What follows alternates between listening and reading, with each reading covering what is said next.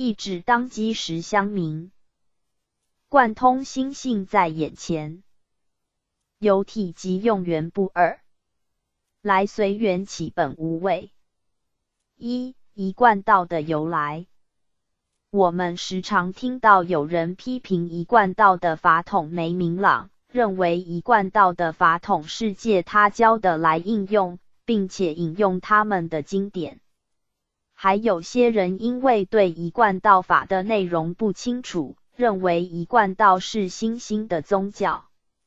而一贯道的弟子，经由前辈介绍道统也是从释迦佛传至28代，再传回东土。事实上，在道统方面有很多地方是无法获得圆满答案的。对一贯道的由来，身为一贯道弟子的咱们，却必须要有正确的认知。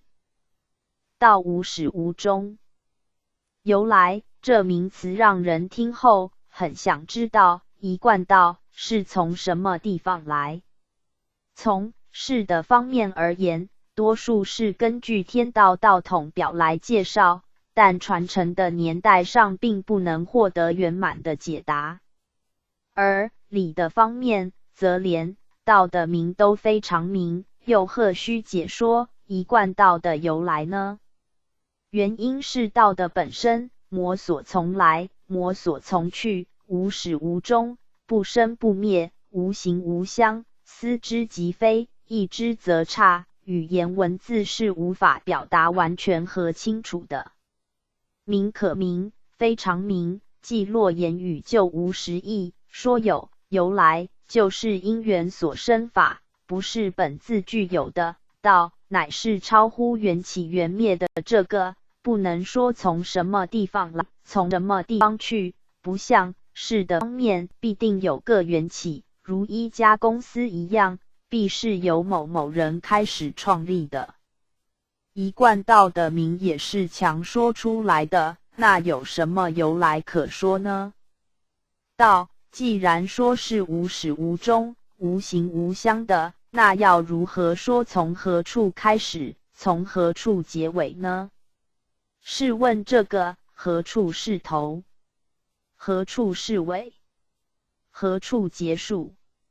所以应从理的方面去了解咱们师尊师母一直当机时连说觉思虑体用一名为一贯，如此自然心里有个底，就不会跟人争辩。若咱们没清楚其意义，则慢慢去会通这个限量境，不需用言说讲解那么多，若再解释就没完没了。过去是佛在灵山会上拈花示众时，大家都不知所以，然唯有摩诃迦叶尊者破颜为笑，为笑有为笑的道理，这个有待咱们好好去体会。佛笑叶尊说，有正法眼涅槃心，将无微妙法门，不立文字，教外别传，付主摩诃迦叶。而今师尊师母一脉相传下来，用香画一个圈，点一点到咱们的面前，而后叫咱们二目要回光，借由眼根去发现本来面目，和世尊拈花示众的意义是一样的。会上人天百万，唯有迦叶尊者微笑会通，以心应心，了解世尊的意思。世尊知道迦叶尊者微笑会通以后，遂告曰：吾以正法眼藏，密付于汝，汝当护持，并敕阿难、复二传话，无令断绝。而说偈曰：法本法无法，无法法亦法，今复无法时，法法何曾法？释迦佛交代迦叶尊者是为初祖，阿难尊者为二祖，继续法统，无令断绝。既若能清楚，才不会执法，也不会毁法。尔时世尊说是既已，复告迦叶尊者：吾将经吕僧迦一传付于汝，转授补处，至此是佛出世，勿令朽坏。但是时代演变到六祖时，已不是为了法，而是以袈裟为做祖师的依据，故袈裟传至六祖就没再传了。迦叶尊者是初祖，在印度传至第28代达摩祖师，于梁武帝时到运印于中土，达摩祖师东来，是为中土的初祖。中国禅宗一脉相传至六祖，都是外传袈裟以为法性，内传法印，以气正心，内心一定要有正悟，外有袈裟以为凭，从世尊一直传至六祖。因为法依未争端，所以六祖以后就没传袈裟。本来一脉相传的宗祖，情形的演变就不一样了。六祖归空之后，由六祖得法的弟子各立门户，分为很多宗，如曹洞宗、维养宗、法眼宗、灵济宗、云门宗等。禅宗就分成很多的宗脉了。六祖当时是武则天在位，此时期是佛教在中最兴盛的时期，而六祖的得法弟子各立门户，成为宗派之后，各显其能，传遍各地。弟子各立门户，虽没传法依，但是修道的原则没变，都以明心见性为宗旨。各宗派的继承者必须证悟本来面目，明心见性，才有资格合担如来家业，继续法统。这在传灯录记载得很清楚。悟则无先后。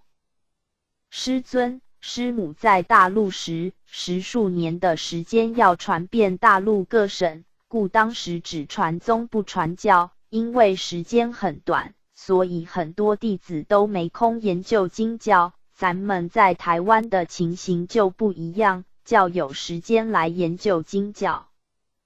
但是研究经学若没有人指导，对于师尊、师母的宗旨还是不能清楚，便会认为佛教的内容较丰富而羡慕佛教，此皆因对宗与教不明所致。假使对师尊、师母的意志妙法能清楚，就能知道各宗教阐教的意义。换句话说，意志的妙义见自本心，是各宗教所要阐扬的主要目的。道统几千年来，虽然在时间和空间有差距，但在释迦佛的时候开悟本性，和现在师尊、师母的时候开悟本性是一样的，这和时间是没有关系的。所以大家要认识一贯道之道统，在理上绝对没有什么疑问。譬如说咱们的父母50年前去高雄和咱们现在去高雄，时间虽有早晚，而其到达的目的的应该都是一样的。释迦佛的年代和现在的年代虽是不一样，但达到的应该是一样的。在释迦佛时，开悟不为早；在师尊、师母时，领悟也不为晚。因为这个是超越时间和空间的，只要能体会，就没有早晚的差别。本性是无始无终，无名无相。假使能直下承担，能理眼体会的话，就不会去怀疑中间过程的法统问题。法统的主要目的是起心，让修道人了解师师相承无有差别。如能一指当下承担，则对于一贯道是怎么来的，就不是很重要的事情。重要的是自己会通了师尊、师母所传的没有。咱们的本心本性若没领会，则抱着佛教义是没有用。在咱们师尊师母身旁人员为多，但不一定都能了解师尊师母之心意。所以咱们若无法体会本心本性，单执着法统也是毫无意义。如果学人在法统上强要去追根究底的话，想想释迦佛的师父是谁？七佛只是代表性，真正的说，释迦佛是睹明心而开悟，佛史的记载就是如此。一直推究，还是不能找出结果来。在佛史上也没有记载谁传给释迦佛。就如孔子的师父又是谁？谁传给老子？又是谁传给基督？你若要追根究底，是追不出所以然来的。譬如说，人是从哪里来的？从父母一直往前推，还是找不出一个答案的。虽基督教说是上帝塑造一个泥人而来的，可是这种答案你满意吗？科学家说是猴子变的，你满意吗？猴子无论如何变，最初的根源又是从何而来呢？实际上是很简单的，若以学理来说，最初是从阴阳来，万物是从阴阳所造化，而阴阳是从太极来，太极从无极来，追到最后就是道。道体是无形无相，其显用则以天地为形相，而道是入乎天地的。咱们修学目的是要能体会师尊、师母所传的一指妙法。一贯道的弟子常说，道是至尊至贵。道和教是不一样，但这都是用讲的，若不了解一贯道的真意，就无法体悟其中道理。其领悟是从师尊、师母传道当机的一指处领悟一念也无之本来心态，其实正义是依此一指之限量尽，无有生死、对待、分别、是非之本心给予保任。修道下手了手的功夫，当下都教咱们了。师尊、师母的一指妙法，可以说是完成五教圣人经教上未能完成的事情，让咱们省很多力气，由此方可了解到的贵气。要不然，很多人以为点了之后，身体在归空时会软软就是道的尊贵，事实上，这还未真正显出道的贵气。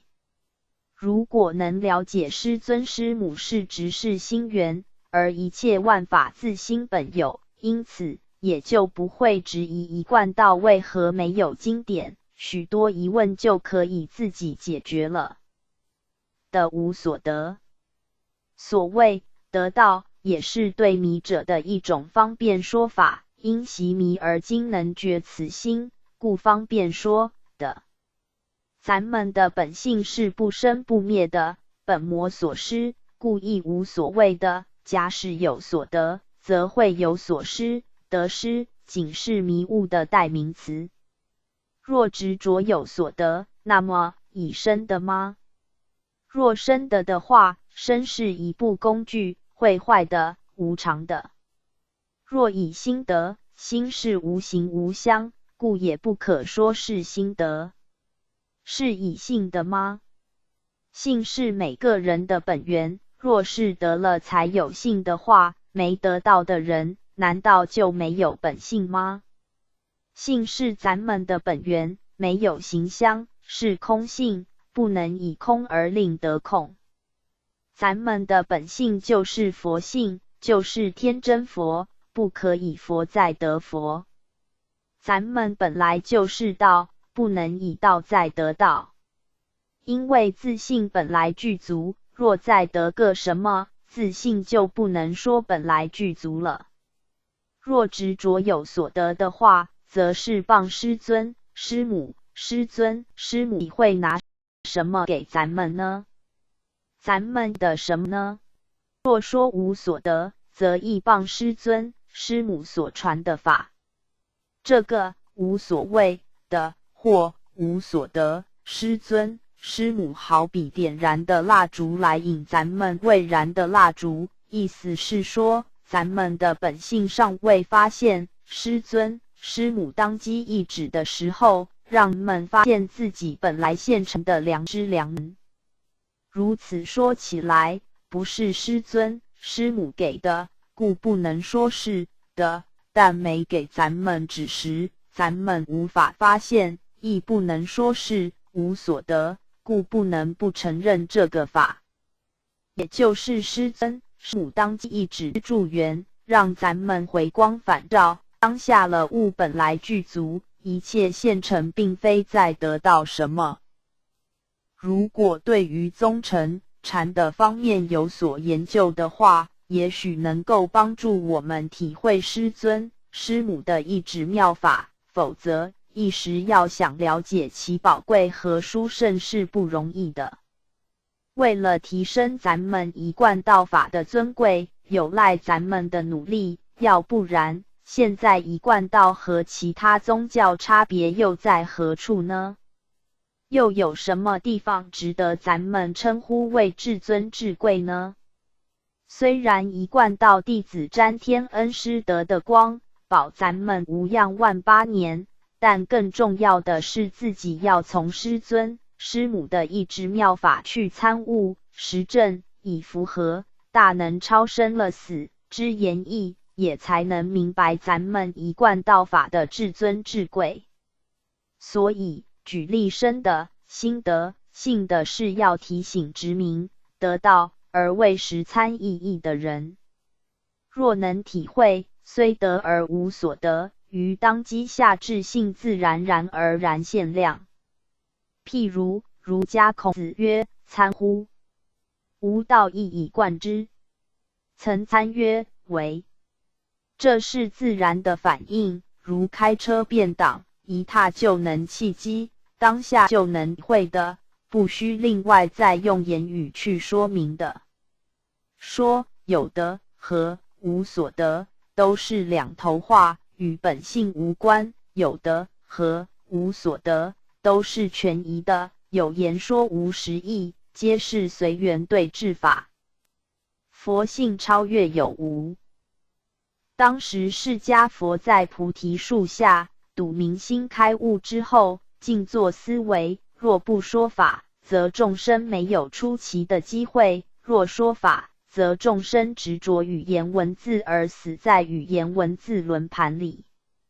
譬如说，众生若有佛性，是谤佛法僧；若没佛性，同样是谤佛法僧。这是什么原因呢？因为咱们的性非有非无。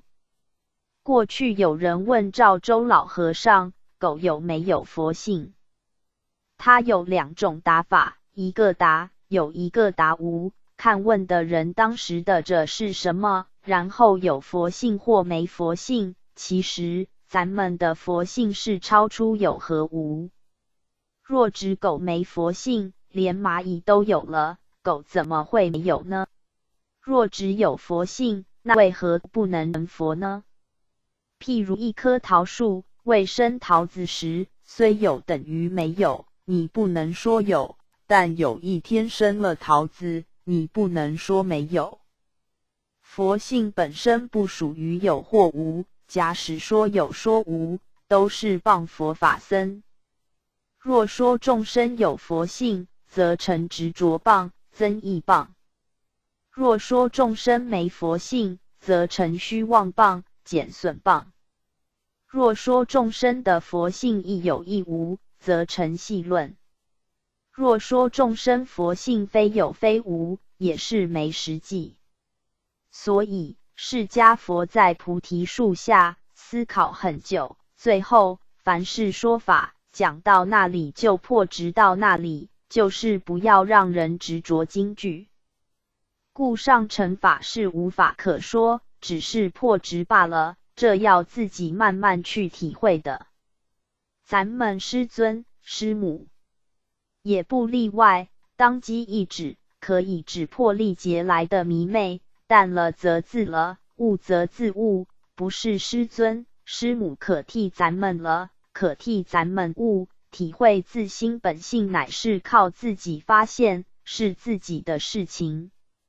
众生未悟时，有虽是有，但不能发生作用，如蜡烛未点燃时，师尊师母一指给咱们助缘，点燃心灯之后，则与已燃者完全没有差别，故师尊师母之一指可以打破历劫的迷津。这里若清楚，就知道法统没有间断。像过去历史上35之灭佛及秦始皇之焚书坑儒，有形象的虽被破坏，但此心是没办法断绝的，故禅宗一脉以心传心，便能延绵不绝。在六祖坛经中，祖开示六祖云：不识本心，学法无益。若识自本心，见自本性，即名丈夫，天人师佛。又云：自古佛为传本体，师密付本心。故咱们了悟本心之后，就与老子、孔子、世尊、祖师们相接。如不能清楚，则虽在其身边，亦如千里之遥。能有此认知，自然不会执着分别教相的法统由来。咱们对师尊、师母的宗旨若能清楚，自然对于教和法统的意义能清楚，就能随机随缘来解释这些事情。古德云：路有千万条，远要小者108000里，悟者一步超。即心即佛，能指引咱们的心性就是法。无论儒道释，讲解的方式虽不一样，但皆是为了指引咱们的心性，名词不一样，其实是一的。如此，才不会指法统是如何，或指佛法是由释迦佛来的。咱们要了解有人类时，就有一贯，就有佛法，是因为圣人佛祖讲解时才有法。所以从理的方面来说，一贯道的由来，就是从师尊师母直指的这个来的。大家要好好体悟其中妙理，一脉相传。从事的方面而言，坊间有很多有关一贯道由来之书籍，但一般皆依道统图解。天道道统图下方列出中国较有名得道的圣者，但也包括基督和穆罕默德。依道义讲解分为青阳、红阳、白阳，在上古时代没有历史的考据，分成子会开天、丑会辟地、寅会生人，前面是七佛治世，接着是三佛收元。天地的造化是10800年开气天，亦要10800年造象天，地球就是其中之一。接着是10800年元灵降世的时代。元灵降世之后，就是治世，卯会开始七佛治世。譬如在南方赤爱佛6000年，北方生育佛4800年，两者亦是10800年。接着是甲三春，有长庚、空谷神、龙也是，祭天佛，这是七佛治世。之后是伏羲氏长500年，接着燃灯佛、释迦佛和弥勒佛，这是三佛收元。七佛治世和三佛收元的最后一位佛是弥勒佛，所以咱们早晚现相时默念南无阿弥什佛天元，就是指皈依最后的弥勒佛。弥勒佛以后，五会已过去，五会以前属阳，接着是未会，未会以后属阴。天运如此，人亦是如此，干道渐少，坤道渐多，这是应运的关系，自然而然的。到了申会是元灵收回，接着是象天的混沌时期。将来象天的混沌现象，虽不能令我们完全相信，但也不能不信，因为在很多的高山上发现了贝壳，由此可知地球是沧海桑田经过很大变化过的。将来天火、地火、人火也将渐大，这可从以前的雨水很多，现在雨水渐少得到证明。将来元灵先收回之后，慢慢地球坏掉，气天也会变化，因为气天会变化，所以气天先要求到，才能躲劫。请参阅附录1，至亥会时是还无的时代，也就是混沌的时代，10800年，天地分不清楚。等到气又足的时候，又开始子会开天，丑会辟地，又再来一个循环。这可从咱们身上得到证明，天是一大天，人是一小天。当人们白天忙了一天，晚上的时间就得休息，明天元气充足，则又开始新的一天。由此可证明天地之理完全没有虚假。道统开始由伏羲氏体悟天地阴阳造化之道理，一化开天而作先天八卦，以阐明天地间生生不息奥妙之源，继而由神农氏、黄帝至尧帝、舜帝、禹、汤、文王、武王、周公，道统传至老子，接着是孔子、颜回、子思、孟子，然后儒道中绝，到运印在西方印度的释迦佛。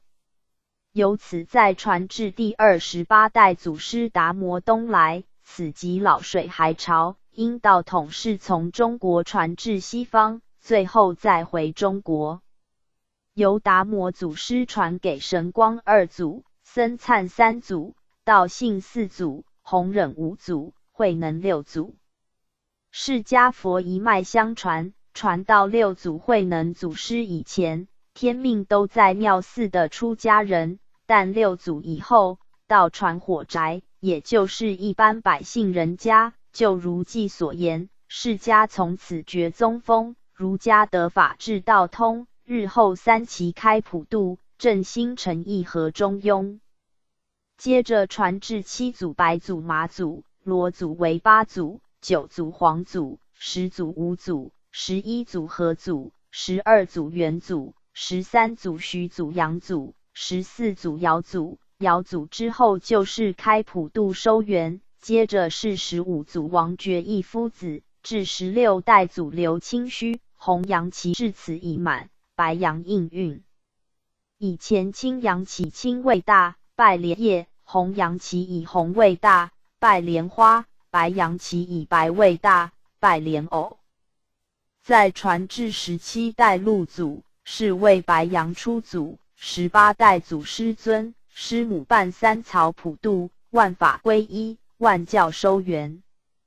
由上古时代没有文字，没有宗教，然后随着时运转变，进入文明，变成有经教，是由一本散万书。再来白阳期则变成所有的宗教归本还原，见归本来自然朴素，万书归一本，万法归一，这就是物极必反，天地的定律。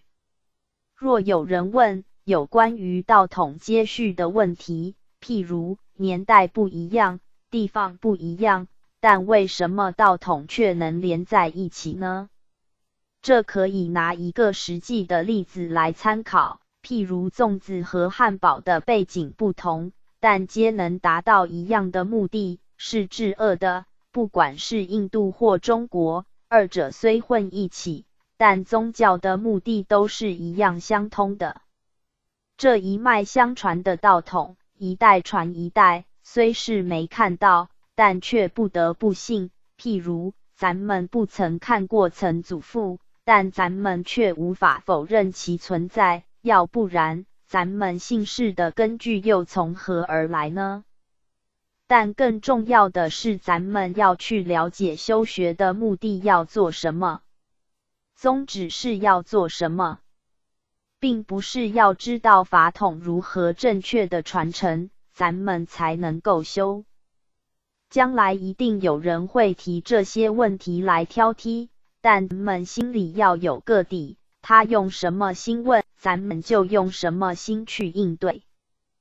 道统虽是这样一直传下去，但道是无形无相，故文献是无法考证的。释迦佛也说，教外别传，不立文字，实相无相。咱们师尊、师母继续道统传道，只是传本来这个而已，当然就没有文献可参考了。宗不立文字。咱们知道一贯法门的传道方式是属于宗法，见性法门是当机直事本来，不立文字，故也就没有形相言语可依据考察。因为有形相就必然是有生有灭，就不是道，就不是原本的，原本就是如此，不是生而有之的。咱们一定要有此基本的认识。所以师尊、师母只指点我们本心，而一切万法自心本有，故没留经典给咱们。假使一贯道还有经典，则和教是一样了，不能称得起是道。道在清阳期以前也没有经典，在生活上只是随本能的反应，以本心为主去做事。同样的，在最后老祖师收圆时，也会万教归一，都归于一心。当老祖师出来时，在佛教的立场是世尊在世，基督教的立场是基督在世，在儒家的立场是孔子在世，在道家的立场是老子在世，在回教的立场是穆罕默德在世。咱们的老祖师在任何宗教都会被认为是其教主在出世，同时具备五教的道理。因为不管是讲儒教、讲经，同样都是由心性发用出来的。虽五教圣人在世的时代和环境不完全一样，但唯一的本心却是相同的。故若能找到此相同的，则虽是时代和环境不一样，但所做的事情、办出来的宗旨都会是一样的。譬如说，佛教是万法归一，儒家是执中贯一，道家是抱元守一，基督是默祷清一，回教是清真含一，都是以一为主，一是道的代表。咱们的老祖师有这种能力，以各宗教的立场去讲解。事实上，不必说到老祖师，咱们研究五教的经书之后，就知道各教阐教的目的、思想和理想都是一样，虽然说法不一样，但根本都是一样的。由此，咱们知道老祖师出来时，必以本心本性处事，而没有什么宗教的名词。诚如最先是没宗教变成有宗教，最后是有宗教又归回没宗教。因为有形的身体无法大同，唯有心才能大同。为什么心才能大同呢？譬如当吃咸时，大家同样觉得咸；当一位小孩跌倒时，大家也会去拉起来，这是大家相同的，也不必教的。故师尊、师母就传咱们相同的良心本性，不需再传什么。咱们若能清楚，则能做得了主。当每个人都能以良心本性做主的话，也就不需要法律，因为定了法律，人还是会走法律的漏洞。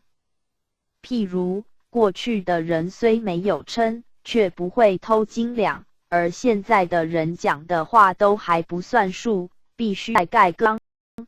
再这样下去，最后连盖都没有用的。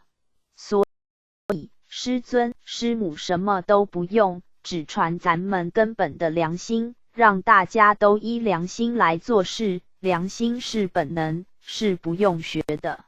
譬如去文会开化时，没人教要孝顺，难道他们就不会孝顺了吗？而现代人虽一再教，却不一定会孝顺。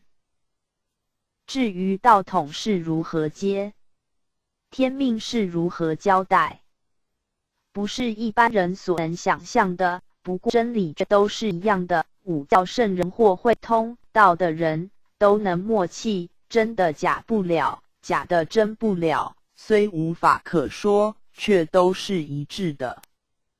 譬如某种东西，你有吃过，我也有吃过，你了解，我也了解，虽说不出来，但却能共同默契的。所以这种道理是有点神秘，并不是用一般方式可解析的。今天主要是说明一贯道的由来，因为一贯道弟子一般都很单纯，所能考据的资料又少，被人一问就哑口无言，被说咱们的道统是不伦不类的，信心便会动摇，所以必须对此有所了解，就如员工对自己的公司是如何成立的，董事长是谁，生产什么产品，必须知道一样。目前虽有些人在毁谤一贯道，但如果真正了解一贯意义的大修行人，是绝对不敢毁谤的。因为五教圣人都是在阐明一贯，所有的经典也都在证明一贯。今日咱们也是因师尊、师母的意志妙法执事心源，才让我们有信心共同来参考的。是法平等无高低，一贯普传应时机，心为道场勤决心，方便无碍弥勒行。二、一贯道的殊胜。是法平等无有高下，若论殊胜，好像怪怪的。但身为一贯道弟子，不可不知一贯道法有什么特点，和其宗教有什么不同。譬如，咱们在一家公司工作，就要知道公司产品的品质是如何，有何优点，如此方对公司有信心。同样的道理，身为一贯道的弟子，对于一贯道法的殊胜是必须去了解的，更重要的是了解后，是否依从平等心行事，而不执着哄高，方能符合是法平等的原则。现将其分成3方面和诸位参考。十的殊胜。十就是符合现今时机应时应运。天地运会的转移，从朴素没文明进入现在科技发达的社会，从农业社会进入工业社会的时代，生活的方式都已改变，尤其在短短几十年之中的改变，更胜于过往数百年之改变。故大家都感觉到时间非常急迫，生活非常紧张，精神压力非常的大。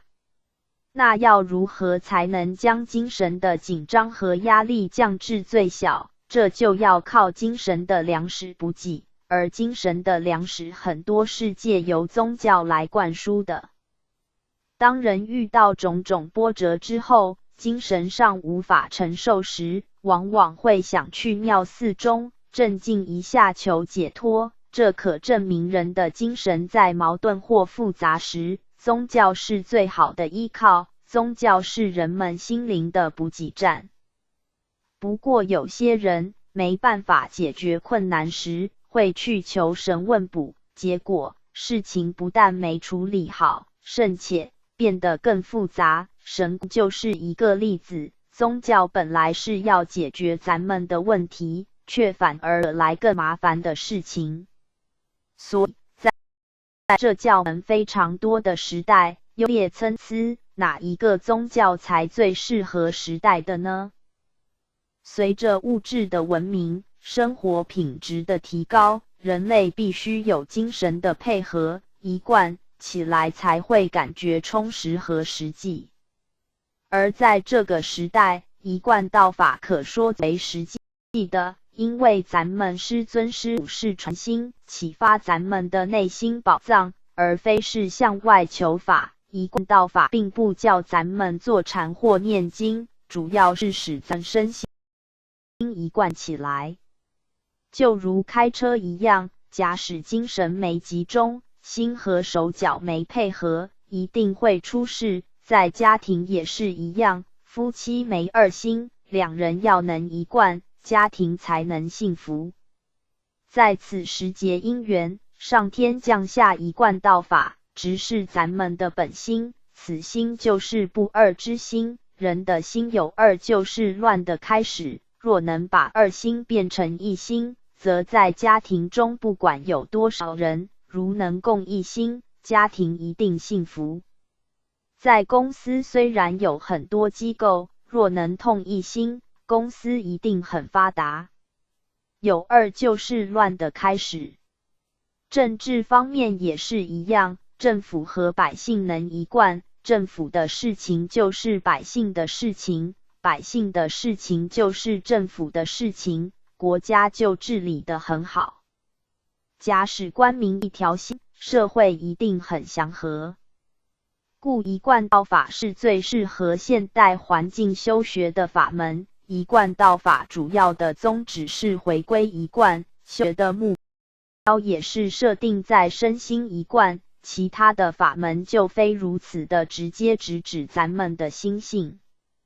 只需咱们身心一贯，则无论生活或其他方面就能平衡安定，这是最简洁和最深入的法门，直接融入于日常生活，随时随地都可修持。参考至此，诸位或许会感觉，为什么所说的都是关于日常生的事情，这又有什么殊胜呢？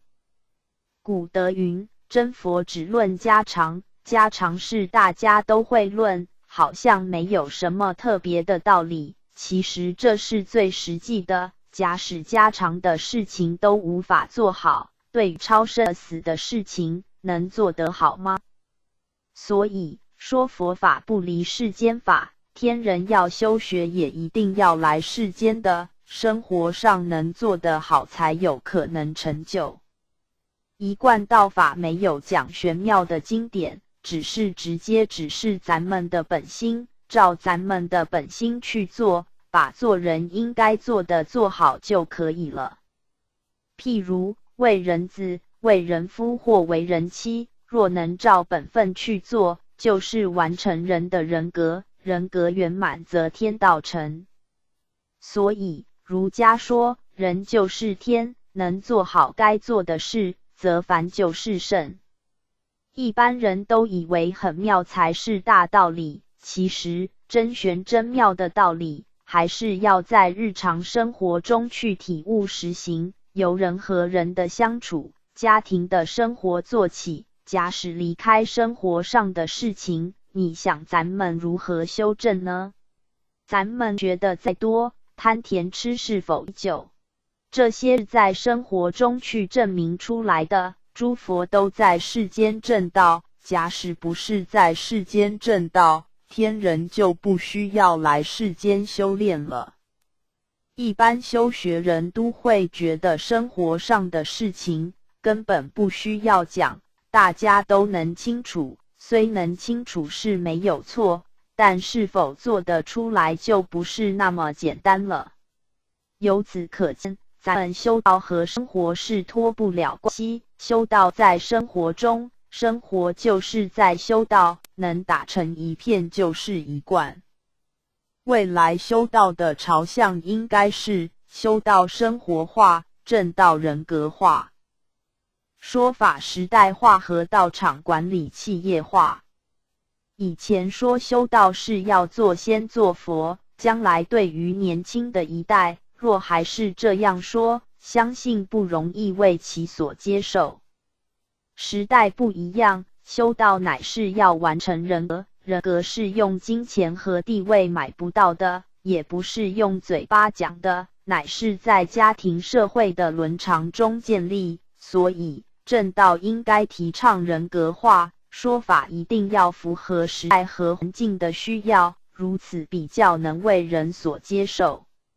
道场的管理要能企业化，分工合作，各有专人负责，像企业的管理，大家合作，事情才能做好。以前有强棒的老前人，再加上后学尊重天命，因此一个人可以全部包办，但是慢慢的环境和因缘不一样了，必须分工合作才可以。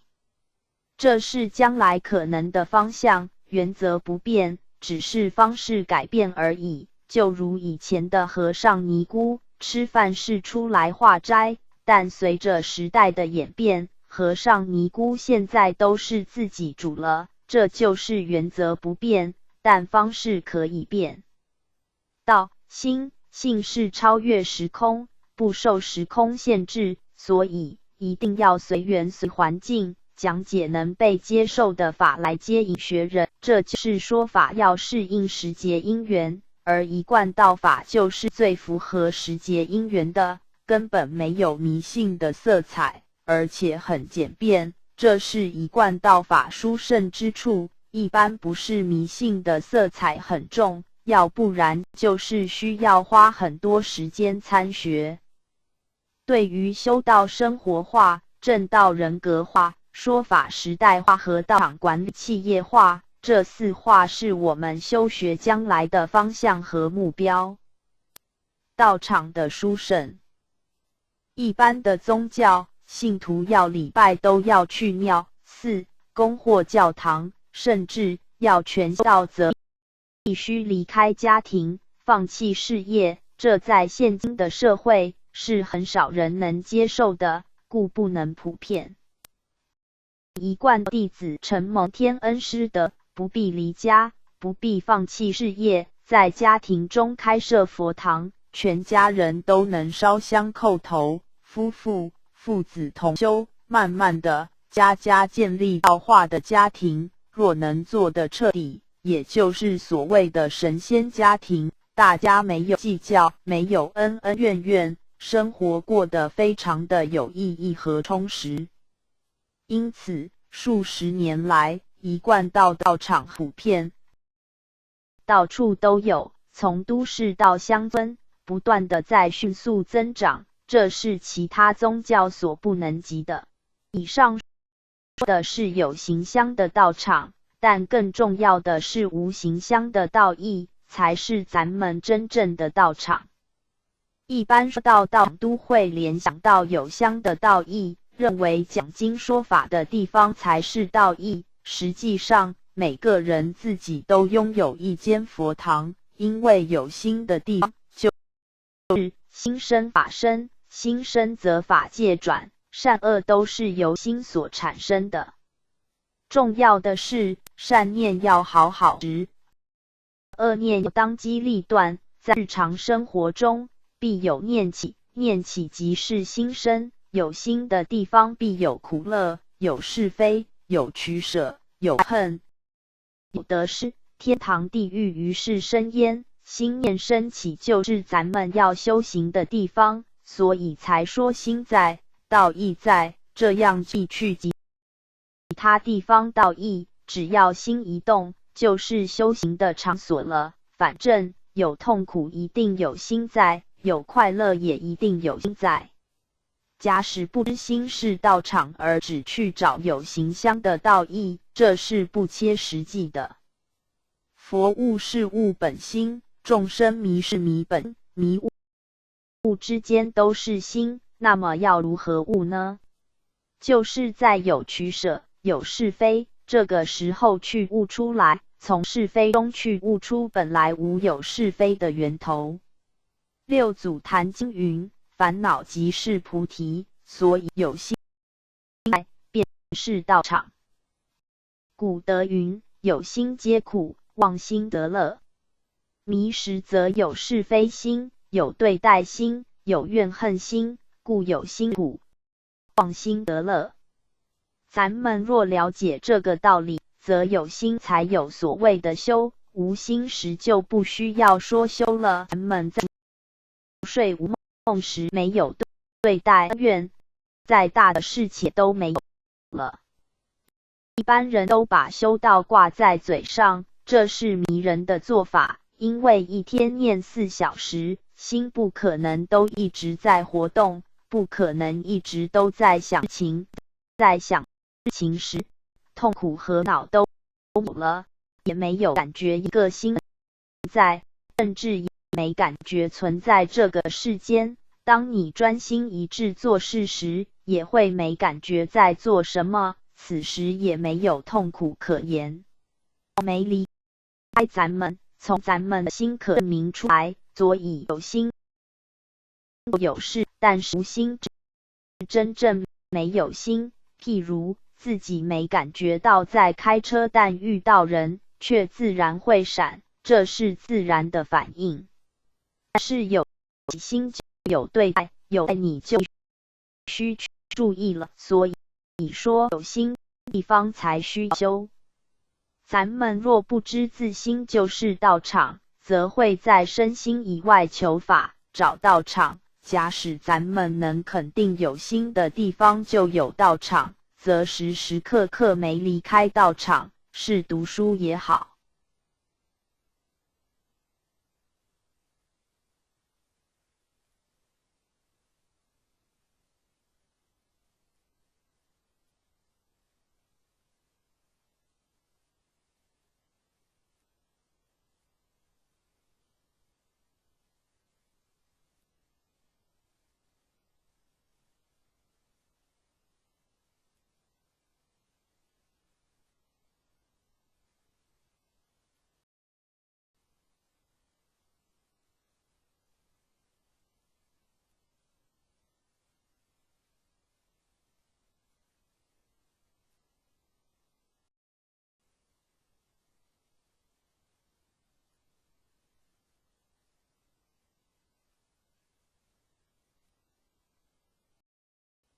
家庭主妇也好，不管任何地方，只要有起心就是修道的场所。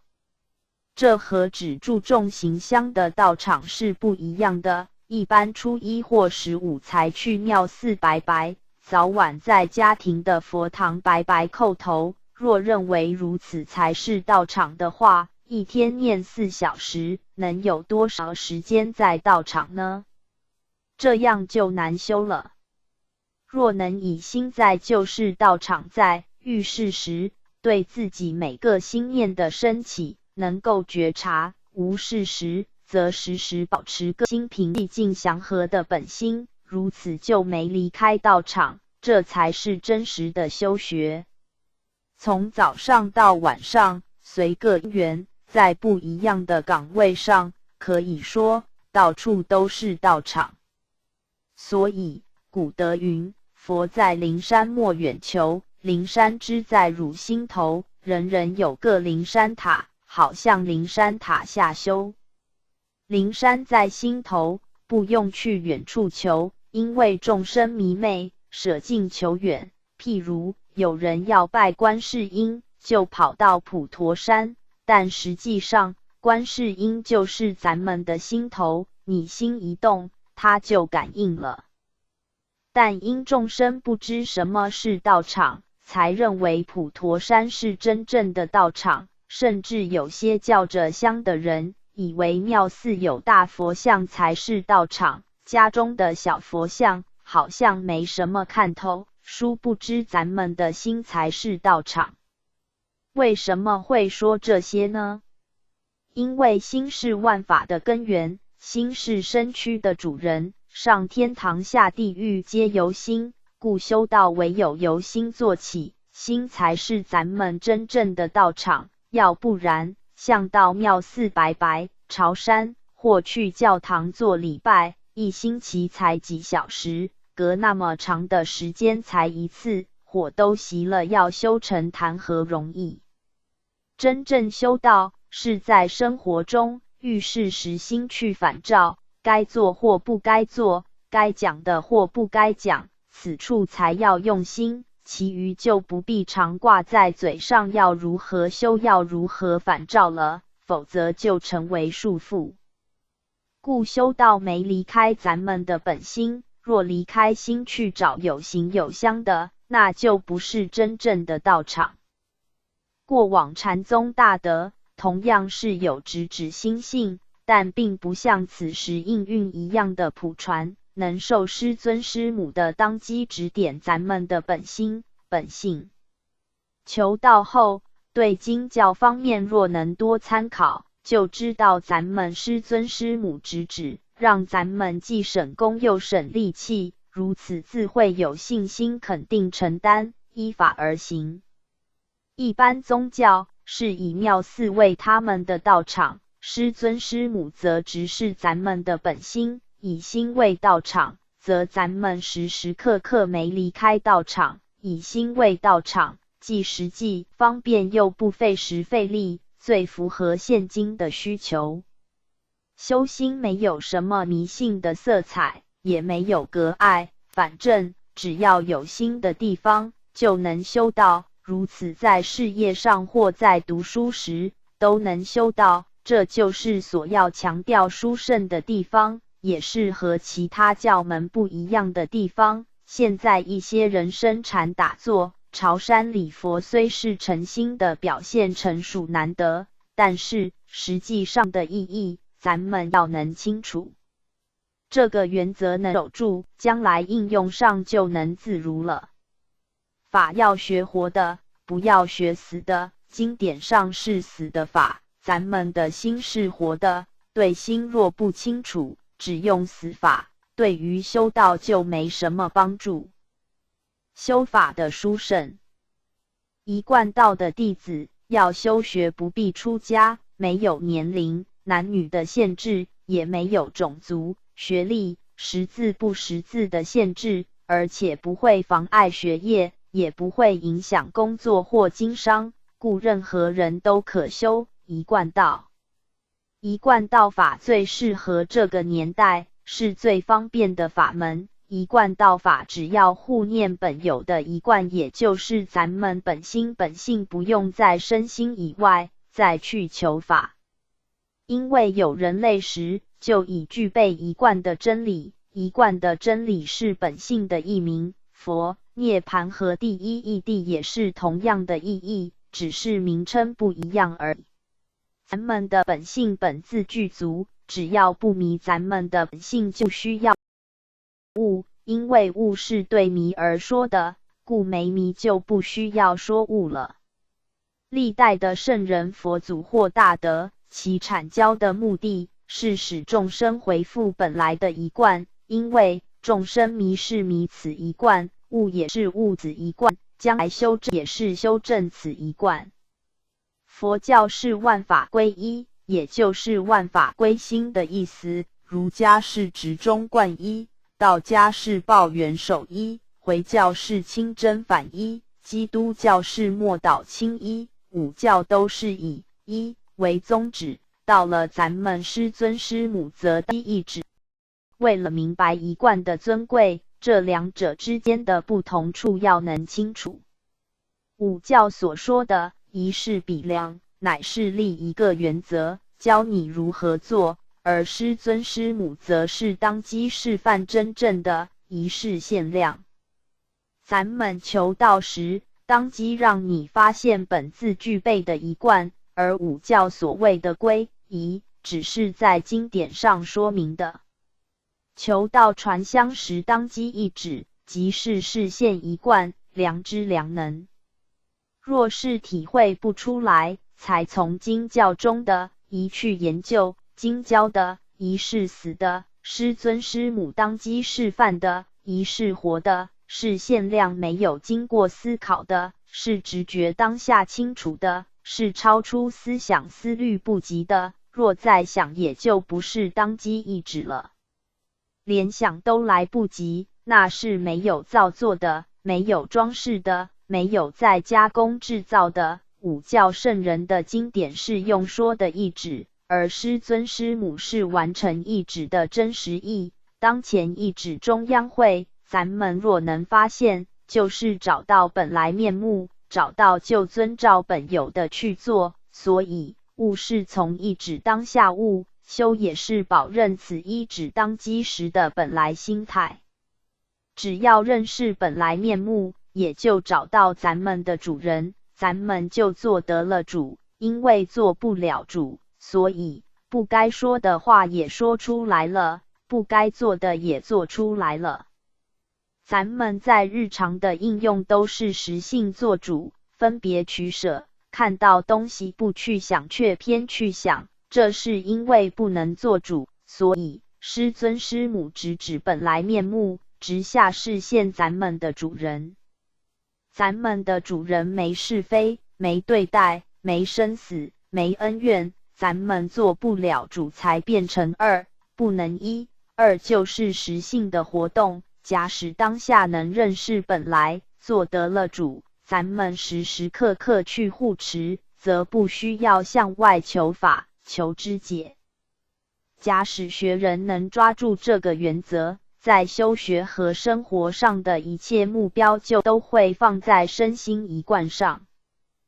释迦佛讲经说法49年，目的只是为了阐明第一义谛、不二法、本心本性，其他的便是随缘说法，方便释教。最后的拈花示众，才是指点咱们的本心本性。譬如种果树，其目的是要收成果实，但收果前的过程中，必须有很长的时间培养一样。以教程教导几十年，当信心足够了，才能承担得起，相信得下。同样的，当咱们于当机受指时，若不是学过很多经教有个底，信心足够，绝对不会相信这样就是直视咱们的本心本性。过往有人问什么是佛，古德云：即心即佛。只是一句话而已，便能信入，但对于初学，你若说即心即佛，他是信不下的。但对学很久的人而言，该学的都学了，已能了解一切经典都是由心所来，所以大德说即心即佛，一经印证当下就能承担，故非对教程有所认识，焉能知道师尊师母意志妙法之贵气，也就无法承担意志妙法的殊胜了。身为一贯道弟子，但有很多人对于一贯道的含义却非常生疏，也说不出其好处在哪里。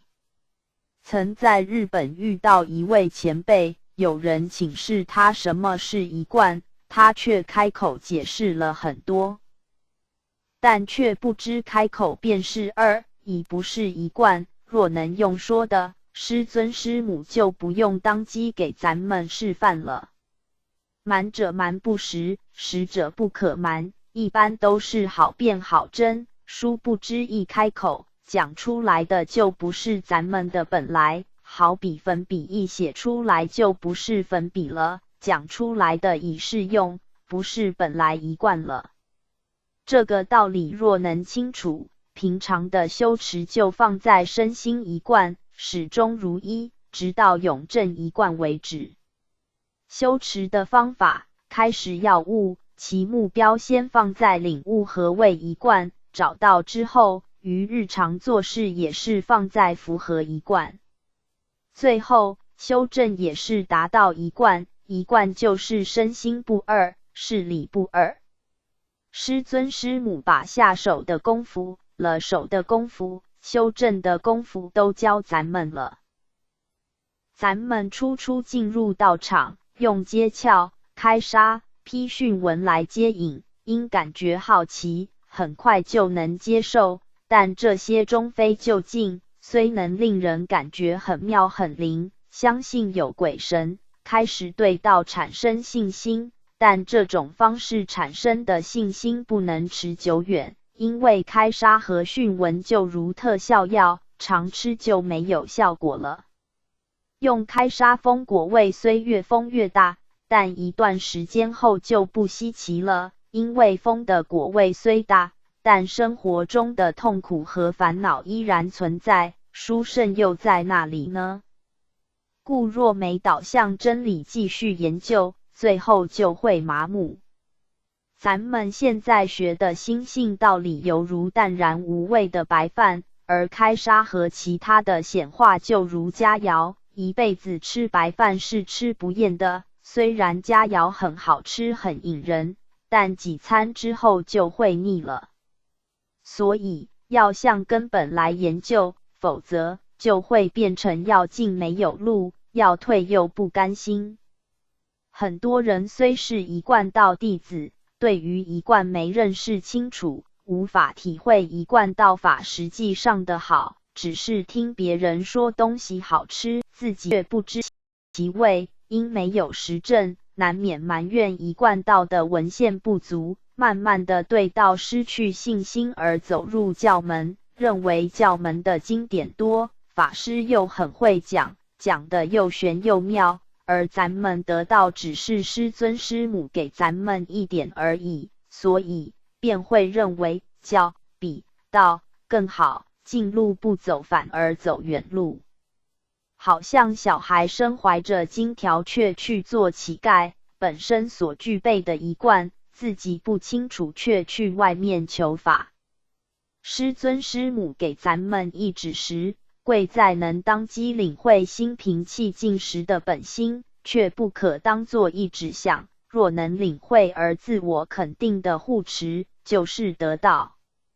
若不能会通，再以无自真借耳根而会通，这是因为一指无法说明，所以才用真经。真经若能清楚，真经不易一指，你若还不清楚，接着就再以合同。合同就是表示一贯，让咱们每天叩头中来体悟一贯。因此对师尊师的一指若不清楚，就算到其他教门也是多余的。释迦佛说法49年，共有3藏12部经，那么多经典，要由何处学起方达究竟？所以最后教你要一心乱，便能接引西方。因此对根本的一贯道法不清楚而去教门，所学的必然也是心外的事情。殊不知释迦佛讲那么多经典，只为咱们经。假使一切心，就不需一切法了，故所说的一切法都是权宜的，不是实法。实法是无法可说，咱们的师尊师母一指妙法，没有什么法可说，这叫做传心，讲出来就不是实法了。达摩祖师欲返天竺，命门人曰：时将至矣，汝等何各言所得乎？时有道复对曰：如我所见，不执文字，不离文字，而为道用。祖曰：汝的无皮。弥总持曰：我今所解，如庆喜见阿舍佛国，一见更不再见。祖曰：汝的无肉。道欲曰：四大本空，五因非有，而我见处，无一法可得。祖曰：汝的无骨。最后神光礼拜，依位而立。祖曰：汝的无岁。故法传给神光。你想这是什么法？其实要了解并没有那么简单的，这是要经过很久的研究体悟，才能清楚实法本无法的，否则都是在经教中找法或用嘴巴说的。释迦佛笃明心和师尊师母的意旨是同样的，只能意会不能言传，可以讲的是方便法，不能讲的用心去体悟，这才是实法。若强辩强说心性，清楚的人一定说你对道不清楚。以前有一位点传师来参见老前人，老前人问什么，他就答什么，可以说是对答如流。一般人听起来会觉得很不简单，但最后老前人送2个字：自大。问什么是如来？如果开口答就会在来而不如，如而不来里面转，清楚的人是不用去开口的。心性方面，有地方是可说，有地方是不能说的，有地方是让别人先说，说到高兴，你只要说一句话就够了。以前有一位基督徒和老前人见面时，说他的主事如何如何，说了2个小时，老前人最后问：你的主事如何来的？一句话就结束了，他说不出主事如何来的。又有一位研著《道德经》的前人，参见老前人时，老前人问：道德经如何说呢？他于是一直说，最后老前人以指直是灵，就是道，就是德，道德经这样就说完了，说那么多做什么呢？若不清楚的人，则会越讲离道越远，离心性越远的。全实互显。不清楚的人会以为师尊师母都没有说，没叫咱们什么，其实这就是实法，因为可说的是离开本来，不是实法了。当机一指，悟者自悟，了者自了，不再说什么。当下若不能体会，只好从教程经典再去研究，去证明。所以求道时没有告诉你这是什么。由此可知，可说的都是权宜方便，是对治法。佛讲经时，权法和实法互显，尤其在楞严经中更是明显。有时候坐着默然，不说一句话，有时候举手，这就是用实法，看尊者能不能领会，若不能领会才开始说法。这个巧妙处，对一贯道法能清楚者就能领会，默然和举手都是可以让咱们体会本来面目。由此咱们可以清楚，法主要是引咱们本有的自心本性，使众生开佛之见，阐明一佛乘。法华经云：唯有一佛乘，羊鹿设方便。一佛乘就是白牛车，白牛车就是咱们的本心本性，羊鹿是权法，是二乘或三乘，是方便说法。一佛乘就是咱们所谓的一贯。楞严经的七处真心十番显见，无论在言说或无言说，都是要显实相。楞严经中，阿难尊者本有的真性不敢承担，妄想心不敢去掉，故陷在矛盾中。其实整部经的主旨是要让人能心静不二，即真即妄，即妄即真。以前老前人辞世，只讲经中精华的有代表性的几句，只要能清楚这几句，整部经要说什么都已经清楚了。譬如道德经第1章云：道可道，非常道。先给予定义，而第2章以后就是要说明这个定义和宗旨。金刚经也是一样，第1章是表示佛法没离开世间法，这是当机示范，没说什么。接着整部经所说的就是要证明实法，每部经都是要阐明一贯的意义。在楞严经的七处真心，就是要找本心，而心一定和境配合才会显现。初学时不清楚，可把心和境分开讲，但最终是不能分的。宗成就是不把心和境分开。修学的过程一定要学过教程，才堪接受宗成，所以才说今生能得到，都是前世修来的。最后，释迦佛对尊者说：即妄即真，即真即妄，使其领受真不离妄。而现在修道的人却都想弃妄归真，认为这些妄想都是假，若是弃妄，又何处找真呢？所以才说即妄即真，即真即妄，因为真妄不能分。譬如声色是妄非真，但是真性却不离假的，要不然释迦佛借色身做什么呢？没有假，无法显出真的，也无法应用，所以即妄即真，即真即妄连贯起来，不能分开。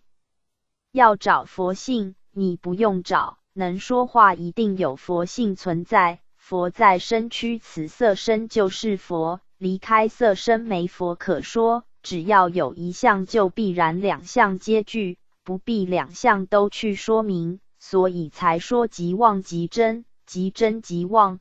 故修学也都是在日常生活中的事情上来修，离开这些事情也没有真的可修。世间的事情虽都是妄，但离开这些妄之后，如何去证明真呢？譬如，如何去证明你的脾气好？如何去证明你是如如不动？有些人看经后，执着经文，说他现在已达如如不动的境界，这是嘴巴说的如如不动，这是还没遇到因缘，若是遇到时，就不能如如不动了。事实上，真正如不动是在动中去证明出来的，能在声色中去证明如不动，才是真正的如不动。咱们一定要知道学经的意义，楞严经的即真即妄，即妄即真就是一贯。咱们师尊师母所传的当机一指，就是要完成过去五教圣人于经典文字上无法完成的事情，故由当机直示。此时机未萌，缘未起，一念也无，真妄不二时直不本来。若能领会的人，就是达到过去教圣所说的一贯，要不然就必须再学。在佛教的很多经典中，最特殊的是楞严经和法华经，故古德云：开悟楞严，成佛法华。虽是如此，但佛讲法华经时，却仍有5000阿罗汉感觉没道理，不相信而退席，这就是层次的问题。虽然每一部经典都有其特色的地方，但宗旨却都是一样，为了证明一贯的。我们尚可举些例子来参考。当初达摩祖师来中国，只带一部《楞伽经》。《楞伽经》是佛在楞伽山向他方世界的菩萨讲解的。《楞伽经》中所说的是108非，这个非乃是说世间没有绝对的，众生非众生，佛非佛。众生若是固定的众生，则不能成佛。这些都只是暂时的名词，会变的。在《楞伽经》中，对于破外道说的最多，其主要也是强调三世诸佛皆从第一义出。第一义就是不二法门，和一贯是同样的意义，字不一样而已。金刚经云：凡所有相皆是虚妄，若见诸相非相，即见如来。这种也是互显，假使相是虚妄，则离这些相时，如何见如来？所以说，一切经典都是权法，若以色求我，以音声求我，是人行邪道，不能见如来。那法师在讲经时，是不是在声在色？若不是声不是色，是什么呢？故这些经文是对执着声色的人而说的，这是方便法。虽在声色中不能见如来，但离开声色亦难见如来。如来不是在写中看出来的吗？不是在讲中看出来的吗？不是在想中看出来的吗？所以才说没有心的地方就不用修了，没有声色如何说个如来呢？在应用时有如来，如来就是有无一贯。假使没有应用，没有声色时，有什么如来可说呢？在佛的世界，根本不必说你是佛我是佛，因为有众生才有佛可说。好比在男人的世界，根本不必说你是男人我是男人。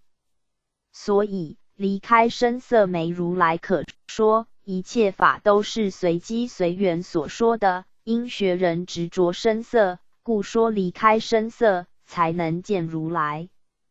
法是因人所设的，经典是死法，学经的人应该要能清楚经义，否则很麻烦。譬如经云：无人相，无我相，无众生相，无寿者相。假使有人请讲经的师父慈悲，若没人相没我相，那么讲者是谁？听者又是谁？你看那时候要怎么说呢？所以一定要超出空和有才能找到答案，否则一说出来就是声色。金刚经第一品是显示佛法没离开世间法，到第30品佛说一合相，佛对须菩提说一合相者，即是不可说。说出来就不是一合相了，一合相是超出语言相、文字相和缘心相的。经中又说，现在心不是，过去心不是，未来心也不是，到底那一也才是呢？很简单的答案是，此三心之外就是咱们的本心。要如何悟呢？就是从咱们师尊师母的意指当机下悟入。过去曾请示老前人慈悲，假使过去心不是，现在心不是，未来心也不是，那么从师尊师母的意指悟入，可以吗？老前人说可以。若是对师尊师母这一指不清楚，你再说什么都不是，绝对无法契合。金刚经主要也是说一合相，一合相和一贯，一指的意义没有差别。心经云：色即是空，空即是色，色空不二就是一贯，色空不二就是显示一贯。以圆觉经来说，若对于师尊师母这一圈一点能清楚，则圆觉的意义就清楚了。灵是圆，味觉就是要说这个道理而已。而师尊师母在空中当机示范，没留丝毫的行迹，这是表示体用合一。维摩诘经的主旨又是什么呢？因释迦佛的弟子多数执在二圣，弃有执空，不能行中道义，所以借着维摩诘居士事迹，于佛弟子问及时，经由维摩诘居士使他们回小向大，弃小乘进入大乘。最后于引证不二法中，有32位的菩萨用言语来阐明不二，而维摩诘居士则以默然来表示不二的意义，不二就是一贯。引用这些经典，主要是让诸位明白师尊师母是要完成过去经教未完成的事情。在各宗教中，佛教的经典最多，但再多也没超过这个意义。其立教的宗旨就是万法归一，也就是要使众生回复本来面目，本来所具有的一贯。释迦佛睹明心开悟之后，他感叹地说：奇哉！奇哉！大地众生皆具如来智慧德相，但因妄想执着不能证的。由此点就可证明佛阐教说法的目的是要使众生回复本来面目。儒教一样是要阐明一贯的真理，如《论语·里仁篇》，孔子曰：参乎！吾道一以贯之。曾参夫子曰：为。这是很巧妙，这是当机。为和禅宗的呵是同样的道理。孔子的道是以义理去贯通的，义理就是心，是性，心和性都义理的别名。同时，孔子问子贡曰：汝以语未多学而识之者也。子贡曰：然也，非语。孔子曰：非也，吾道一以贯之。这很明显就是发扬本具一贯之理，而非是向外学来的。上次提到，释迦从此觉宗风，儒家的法治道通，将来咱们也是行儒家的道。过去前辈也慈悲说，儒家将来会复兴，将来的时代，修道与生活是分不开的，乃是在家出家，而儒家的道就是提倡一贯，这点就可证明师尊师母是要完成五教圣人未完成的事情。对这个若清楚，对于经教就能转，就能活用。咱们若还不能清楚，就借经教去悟出师尊师母意旨的意义，这样学经才有价值。要不然，经学的越多，知越多，懂越多，实践分别越发达，对于真正的道却反而悟不出来。中庸云：喜怒哀乐未发谓之中，就是灵，发而皆终结谓之和，终结就是从经典中体悟出来，并和师尊师母意旨妙法合起来，咱们就有自信，不管以后如何的演变，自己才能做得了主，才不被权法转。现今三期普渡，师尊师母以一直妙法唤醒众生的本来面目，是诸天神圣所共同护持的，是最完整的法，再没有更玄、更妙、更直接的法了。师尊师母已经指给咱们了，剩下修正的事情就靠自己了，别人帮不了的，到任何地方都要修的，既然要修，又何必跑来跑去呢？因此，对师尊师母的宗旨必须要清楚，则修到这趟路也就能走到底。如六祖坛经云：欲你化他人，自须有方便，否则变成以讹传讹，自己眼瞎又牵着别人走，或别人说真就以为是真，跟着走，自己必须知道真，才能分清楚真假，方不被人瞒。所以，身为一贯道弟子，最先应对一贯清楚，清楚之后，就有了宗旨和目标，生活就朝这个目标走，始终如一，一定可达到目的地。道德经更是明显来表达一贯的意义。下篇第1章中，有无同观，有和无不可分成二，就是要能有无一贯。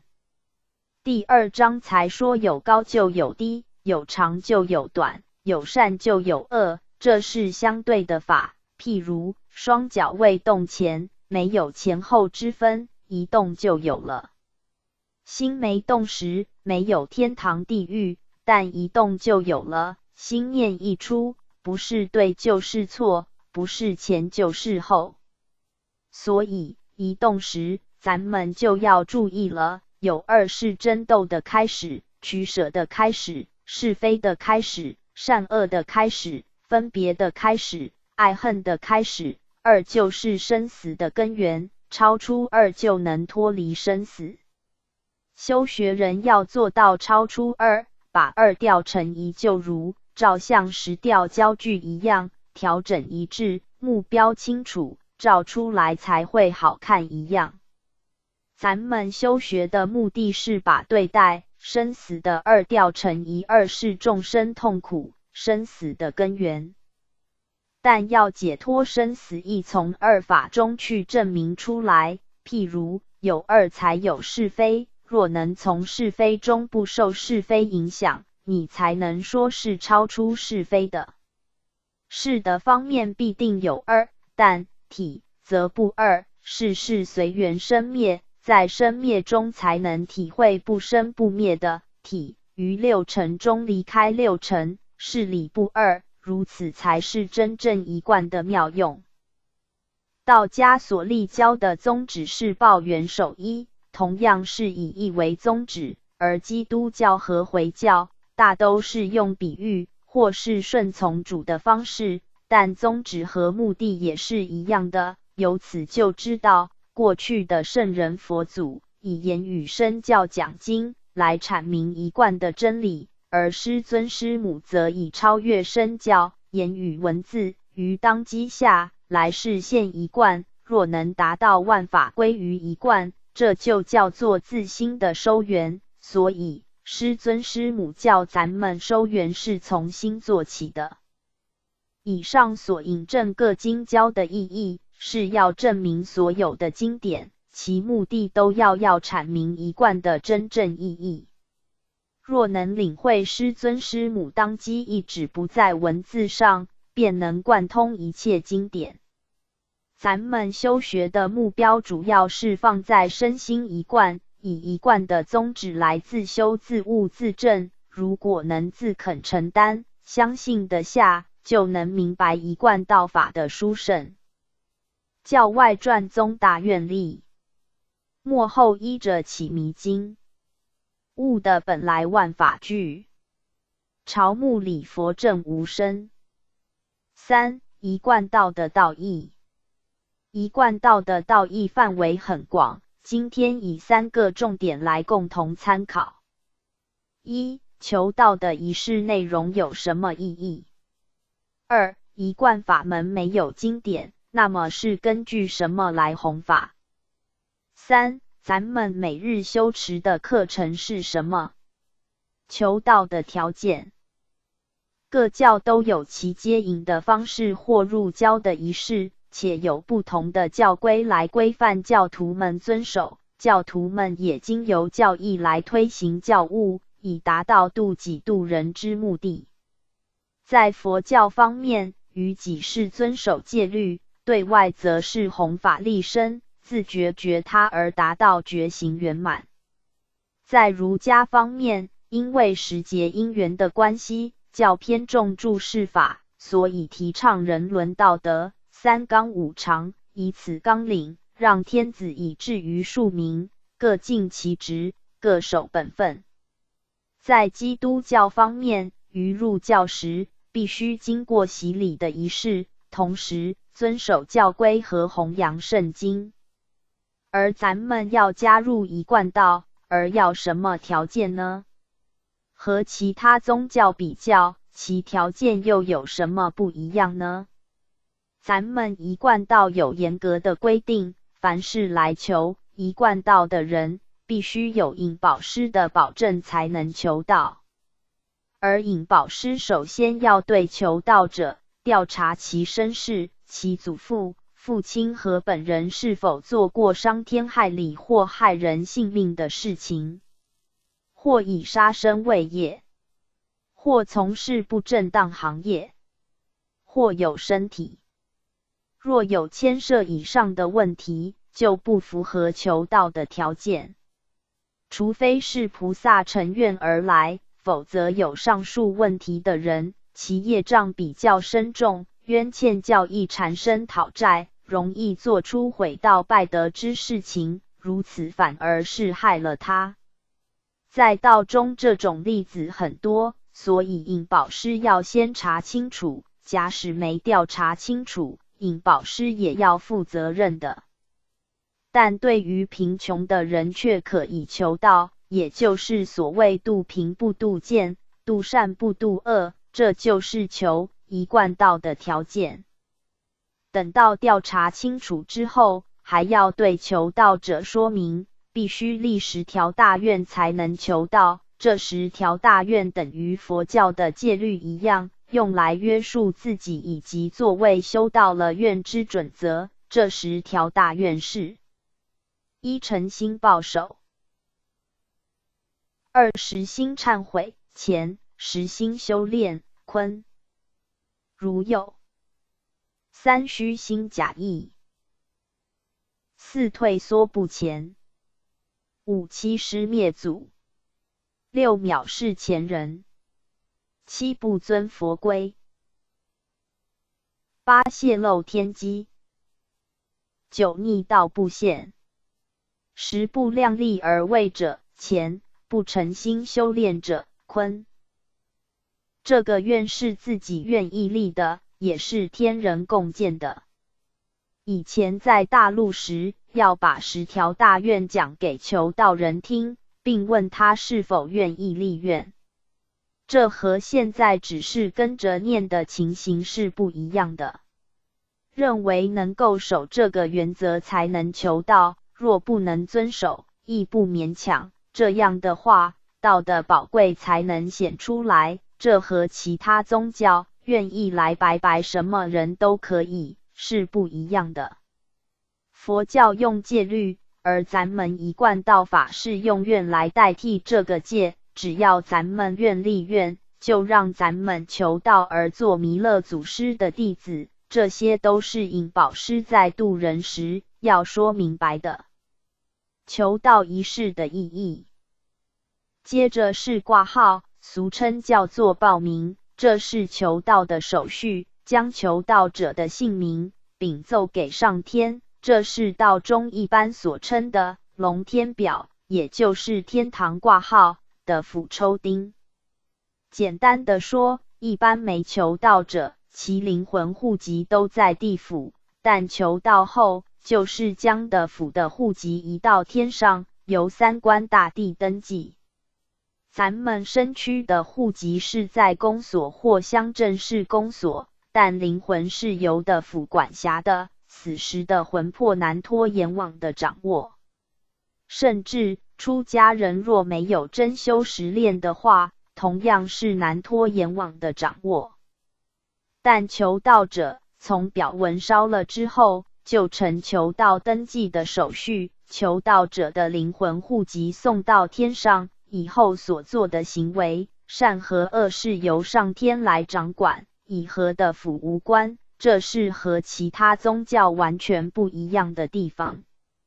因此有很多求道者去世后，家人问神明或观落阴，在地府却找不到他的名字，有的还会告诉家属他们已经上天堂了。求道另外一个意义是将咱们自己的姓名通报给祖师，愿意做其弟子。咱们求道深表时，叩拜祖师、师尊和师母，就是愿意做弥勒的眷属。不仅是一贯道弟子，就是其他教门的修学者，往后要成就佛道，必定非归弥祖师不可。这并不是咱们自夸，根据释迦佛所说，弥勒佛是这个娑婆世界最后的一位佛，假使不能在弘扬其释迦佛法华会上受记的修行人，必定要由弥勒佛受记。因为在法华会上的人，都是和释迦佛从历劫来就在一起修持，听释迦佛讲经说法，和释迦佛都有特殊的因缘，在释迦佛要成佛归空时，就给全部有缘的人受记。譬如法华经云，富楼那其后的成佛，号名曰法明，其国名善净，节名为宝明。但是还有很多修行者是在释迦佛以后，至未普度以前，修学得以发明心地，开悟见性，这期间都居在三界的天宫中。假使他们想要成就佛道，就必须要皈依弥勒祖师，做弥勒祖师的眷属，由弥勒祖师给予受记。跟所了解的，在师母住世时，就有很多仙人及禅宗大德在排班挂号，等待世间有缘的办道者来度他们。林老前人亦曾将53参禅语录中和过去公案中的大德一一写给师母老大人，然后由师母亲身点受。为什么他们已经开悟见性，却还要别人度呢？理由是，这些修学者虽能自觉开悟见性，但仍非觉行圆满的究竟，故要皈依应运当来下生弥勒佛，做其眷属继续修学，并蒙其受记，以成就佛道。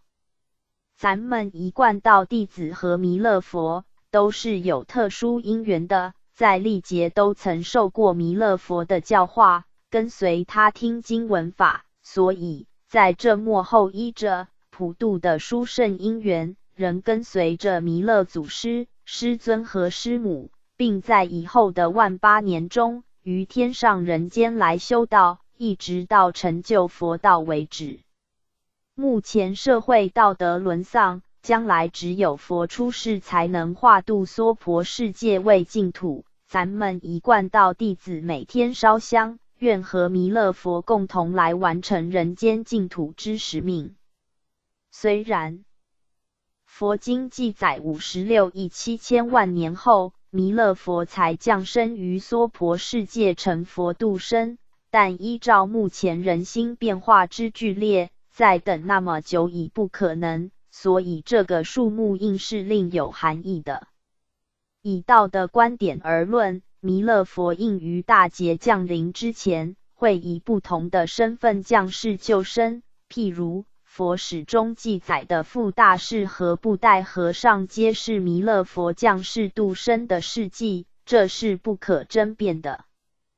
接着是求道的仪式，开始时是献供献茶，使用酒五大礼，这是至尊至高的礼节，在祭天祭的和敬拜老时才用的，否则一般是用3献礼。献供完毕之后，接着是请坛。请坛就是恭请明明上帝，也就是咱们的无生老，以及法律主道坛、护法八部、雷部、风部、虎部、龙部、28宿，诸神都要听旨护坛。经过这样的仪式之后，才能传道，这是何等的威仪、庄严、尊贵。在请坛后，如具有天眼的人便能看到诸天神圣俨然护坛，由此就可知道传道是非常庄严，非比寻常的。三宝的意义，经过前面这些仪式之后，才能进行求道手续，再到中常听说，道在师传修在己，传是传什么，的是的什么。兹将其说明如下：第一宝玄关，第二宝口诀，第三宝合通。这三宝，咱们以理和事两方面来予参考。以事的方面而言，这三宝是将来归空时，经过南天门紫阳关时的凭据，此的有八大金刚在守此关，过关时要核对三宝，的三宝者方可以过关。另外还有一个宝贵的作用，就是在世间时，若遇到灾劫危急时，咱们能力不及时，则可运用三宝请救劫仙佛来救咱们。运用三宝时，手抱合同，口默念真经，如此救劫仙佛就会来救咱们。实际上，用三宝躲过劫数的灵验事例非常的多，这是祖师承应天命，在天恩师德庇荫下，诸神护法，故有此不可思议的应验。但重要的是，修道者必须有诚心，否则毁道败德的人是不可能应验的。以理而言，咱们身上的三宝叫做精、气、神，在天地造化的立场，则叫做理、气、象。三宝虽名为三，而实乃不可分，就如咱们人的精、气、神缺一不可一样的。师尊所谓的神，以道家来说叫做元神，佛家叫做本性，虽然名词不一样，但所指的不二，此乃人人本具、本自具足的。一切众生虽然都有，但有而不知其有，所以经由圣人佛祖的讲解，留下各种不同的经典，来指破众生迷津，令众生在不同因缘下悟入本有现成的自性。为何要借因缘悟入呢？所谓的因缘就是生灭法，不生不灭的自性要借由生灭的因缘方能显出来。虽自性如如，无形无相，但遇缘则能相应，故要悟自本性，则须于因缘当中悟入。以往的参、宗、参、禅学人有此事从话头去参到实情静静，心无挚爱时，可说是不着见闻觉知，也不离见闻觉知的境界，如此就能于所参中遇缘生妙机，在离心意识下顿应本来而豁然贯通。所以过去的宗师，无论是用棒或用喝，以及释迦佛当年拈花示众，都没离开借由因缘而令人悟入。悟入虽没离开声色，但也非全执着于声色，所以真性乃借声色方能有所启发省会，假使离此，则无真佛可顿见，也就是说离开声色因缘，亦无法顿见本来。但有人或许会问，离开声色无法顿见本来，而此声色在世间方有，当初世尊在忉利天讲经时，这些天人没声色又怎么样悟呢？事实是既然有天人就有处所了，有处所就有声色可体会了。我们就举由生灭因缘中悟入本性的公案，供诸位参考。德山禅师参言于龙潭禅师处，有一晚，从方丈室出外面非当黑暗，龙潭禅师拿纸烛给德山禅师，他刚刚要去接时，龙潭师把火吹熄，这就是以当前生灭的因缘，要其误入不生不灭的本来面目，故德山禅师豁然大悟，便向龙潭禅师礼拜。龙潭禅师问：有何所见？德山禅师说：从今不宜天下老和尚舌头。帝释天散花，须菩提问曰：此花从天得耶？从地的耶？从人的耶？帝释天王说：弗也。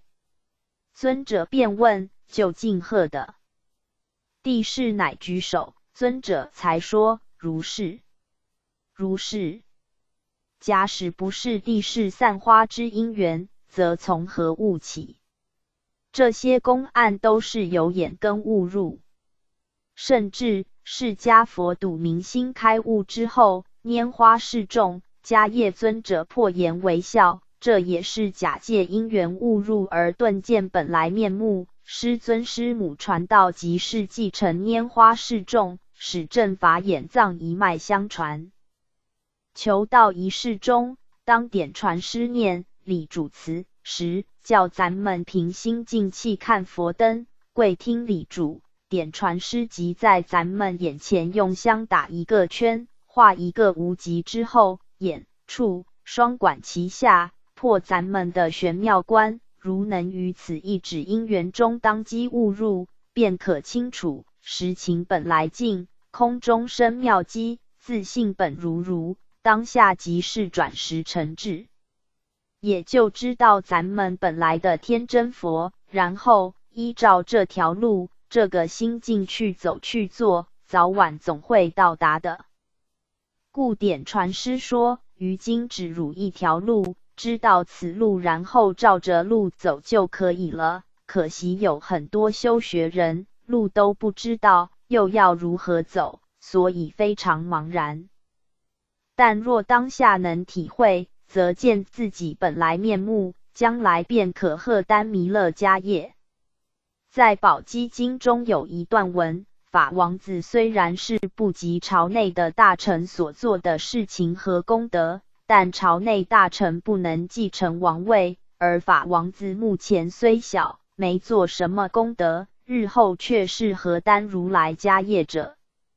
同样的，咱们今天虽尚未持到某程度，但是咱们已经承受明师一旨，若能明白本来依此而行，便可达到究竟，故足堪荷担弥勒迦叶，其尊贵由此可知绝非寻常，故绝不可轻贱自己。若个中奥妙不清楚，便只会认为求道后就能如何，殊不知这只是事的方面，乃是瞻受天恩师得保咱们无恙万8年，免受地狱之苦而已。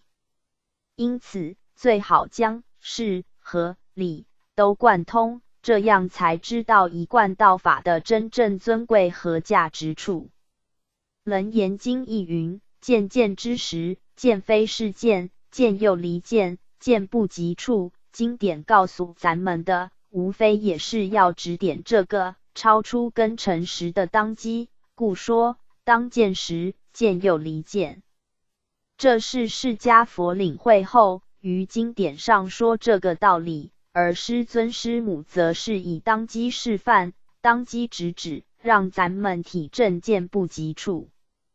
经典虽已留下来几千年了，但大部分修学者都在经文上找，却无法体证不及处，这就是宗和教的差别处。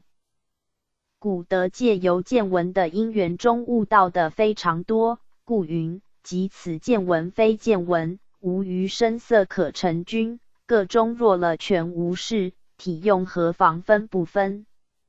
这是借由声色开悟之后，把所体悟的心态呈现出来的记。而咱们于当机一指时，不可只有一指相，因为世界一直使学人顿悟本来面目，顿悟本心的。过去有一位外道问释迦佛，不问有，不问无。世尊当时默然，外道乃叩头谢礼。阿难尊者白佛言：为什么外道问你，而你没有开口答他，他却叩头谢恩呢？世尊说：是知良驹，见边影而行。也就是说，好马只需见到边影就知道跑了，不必用到讲的，当下就能清楚。不过咱们一般都不知一指的含义。过去有一位典传师说，某前辈的母亲捡骨时，玄关处有一个洞，线可以穿过，便认为这是受点的关系。事实上，一指是当下要能体会咱们的自信。若不清楚，变成执着一指相，点的地方是玄关。若是如此的话，则没求到受点的人，有没有玄关，有没有灵性呢？一指并不是有留任何事机的，一指就是当下给咱们指破，由此一指开悟见性。所以佛性人人都有具备，只是迷和悟的差别而已。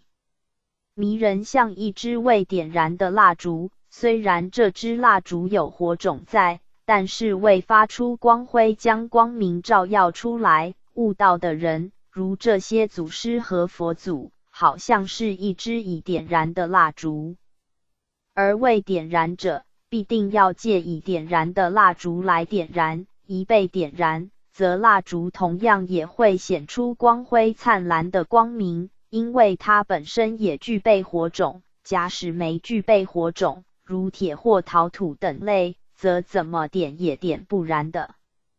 所以当点燃时，就是开启咱们本有的天真佛、无师智、自然智。当年释迦佛睹明心开悟时赞叹：奇哉！奇哉！大地众生皆如来智慧德相，只因妄想执着不能证的。我们一点燃之后，则和师尊、师母是一样的，与诸佛相同，没有差别的。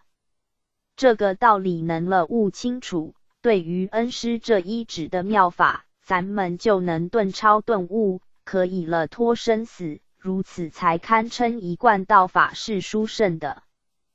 觉悟后所发用出来的乃以良心本性，故能无缘大慈来化人度众。这和一般为了功德、为了名或执着己度了多少人，完全不一样。因为能体会佛和众生同样具备佛性，以如此发心度人，方能以众生的苦就是自己的苦，所以不会攀缘执着功德。以上所参考的是属于理的方面来解释第一宝。一般传道时都是以事的方面来引证三宝。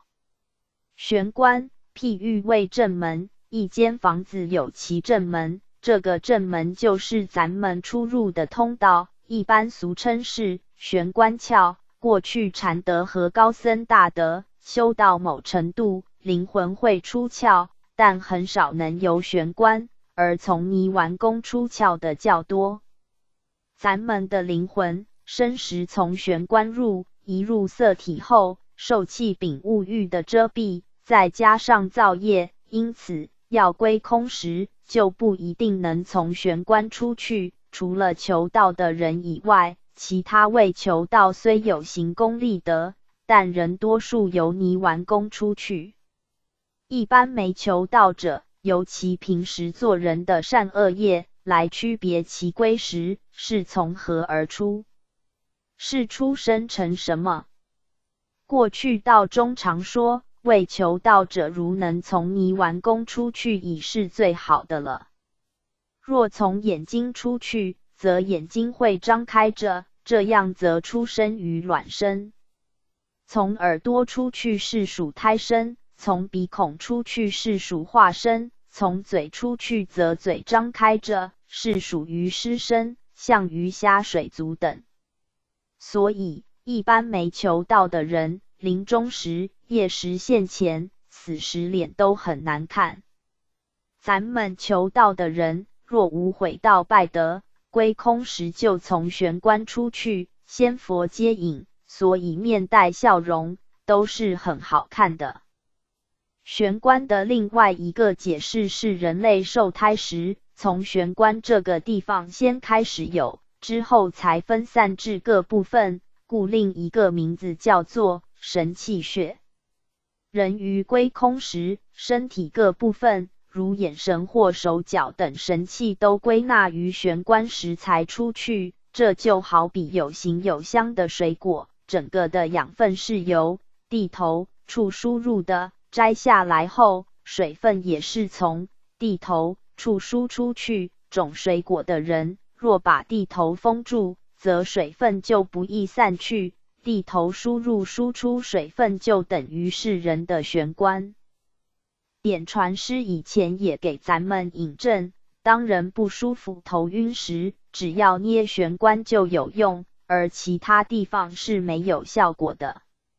若以世香来引证的子则有很多，譬如基督教所谓的十字架上找真人，人的脸上有个十字架及人字形，这是基督的寄语，也是指玄关的意思。右玄关的地方好像是一个山谷，而道德经亦云，谷神不死。也有说观音做莲花，这也是以外形很妙的比喻，也是暗喻玄关的意思。点传师给咱们一点，就是受弥勒记，这也是咱们一贯道弟子的凭据。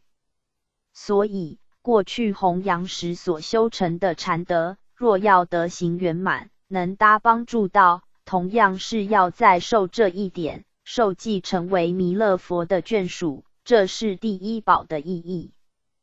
第二宝是口诀，叫做无字真经，以理而言。第二宝是借由念无字真经给咱们听，以耳根闻声来体会，也就是借由开口出声之后，闻性间接的才能接触到，非如眼根直接，所以排在其次。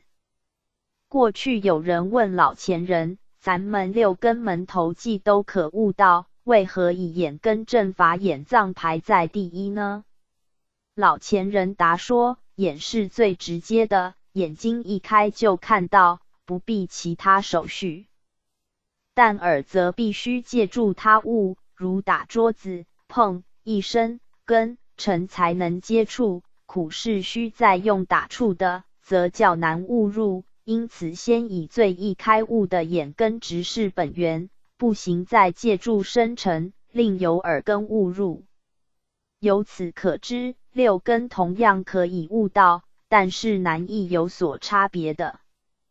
过去亦有古德以耳根借生成接引学人悟入的因缘，譬如临济禅师一向都是用喝的，临济喝就是让你用耳根悟入，若用喝的遇事没办法时，则再用浮尘等，这都是要让你借由因缘直觉的悟入。过去香严智贤禅师在百丈禅师处是文艺达时，反应很快，经教很熟。当百丈禅师迁化后，他来参惟山禅师，惟山禅师知其脑筋很好，不跟他说经句，就问他，听说你文艺达时，是问父母未生前，道一句。结果智贤禅师所学过的就是没有一个父母未生前的，故无法应答这个问题。接着就求惟山禅师慈悲，什么是父母未生前？惟山禅师说，我若告诉你，你以后会骂我没良心。因为说出来的就不是父母未生前的事情，若再跟他说，就和讲经一样了，说的和实际是另外一回事。这对智贤禅师打击很大，学这么多，问一句父母未生前，却答不出来，请惟山禅师慈悲，却又说，若向汝道破，以后会骂我没良心。所以智贤禅师不要学了，便四处行脚，到会中国师的遗迹处做粥饭僧，自耕自食。当除草时，一片石立即到竹子、寇、生。那时当下大悟，这是从耳根悟入，无师智就显出来。智贤禅师就沐浴烧香，谢为山禅师。当时没有道破，若是道破就没有今天之事，因此作一首偈，亦即忘所知，更不假修治，动容扬骨露，不堕悄然机。换句话说，寇一生时起初咱们的自然智、无师智现出本来面目。阿难尊者有一次敲迦叶尊者的门时，迦叶尊者就问：是谁呢？阿难尊者说：是我阿难呐。迦叶尊者说：你是谁呢？阿难呐。这就是借耳根要阿难尊者体会出谁才是真正的阿难。另外亦有一说，当释迦佛归后，因为要集经，必须开悟见性者才能集经，但阿难尊者未开悟，不能来集经，而佛法像大海，流入阿难心，没有阿难尊者又不可以。所以阿难尊者整晚翻来覆去，睡不着的时候，枕头落下，叩一声而令其开悟。上面所说的都是从耳根去悟入的，而咱们的无字真经是同样要以文性令人悟入的。咱们要好好去悟一悟无字真经的含义是什么。既然叫做无字真经，点传师却念给咱们听，到底是有字还是无字？然能说给咱们听，怎么会是叫做无字真经？因为第二宝是用耳根来体会，故必须自己体会，若用讲解的绝对说不出什么东西来。在因缘路上，有些是执于闻闻，有些执于闻不闻，有些执于不闻闻，有些执不闻不闻，有这么多种层次的执着，咱们一般凡夫多数是在闻闻，而这个是无法可说，若再说明，则又是一样，没有实际的意义，言语无法表达完整，必定要跟诚实打成一片，不即不离时，才能真正会通真经的含义，会意会，才能知道真经的尊贵在何处。要不然，只认为是五字真经而已。现在连五字真经也被贴在电线杆上，真经不能泄露，却贴在电线杆上，他们却认为没关系。到底有没有关系？以后他们就知道了。以事的方面来说，真经可以说是佛令，佛令是咱们一贯道弟子和仙佛联络的暗号。遇到困难要请救劫仙佛时，咱们默念真经，可躲灾避劫，这是靠天恩师德的慈悲。过去青阳期时的真经是无量寿佛，接着红阳期时的真经是阿弥陀佛，现在白阳期的真经也是咱们一贯道弟子归空后要过南天门紫阳关的凭据。应用时只要默念就可以，因为气和宇宙相通，而手则要抱合同，如此才有齐全的凭据。救劫仙佛即来救咱们，这种实力可不计其数。一般参考都只是事的应用，而理的方面也应加研讨，如此对咱们师尊师母的性理心法方能体会其尊贵性。理事两方面合起来，才是真正一贯。不过一般道亲对于师尊师母性理心法没了解，而较偏重于天恩师德和天命，无法符合一贯，只用了一半。如果能再对性理心法研究，则当天命在某时期无法应用时，就不会无一彷徨，人能继续修道。故对理能多一分的认识，也就能多一分的信心。第三宝合同以叉掌表法，是白羊弟子的标志，也是和仙佛联络的依据。在青阳时拜单掌，代表莲叶的含义，莲叶是属于青的，所以喜庆的事情都以青为大，因为莲叶先有在上，故道全在君王，才叫做有道明君。接着红阳时拜合掌，代表莲花的含义，莲花属红的，一切好事也都是以红为主，因为莲花在中间，故道全在师儒学士等方面。所以世尊要来正道修道时，也是放弃帝王的地位。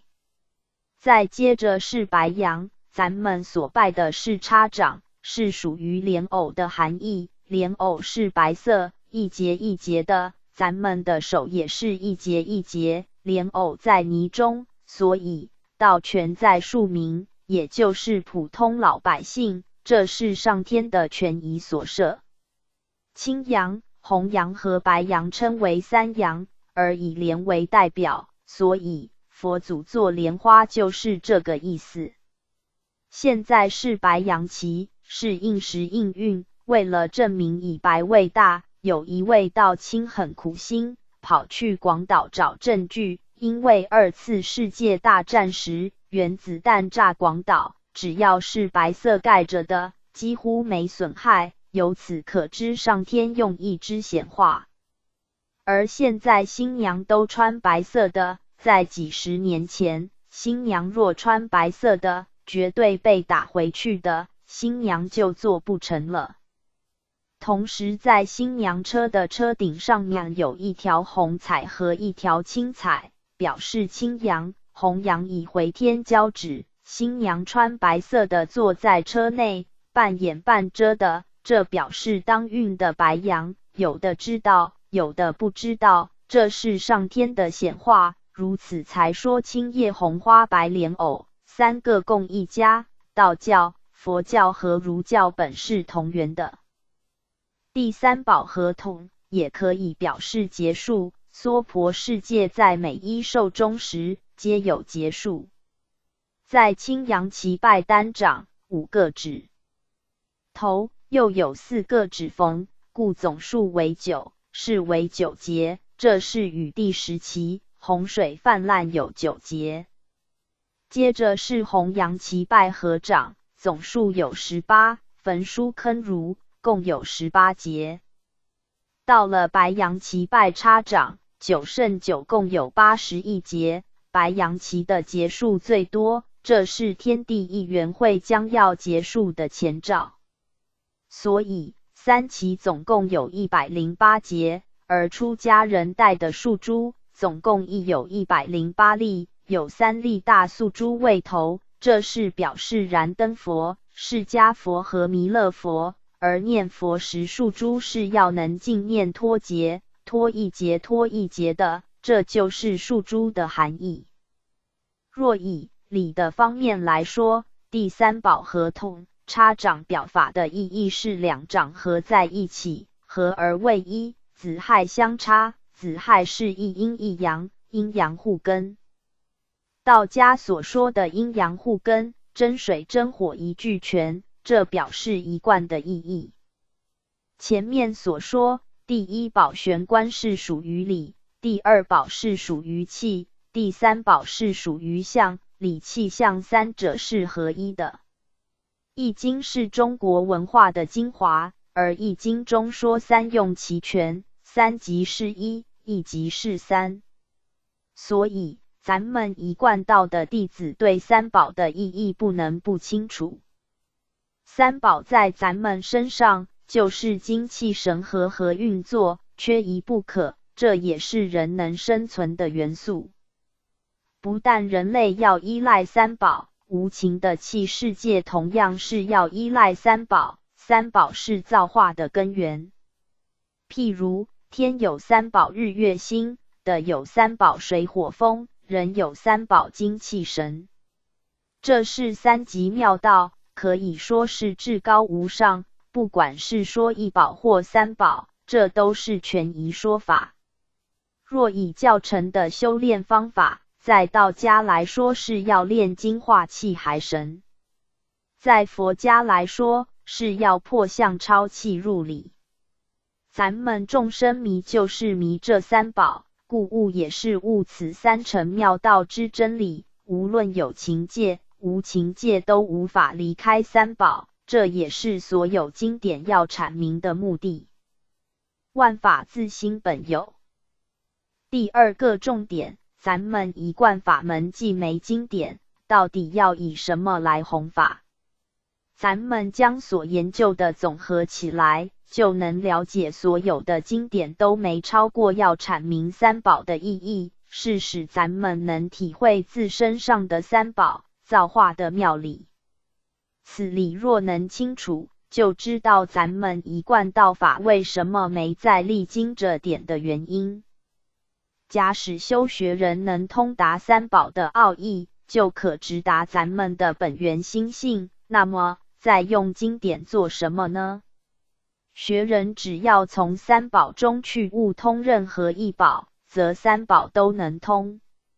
三宝就是咱们人类本来就具足的，只因为咱们迷真逐妄而迷失了。假使欲明失一指后，当下若能贯通，当下就能解脱。咱们一贯道法是指本源心性，而万法自心本有，故不再历经这点。若再历经这点，则和其他教门一样，就不能称之为道了。正教的经典主要是阐明三宝的尊贵，所以今天跟诸位参考之后，当经典悟不通时，就以师尊师母所传的三宝道理去体会，绝对有所帮助。若能悟通三宝，就知道修学者下手了手，修正都没超过三宝的范围，由烧香悟入本心。第三个重点，咱们一贯道弟子于求道时，使不能当下契入，则常可借由早晚烧香的因缘来悟入本心，其要领如下。第一，烧香时，首先点灯，点佛灯时，借此有形佛灯来开启咱们未明的心灯。灯代表光明，有形的佛灯点燃后，周围的一切事事物物都看得清楚，而咱们的心灯点燃就能照明内心一切黑暗和贪甜痴，这是非常有意义的。不仅白羊弟子是如此，红羊弟子拜佛也是先点灯，灯代表光明智慧，同时于点灯的生灭因缘境中悟出不生不灭的。开始时由未点灯，然后点燃，最后熄灭再归于无，就如前面所说点纸烛的公案一样，这是有其意义的。接着是点香，香点了之后有香味出来，借此闻香，体悟闻香者是谁。此于念佛时，体悟是谁在念佛，念佛者是谁，有同样的意思。所以咱们师尊一指的当下，若能体会就当下契入，若不能体会的话，接着的每个动作都有其意义存在。闻香者是谁？谁在分别香？当香点好后，要拜拜，以合同来代表你当前的心境是否合一起来，心境是否一贯起来。是以有形的合同来体会阴阳互根的意思，阴阳互根就是一贯，心境一如的意思。人所以有痛苦都于分别对待二法，如能将二法合为一，将对待合为没对待，就是一贯。开始拜时，由口念明明上帝，念到自己祖先，而耳在听，此时是不是能够念而无念？此世界由耳根悟入。以上所说是借烧香的因缘，可以期待悟入咱们本来面目。第二，当咱们在烧香时，可以告诫自己，如此在生活中就可以减少许多的错误。咱们在烧香时，念南海古佛、长生大帝、师尊、师母等等佛号时，心中若存这些佛号，就有些佛的存在，如此则没有贪甜吃的念头出来，因为一心不能二用，当佛在心头，贪甜吃的念头就生不出来。当念到各位法律主，关圣帝君是法律主，若心中有法律主的存在，犯法的事就不敢做。所以心在念时，若有这些神圣的存在，恶的念头就生不出来，烧香时念这些圣号就有这种作用存在。第三是咱们每一天烧香时就会忏悔一切的恶业错误，以后不再犯过，能改过自新，有改过就能生出智慧出来。所以每天忏悔是咱们一贯道弟子必须做的功课，有忏悔改过的心，就会减少犯法做错事。到最后，不仅不会犯法做错事，反过来，每天所做的事情，都是对社会有益、建立功德的事情，也就是所谓诸恶莫作，众善奉行。咱们如此做，就是期待能够和祖师同住天盘，将来可往生弥勒净土，而弘扬的弟子，他们是期望往生西方极乐世界，这是白羊弟子和弘扬弟子所祈愿不一样的地方。因此，到于归空时不可弄错，否则牛头不对马嘴，要去弥勒净土却跑去西方，那就事与愿违了。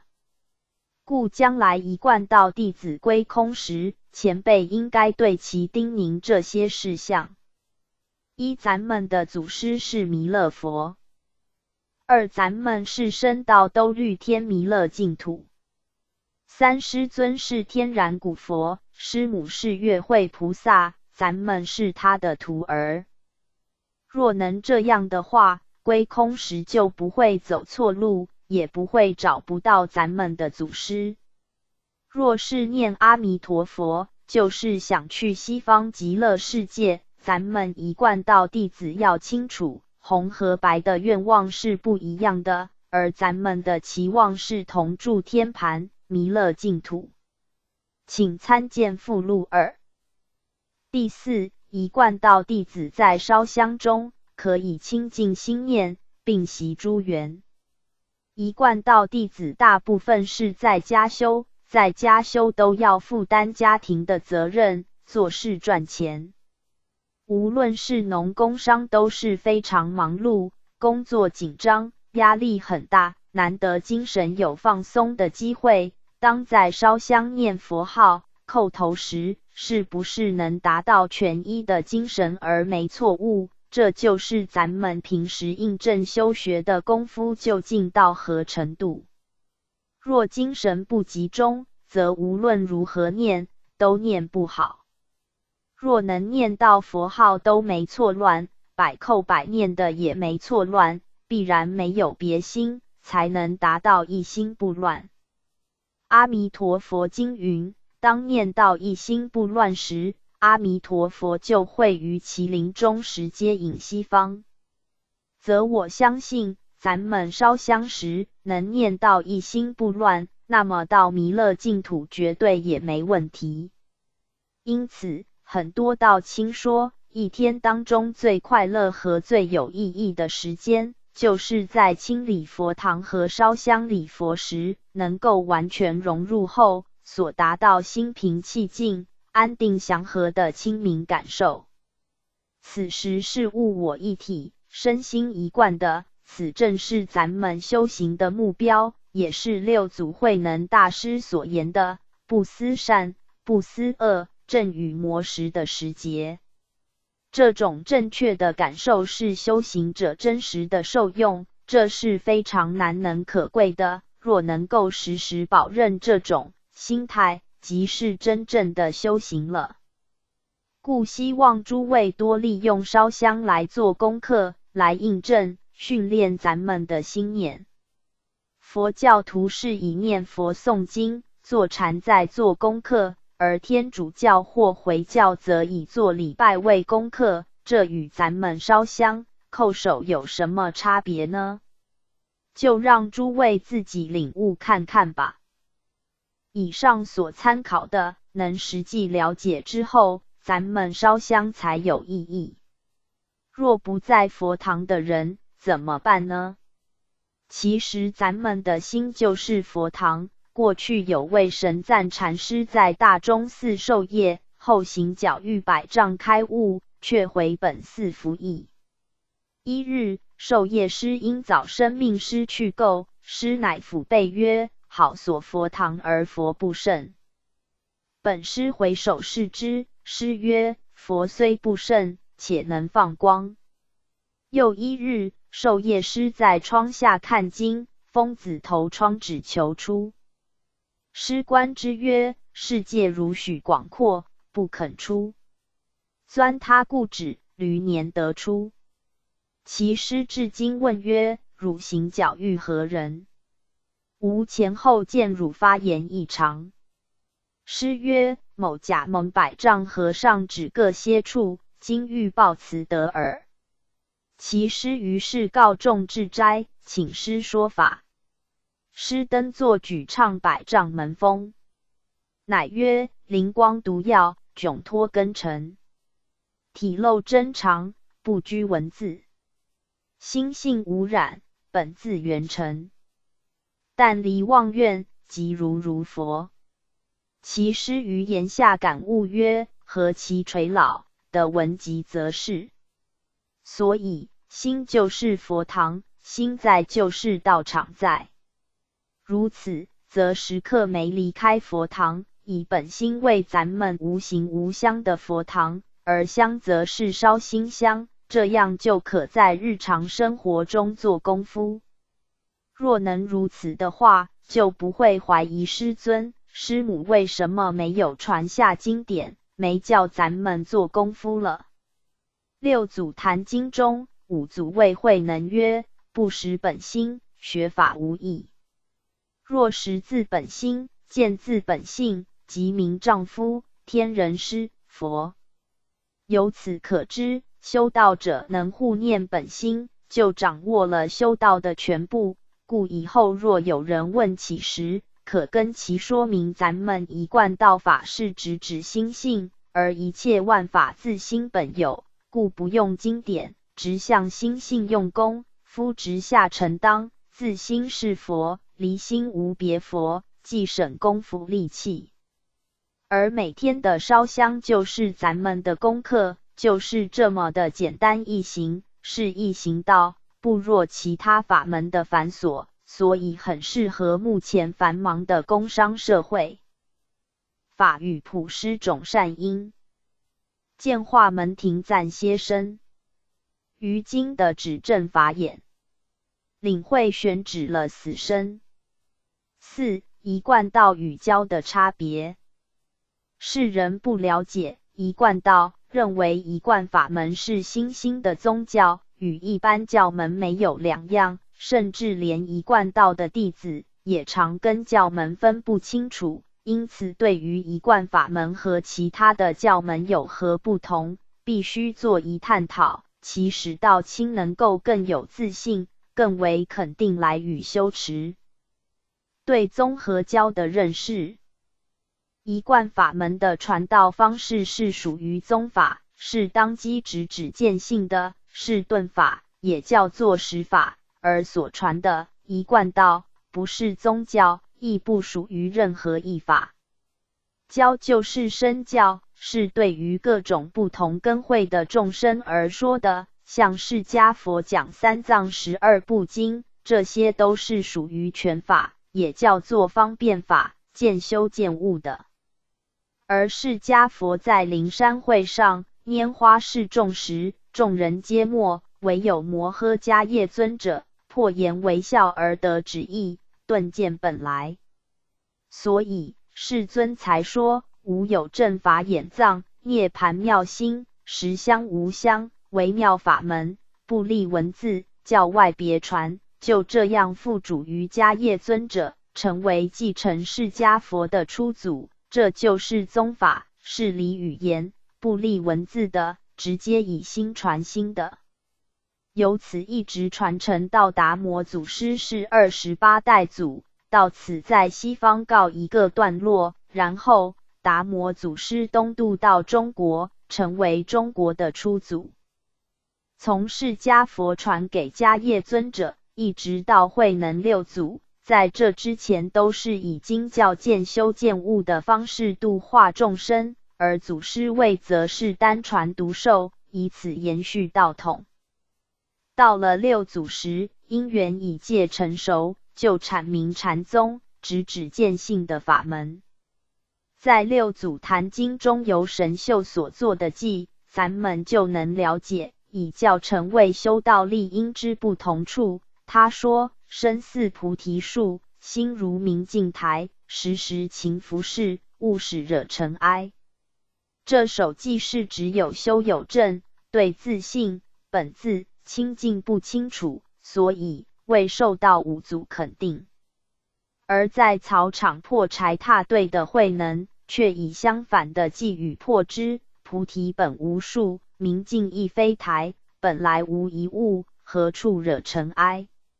一个是以全法，只有修有证；一个是指无修无证，这是有无的对待法。所以五祖也说这既意味见性，有无虽是对待，但执无却较接近道体。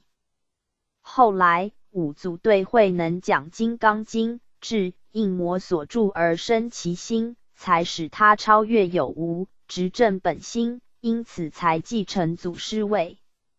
此后一直传到16代清虚祖，由此转为白羊期。17代祖金公祖师领命，大开普度，广收有缘种子。若依照道中的道统介绍，咱们好像是佛教的系统，但这未必尽然，因为在事的方面，虽有第几代祖，有先有后，但在理的方面，本心本性是超越时空，无始无终的。因为这个不属于哪一个教的，以教的立场而言，虽各教有其不同的地方，有其不同的说法和教规，但若以宗而言，是论源头，没有什么不同。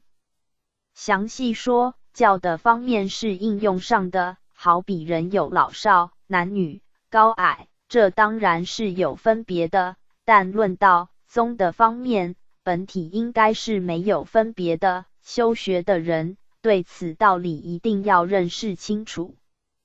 咱们师尊师母继承祖师办事办道，除了天恩师德之天命可贵外，更重要的是性理心传。所传的是原本的自心本性，是不属于哪一宗或哪一教，而宗教其设立的目的皆是在阐扬本自具有的自心本性。性理心传是以心传心，是在当机下直指本源自性天真佛，是超出语言文字思意不及的，假使可说可写，就不是本心了。譬如道德经云：道可道，非常道；名可名，非常名；无名，天地之始；有名，万物之母。道若可以用说的，那不是真常的道，因为可以说出来的是生灭，不是真常的道。儒教的子贡夫子亦曾叹气说：夫子之文章可而闻也，夫子言性与天道不可得而闻也。性与天道不是用说的，不是用理论的，性与天道是用体会才能通达的，用言语是无法去解释真正的意思。所以释迦佛讲经49年，却说他未曾说一法。而且金刚经说，度无量无边的众生，实无众生可度。这都证明道的本体不能另外立个名相，而49年所说的法是权法，权法就是幻化无实，也就是对治法。六祖说迷时就用正度，这是属于对治法，并不是实法。若是实法，无法可说，唯有自悟，可说的不是实法。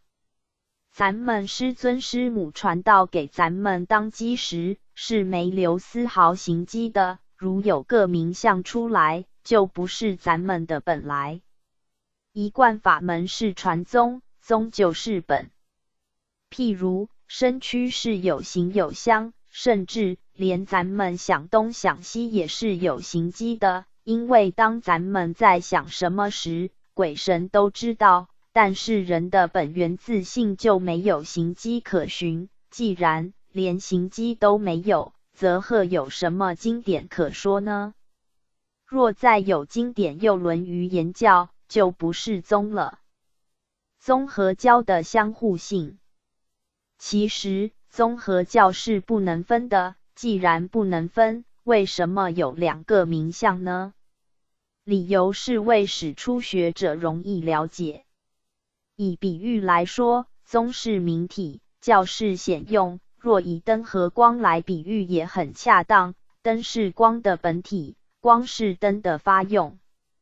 体和用本来应是不二，因为光若没有灯就魔所依，灯若没有光魔所用，必须灯和光打成一片。简单的说，宗和教必须要打成一片才能发挥功能。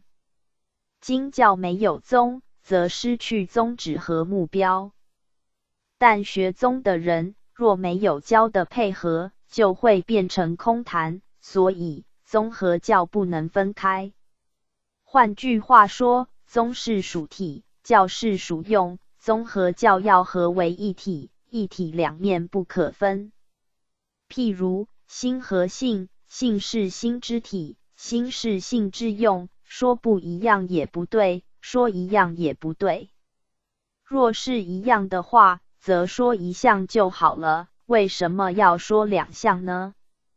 若是不一样的话，则灯和光如何去分呢？说心性，说体用，说宗教，也是强力明的。对于已了悟的人，心即是性，性即是心，根本是不可分。因此，对于宗和教，心和性，咱们必须要清楚，但不可强分。在六祖以前，多数修学的人都在教义中打转，修的人很多，但成就的人并不多，原因是教义非常多，致使无所适从。譬如释迦佛50说法，可分成经、律、论三藏，里面包括四谛、12因缘、6度等等，而其中又包括藏教、通教、别教、顿教、灭教。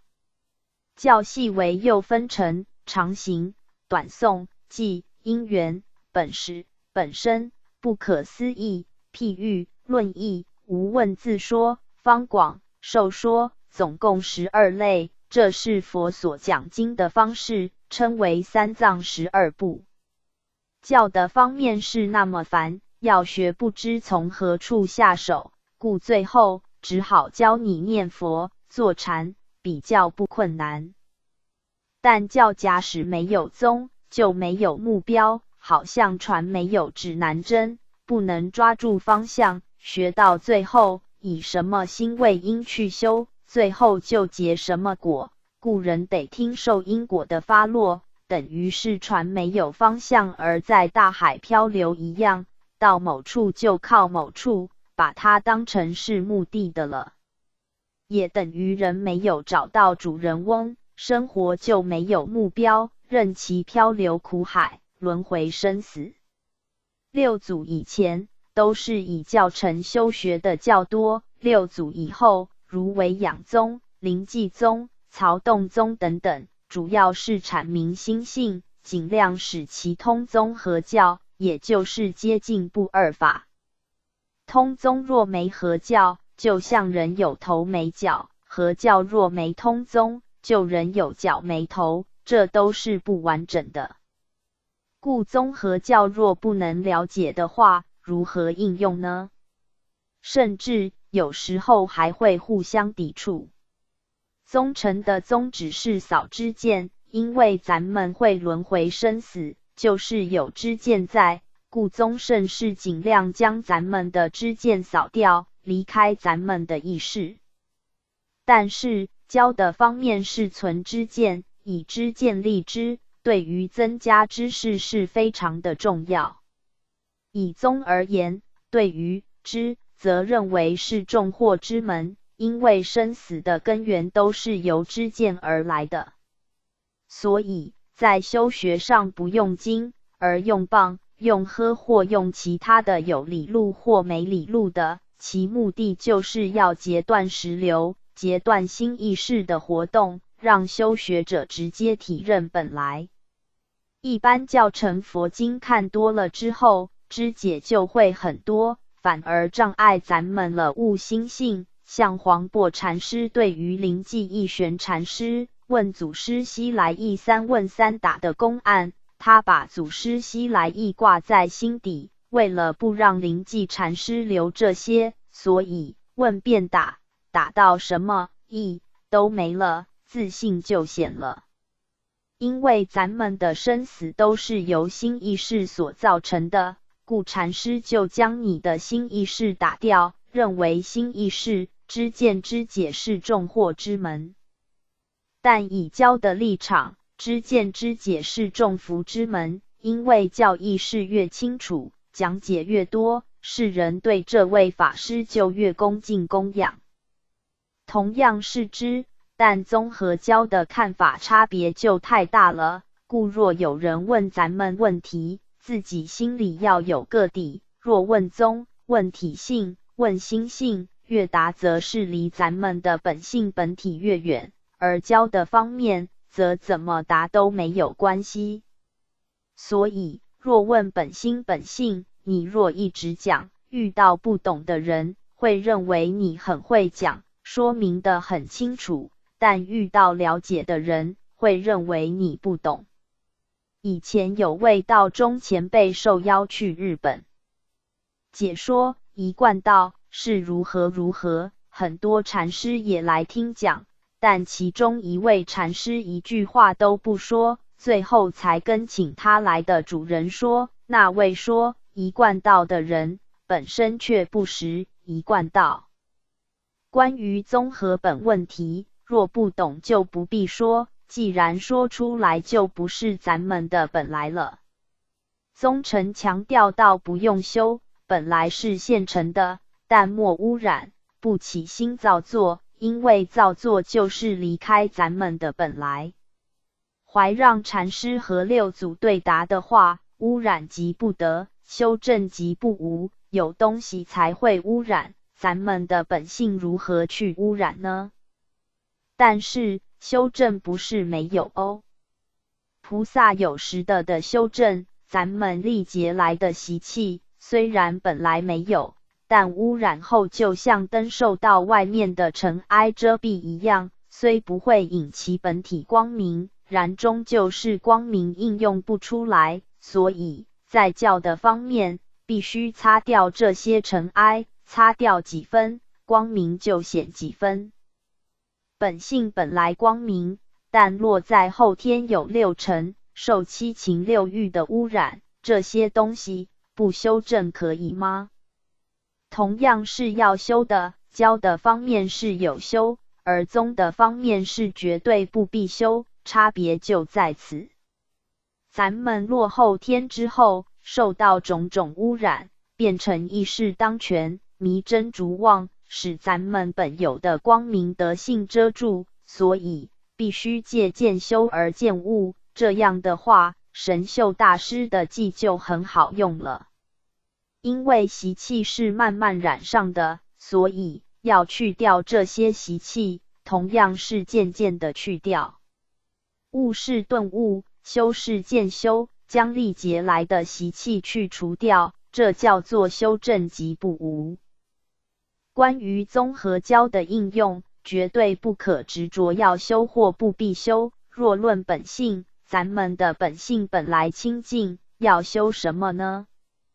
但是咱们满腹的贪甜吃，当然要修，所以直修和不用修是属于两头路，修和不用修是要看什么情形而定的。譬如说戒杀，咱们都是吃素，若叫咱们戒杀就变成多此一举，但对未修道的人，叫他不要杀不要吃是有必要的。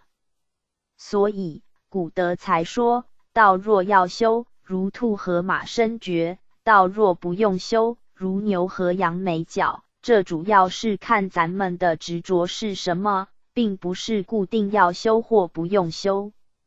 圆觉经云：知幻即离，离幻即觉，没有次第修正，这是属于宗的方面修法。因为妄想的由来是执幻，当你感觉是幻，非真实，就已离开，不会执着了。体性本来就是清净，只要不执着就是清净，根本不必修正了。楞严经的妄即真，即真即妄，真妄不二，只要没妄就不必再去求真了。一贯道的宗旨和目标，一贯道法传于世间，其宗旨和目标跟教门有什么不一样？目前教门劝人行善，广种福田，这是偏重修福的方面，或者叫人生禅打坐，或者替丧家做法会，或者讲经说法，这些都是种一些善因，渐修渐悟的，也就是过去所说的渐化门庭与化成，并不是实法。教门说法，其目的是要寻宗，找源头，使其能开悟见性，但不及咱们师尊师母当前给咱们一指的辩解。一贯法门要接引的对象是历劫已经有修持、因缘已成熟的人，才能遇到祖师出世，大开普度，直指见性，超生了死，返本还原。否则人生就如达摩祖师所云：夫红尘浩浩，夜时茫茫，渺渺人生，悠悠生死，故何以永习轮回耶？若非修些狂心，顿见本来面目，则娑婆苦恼，无有出期。咱们幸运宿世有修持，才有福气遇到大道普传而求道，但目前一贯道弟子，多数对师尊师母所传的性理心法不甚了解，以致偏重于度人办事，甚至贪功贪德。若对于性理心法不清楚，则所作所为难免偏重有为法，这是福德。只是助道之缘，跟超生了死没有关系。因为生死轮回是由心所造的，要了生死也是从心去了。这个道理不清楚，则口头上虽说要超生了死，而每日所做的却都在分别计较、取舍、是非，这些种种攀缘心都是生死因。所以要超生了死，必定要明白什么是生死，什么是不生不死，这是非常重要的。要了解不生不死，必须体悟师尊师母直指的当机下，元末起，机未萌时，是个什么。说较明白一点，是从这些生灭来引证咱们有个不生不灭的，不生不灭就是没有生灭，没有对待，这是咱们要悟的目。实际上，性理心法需靠自己去体会，而办事度人是靠上天的旨意。假使有一天，上天的旨意要终止办事度人时，这些修道人若不明心性，不知要依什么。记得民国50年左右，一贯道受官考，全面停顿而没办到时，很多道亲变成无所适从，没办到，难道咱们就没法修道吗？所以对性理心法务必清楚。当然，办事度人也非常重要，但这是上天旨意，承办者是要很谨慎的。老前人曾问我们，假使遇到歧路，分不清楚时，你们怎么办？当时就回答，先静下来，清楚后才走。老人家也同意这样的看法。路不清楚走错了，再走回来，只是时间浪费而已。但办道的问题若弄错了，事情是带到咱们无法负责的。一贯道弟子对于信理心法若不清楚，便无法以同体大悲、无缘大慈来行度人之事，甚至变成争功夺果。道中一些人的作为，说起来跟教没有差别，但却又不肯承认，仍认为自己是道不是教，是先天不是后天。其实先天和后天又是怎么分的呢？只要你有心而为，虽在一贯道中亦是后天，将来就是人天福报。无为是从咱们的本心所发出来的，这才是先天。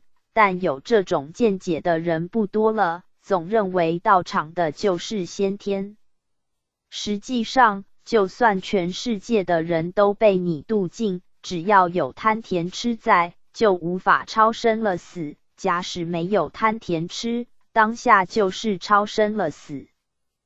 度人办事，这完全是靠天恩师德，天人共办，不是单单靠咱们人的力气的，故不可偏重任何一边。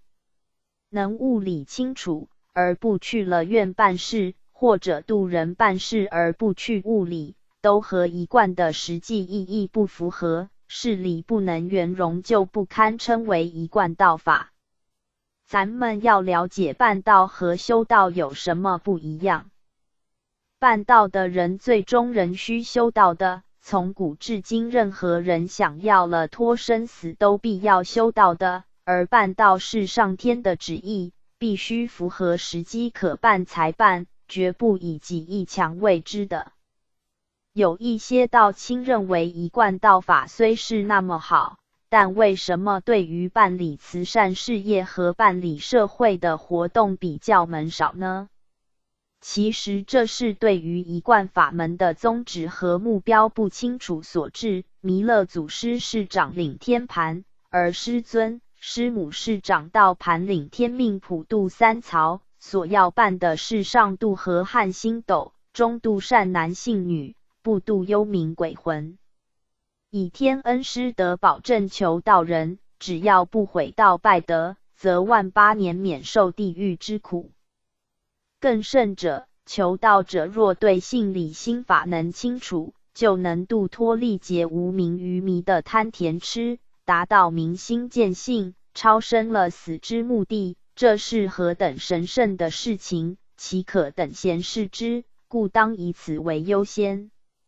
至于无时间限制或不需求道就可为的慈善福利及种善因德等等好事，此事修福则可量力而为。咱们一贯道法是要能福慧双修的。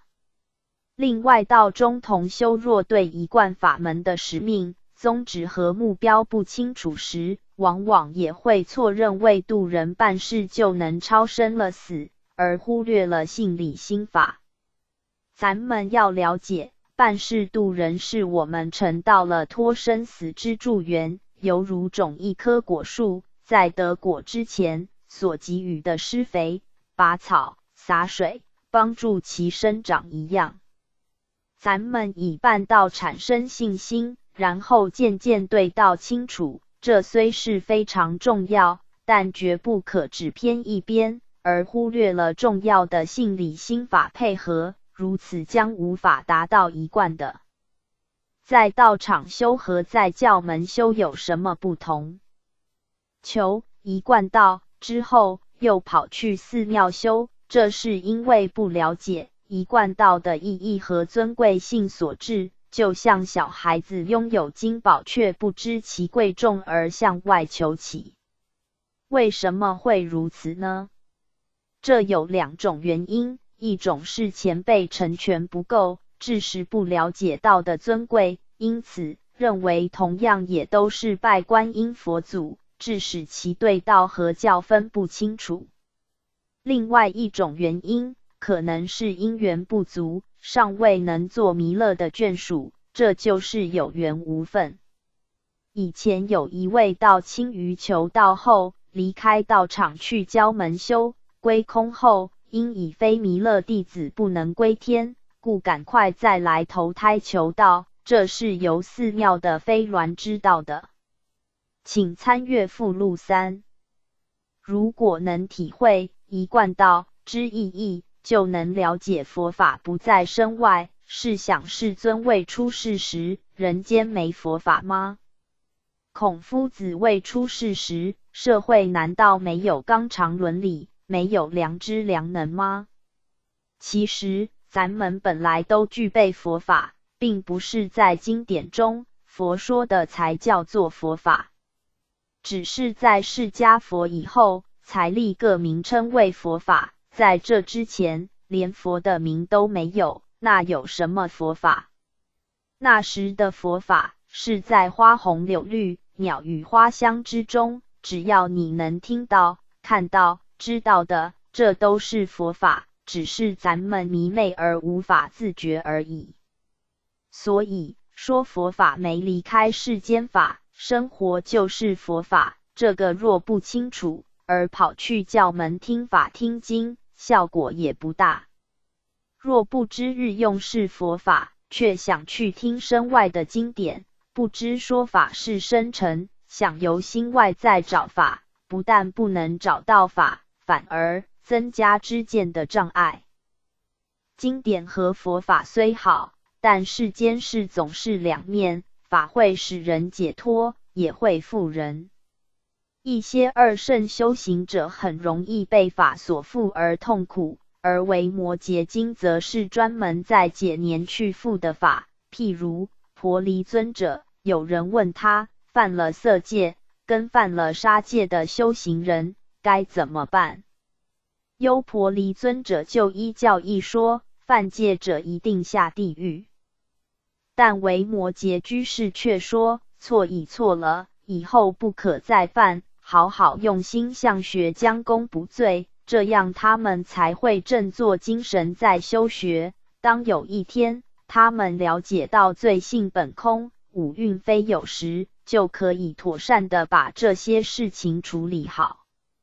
就像神通第一的目犍连尊者因前世欠人命，明知这趟出去会被人用石头打死，他偏偏去害命，因为他心已超出生死外，了解到生死并不是这个身躯，故甘愿受报。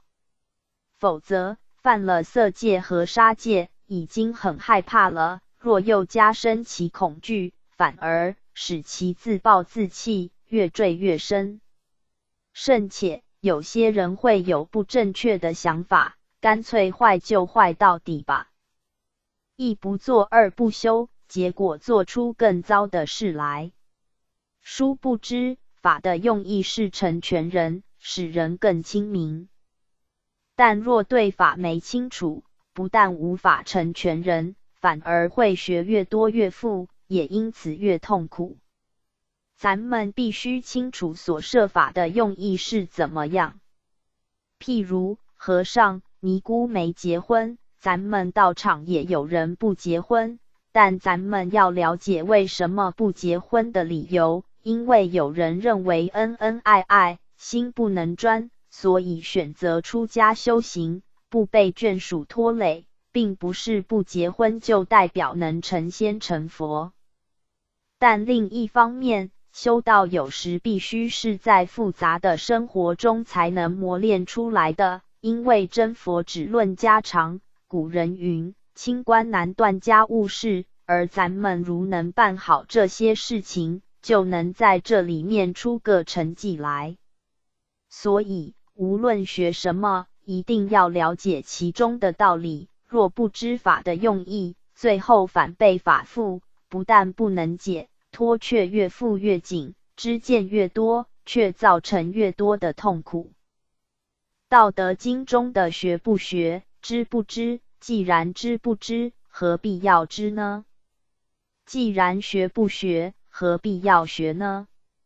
因为这个不必学的，是指本来现成的，与佛法也是完全契合的。就因为圣人都是找到相同的，故虽生于不同时代、不同时机，说法方式不一样，但意义却都一样。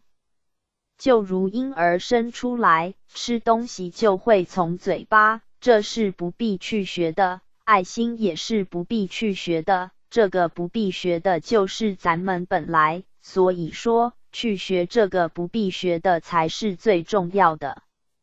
经义若没清楚，学到最后连自己也糊涂了。譬如心经和的藏本愿经，心经是说体的，藏本愿经是说用。心经说五蕴都没有了的，藏本愿经却说下地狱的事。这部经典说不用修，那部经典却叫咱们要修，到底修不修呢？若不清楚，则学越多，离开咱们的本来面目越远。知解是咱们修道的大障碍，为什么呢？现举个公案跟诸位参考。有位上问维山禅师，某甲不会，师曰：最好去认识那个不会的。和尚曰：什么人是不会的人？师曰：不是别人，就是你自己。师又说：你要当下去体会那不会的，正是汝心，正是汝佛。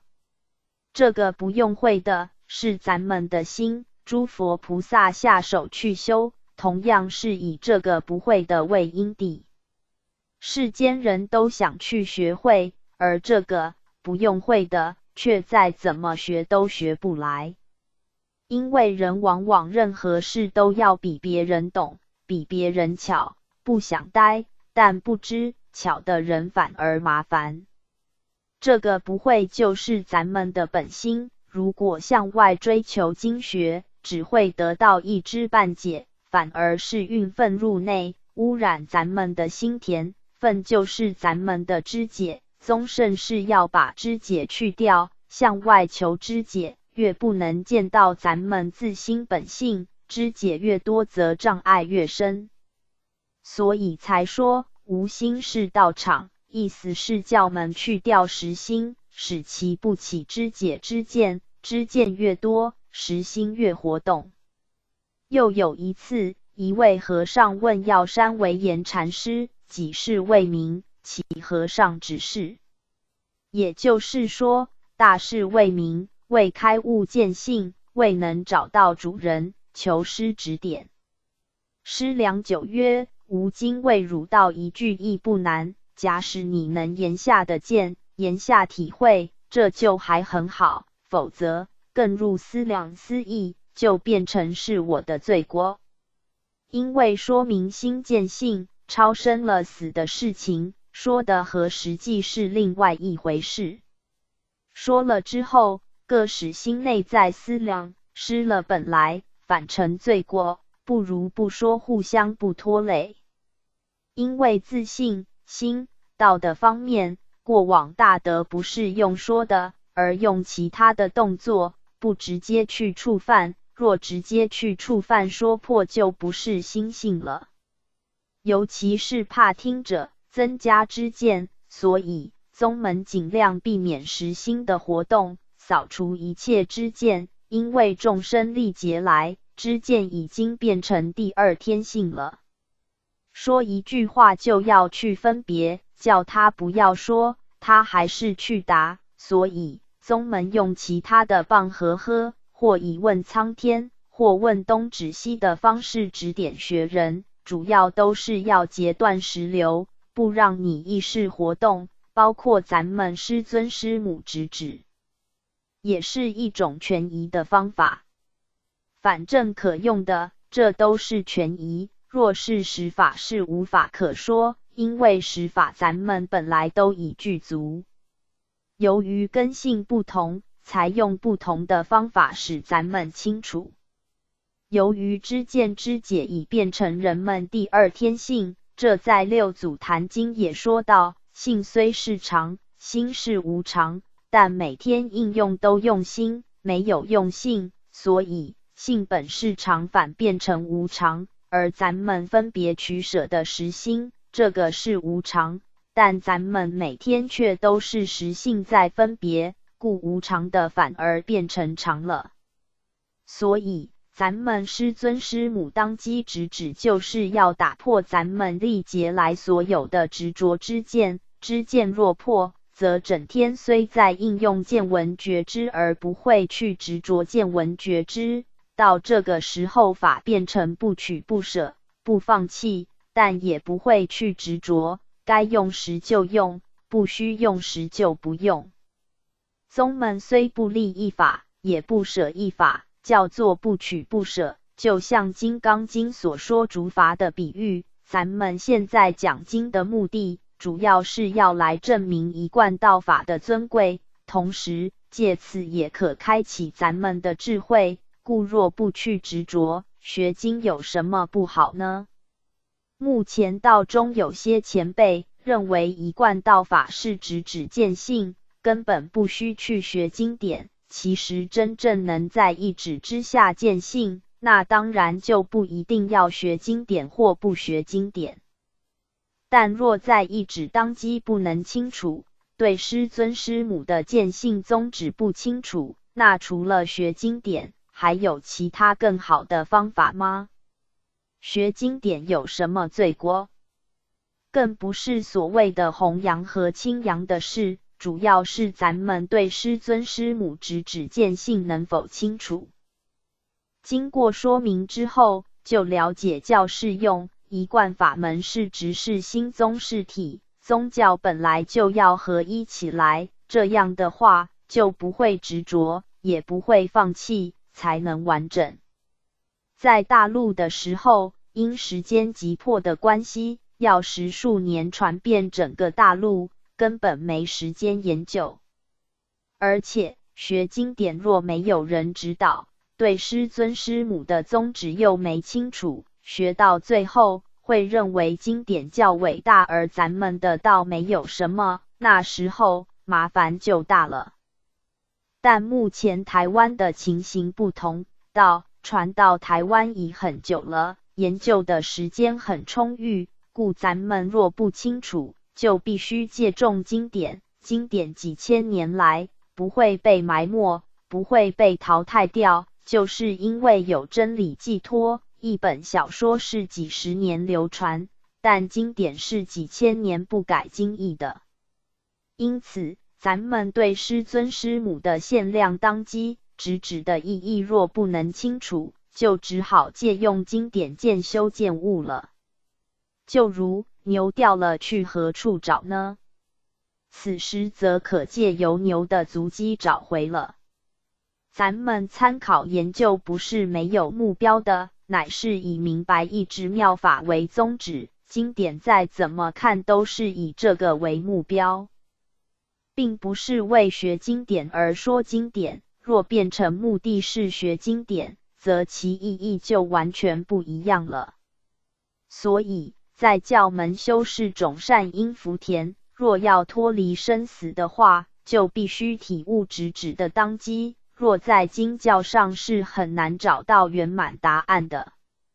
因此道清若对，一贯道能清楚，就不会跑去教门找脱离生死的方法了。如果这样，就会变成要岩雀跑去糖果店买一样，这绝对是买不到的。这也是在道场修行和在教门修行所不同的地方。涅盘妙心甚难言，名人当机是现权，弥勒成愿真宗显。五教一贯庆收元。五一贯道应付宗教收元使命。咱们是以一贯的真理来收元的，并不是目前一贯法门的人可以收元其他宗教，就如佛教说能明心见性，这是说真理可使人明心见性的，并不是和尚尼姑都是明心见性。咱们凭什么可以负起宗教收元的使命？此是根据祖师所传的，使咱们误入这个，此乃是未有宗教之前人人都已具备的。这灵是体味真空，这是用叫做妙有，凭这个道理才可以负起宗教收源的使命。一修法门，洪荒之世，未有文字出现，更无宗教之名，难道那时候就没有道吗？没有佛法吗？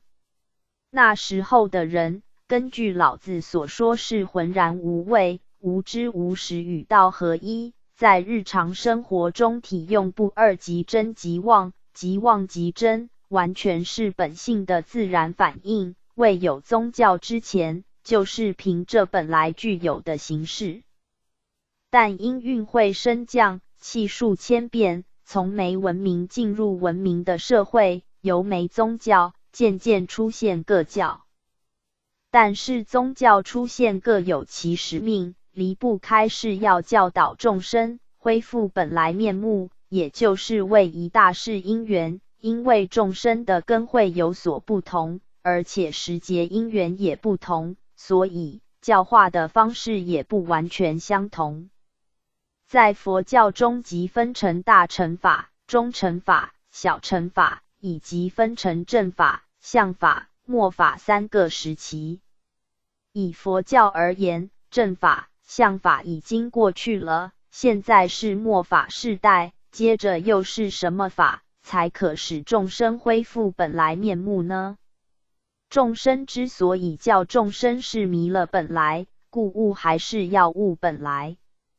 要使众生恢复本来这个责任，是咱们弥勒祖师的宏愿。佛教也说释迦佛之后，接着是乐佛，而弥佛则应化来做咱的金公祖师，直下指点咱们众生的本来。咱们身为乐的徒孙眷属，对祖师在释迦佛时做弥勒菩萨的本愿缘起应有所了解。在佛说观弥勒菩萨上身兜率陀天经中有详尽说明，现引正供诸位参考。如是我闻，一时佛在舍卫国之树给孤独园。尔时世尊于初夜分举身放光，其光金色，绕之陀园周遍七匝，照须达舍亦作金色，有金色光，犹如霞云。遍舍卫国，处处皆与金色莲华，其光明中有无量百千诸大化佛，皆唱誓言：今于此中有千菩萨，最初成佛名居留孙，最后成佛名曰楼至。说是语意，尊者阿若教成如，即从禅起，与其眷属250人俱。尊者摩诃迦叶与其眷属250人俱。尊者大目犍连与其眷属250人俱。尊者舍利弗与其眷属250人俱。摩诃波舍波提比丘尼与其眷属1000比丘尼俱。须踏长者与3000优婆俱。毗舍屈母与2000优婆夷俱。复有菩萨摩慈萨明跋陀婆罗与其眷属16菩萨俱。文殊师利法王子与其眷属500菩萨俱。天、龙、夜叉、干闼婆等一切大众，睹佛光明，皆悉云集。尔时世尊出广长舌香，放千光明，一一光明各有千色，一一色中有无量化佛。是诸化佛异口同音，皆说清净诸大菩萨甚深不可思议诸陀罗尼法。所谓阿难陀目瞿陀罗尼、空慧陀罗尼、无爱性陀罗尼、大解脱无相陀罗尼。尔时世尊以一音声说100亿陀罗尼门，说此陀罗尼已。尔时会中有菩萨，名曰弥勒，闻佛所说，应时即的100万亿陀罗尼门，即从坐起，整衣服，插手合掌伫立佛前。尔时优波离亦从坐起，头面作礼而白佛言：世尊，世尊往昔于毗尼中及诸经藏说，阿逸多次当作佛。此阿逸多，具凡夫身，未断诸漏，此人命中当生何处？其人今者虽复出家，不修禅定，不断烦恼，佛记此人成佛无疑，此人命中生何国土？佛告优波离：谛听！谛听一善思念之。如来应正辩之：今于此众说弥勒菩萨诃萨阿耨多罗三藐三菩提记。此人从今12年后命中，必得往生兜率陀天上。尔时，兜率陀天上有500万亿天子，一天子皆修甚深檀波罗蜜，为供养一生补处菩萨故，以天赋力造作宫殿，个个脱身瞻摩尼宝冠，常跪合掌发誓愿言：我今持此无价宝珠及倚天冠，为供养大兴众生故，此人来世不久当成阿耨多罗三藐三菩提。我于彼佛庄严国界的受记者，令我宝冠化成工具。如是诸天子等，个个常跪发弘誓愿，亦复如是。中略。佛告优波离：若善男子、善女子，犯诸境界，造众恶业，闻是菩萨大悲名字，五体投地诚心忏悔，是诸恶业速得清净。未来世中诸众生等，闻是菩萨大悲名称，造立形象、香华、衣服、增盖、幢幡、礼拜、细念。此人命狱中时，弥勒菩萨放眉间白毫大染香光，与诸天子与曼陀罗华来迎此人。此人须臾即得往生。值遇弥勒，头面礼敬，为举头请便的文法，及于无上道的不退转，于未来世的直恒河沙等诸佛如来。佛告优波离：汝今谛听。是弥勒菩萨于未来世当为众生作大皈依处，若有皈依弥勒菩萨者，当知是人于无上道的不退转。弥勒菩萨成多陀阿伽度、阿罗诃、三藐三佛陀时，如此行人，见佛光明极的受记。佛告优波离：我灭度后，四部弟子天、龙、鬼、神，若有欲生兜率陀天者，当作是观，细念思维，念兜率陀天，持佛境界，1日至7日，思念十善，行十善道，以此功德回向愿生弥勒前者，当作是观。作是观者，若见一天人，见一莲华，若一念请称弥勒名，此人除系1200劫生死之罪。但闻弥勒名，合掌恭敬，此人除系50劫生死之罪。若有礼敬弥勒者，除却100亿劫生死之罪。设不升天，未来世中龙华菩提树下，亦得直欲发无上心。说是语时，无量大众即从坐起，顶礼佛足，礼弥勒足，绕佛柔弥勒菩萨100千匝。未得道者，各发愿：我等天人8部，今于佛前发诚实誓，愿于未来世直遇弥勒，舍此身以皆得上升兜率陀天。世尊记曰：汝等及未来世修福持戒，皆当往生弥勒菩萨前，为弥勒菩萨之所摄受。佛告优波离：作是观者，名为正观；若他观者，名为邪观。尔时，尊者阿难即从坐起，插手长跪白佛言：世尊，善哉世尊！快说弥勒所行功德，亦即未来世修福众生所得果报，我今随喜。唯然。世尊，此法之要云何受持？当何个此经？佛告阿：汝佛语，甚勿忘失。为未来世开生天路，是菩提香，莫断佛种。此经名弥勒菩萨般涅盘，亦名观弥勒菩萨身兜率陀天，劝发菩提心。如是受持。佛说是语时，他方来会10万菩萨的首楞严三昧，8万亿诸天发菩提心，皆愿随从弥勒下生。佛说是语时，4部弟子天龙8部闻佛所说，皆大欢喜，礼佛而退。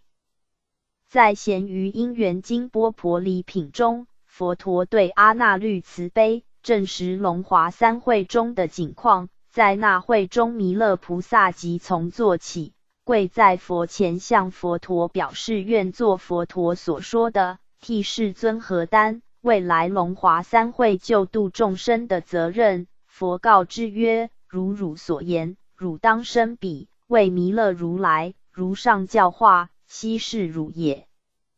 经文中，释迦佛介绍弥勒的行愿缘起，兜率天的殊胜，弥勒菩萨的大慈悲心，故在法会的世尊弟子知道世尊涅槃之后，就是弥勒菩萨为后补佛，因此凡是为正道正果的齐身发愿，将来愿意跟随弥勒修行，而且他方来的菩萨也是愿意跟着弥勒下生人间协助弘扬佛法，所以在3期末有很多一贯道弟子都曾经是过去佛门中的大修行人。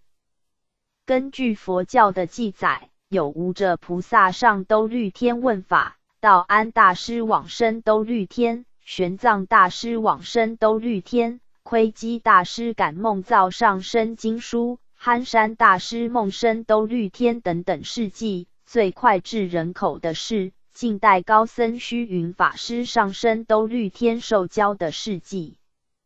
辛卯年3月初3，虚云法师112岁，失病重时，即夫坐入定，闭目不视、不言、不食、不饮水，为侍者法云，宽唇日夜视之，端坐立9日。3月11日早见倒下，坐即降卧，急者以灯草试鼻观，气已绝矣，左右手脉亦已停矣，为颜色如常，体上温。12日早为闻呻吟，旋开目，侍者告以时间，师曰：我觉才数分钟耳。与侍者法云曰：素执笔为我记之，勿轻与人说，岂宜谤也。师从容曰：余请梦至兜率内院，庄严瑰丽，非世间有。见弥勒菩萨在座上说法，听者至众，其中10余人系素食者，即江西海会寺智善和尚、天台山荣净法师、岐山恒智公、百岁宫宝悟和尚、宝华山圣心和尚、独体律金山观心和尚及子伯尊者等。于合掌致敬，彼等止于东边头序第3空位。阿难尊者当为那与于座靠近听乐菩萨讲，唯心识定，未尽。弥勒只谓于曰：你回去。于曰：弟子业障深重，不愿回去了。弥勒曰：你业缘未了，必须回去，以后再来，并示记曰：时至河分波水1个墨昧瓶盆金无后帛，信量33麻绳窝角宜成功引并为去祸。凡生梦宅幻魔所着之幻即离离幻即觉。大觉圆明净见森罗空花凡圣善恶安乐。悲愿度生梦境思作结业当头警惕普觉。苦海慈航悟生退却莲开泥水端坐佛陀。以下欲有多句，记不清了，上另有开示经不说。取自虚云法师年谱。咱们观察当前人心的趋向，时代的潮流应该是要弘扬弥勒菩萨净土，这是应时和应机的时候。而佛教界对弥勒法门兜率净土看法如何呢？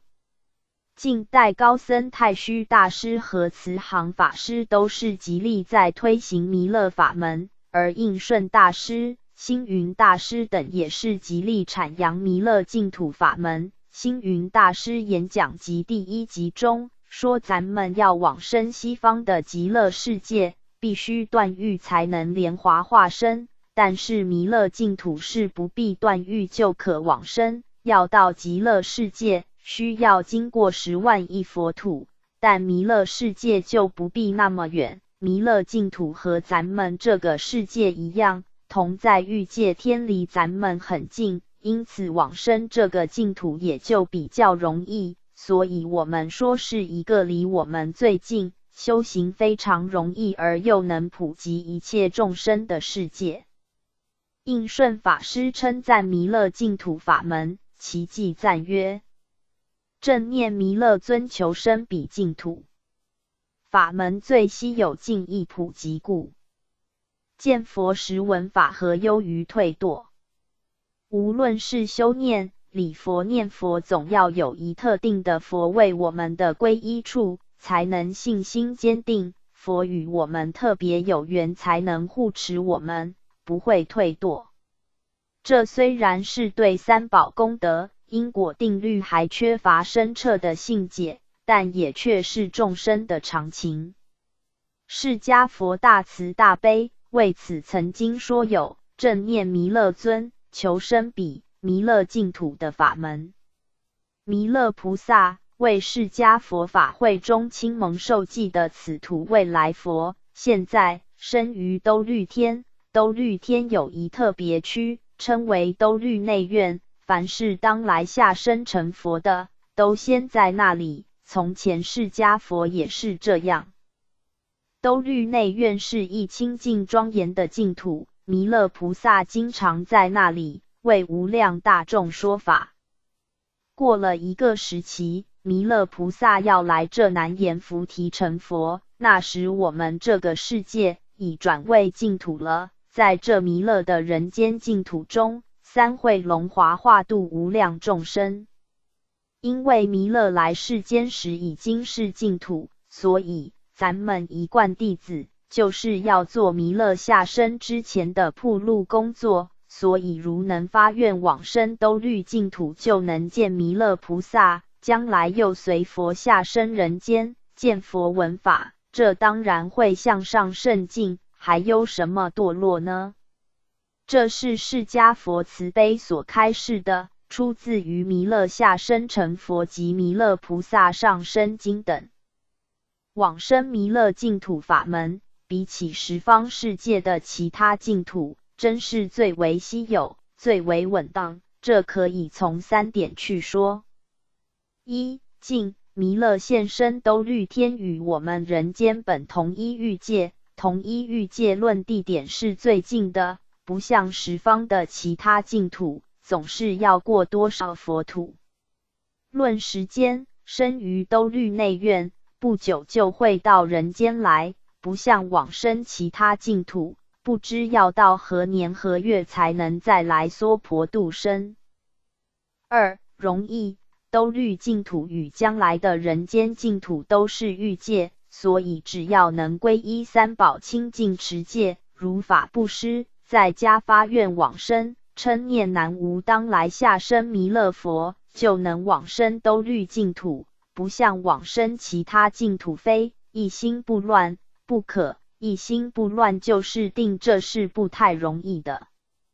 三、普及，往生弥勒净土，不一定要发菩提心、出离心，就是发5戒、10善增上心的人天善根，也能随愿往生。在兜率净土及当来人间净土，弥勒尊是普应众机，说人天法，说上乘法，说菩萨法，人人能称机得益。在见佛闻法的过程中，自上增进，见化人天根性为出世根性，化二圣根性为大乘根性。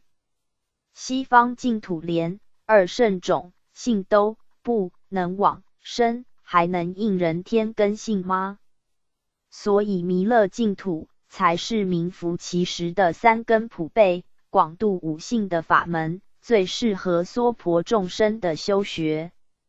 取自弥勒净土真义阐述。星云法师和应顺法师都赞扬弥勒净土是易修的法门，比念佛的净土法门容易，但是佛教界为何不能普遍来推行弥勒法门？我想可能是与咱们一贯法门有关系，因为弥勒菩萨是被一贯法门尊称为祖师的，一贯弟子认定的金公祖师就是弥勒来转世。而佛教界不愿承认这个事实，佛教界认定在梁武帝时的善慧大士、极富大士是弥勒来应身的。佛教界也认定梁真明3年的布袋和尚就是弥勒菩萨的化身，此乃根据梁真明3年丙子3月，师将士灭于月村寺东廊下，端坐盘石，而说偈曰：弥勒真弥勒，分身千百亿，时时是愚人，时人自不识，即必安然而化。如果佛教界肯定布袋和尚就是弥勒化身，岂能否定咱们一贯法门的金公祖师不是弥勒应身？既然可以应化富大士、布袋和尚，为何不能应化其他人呢？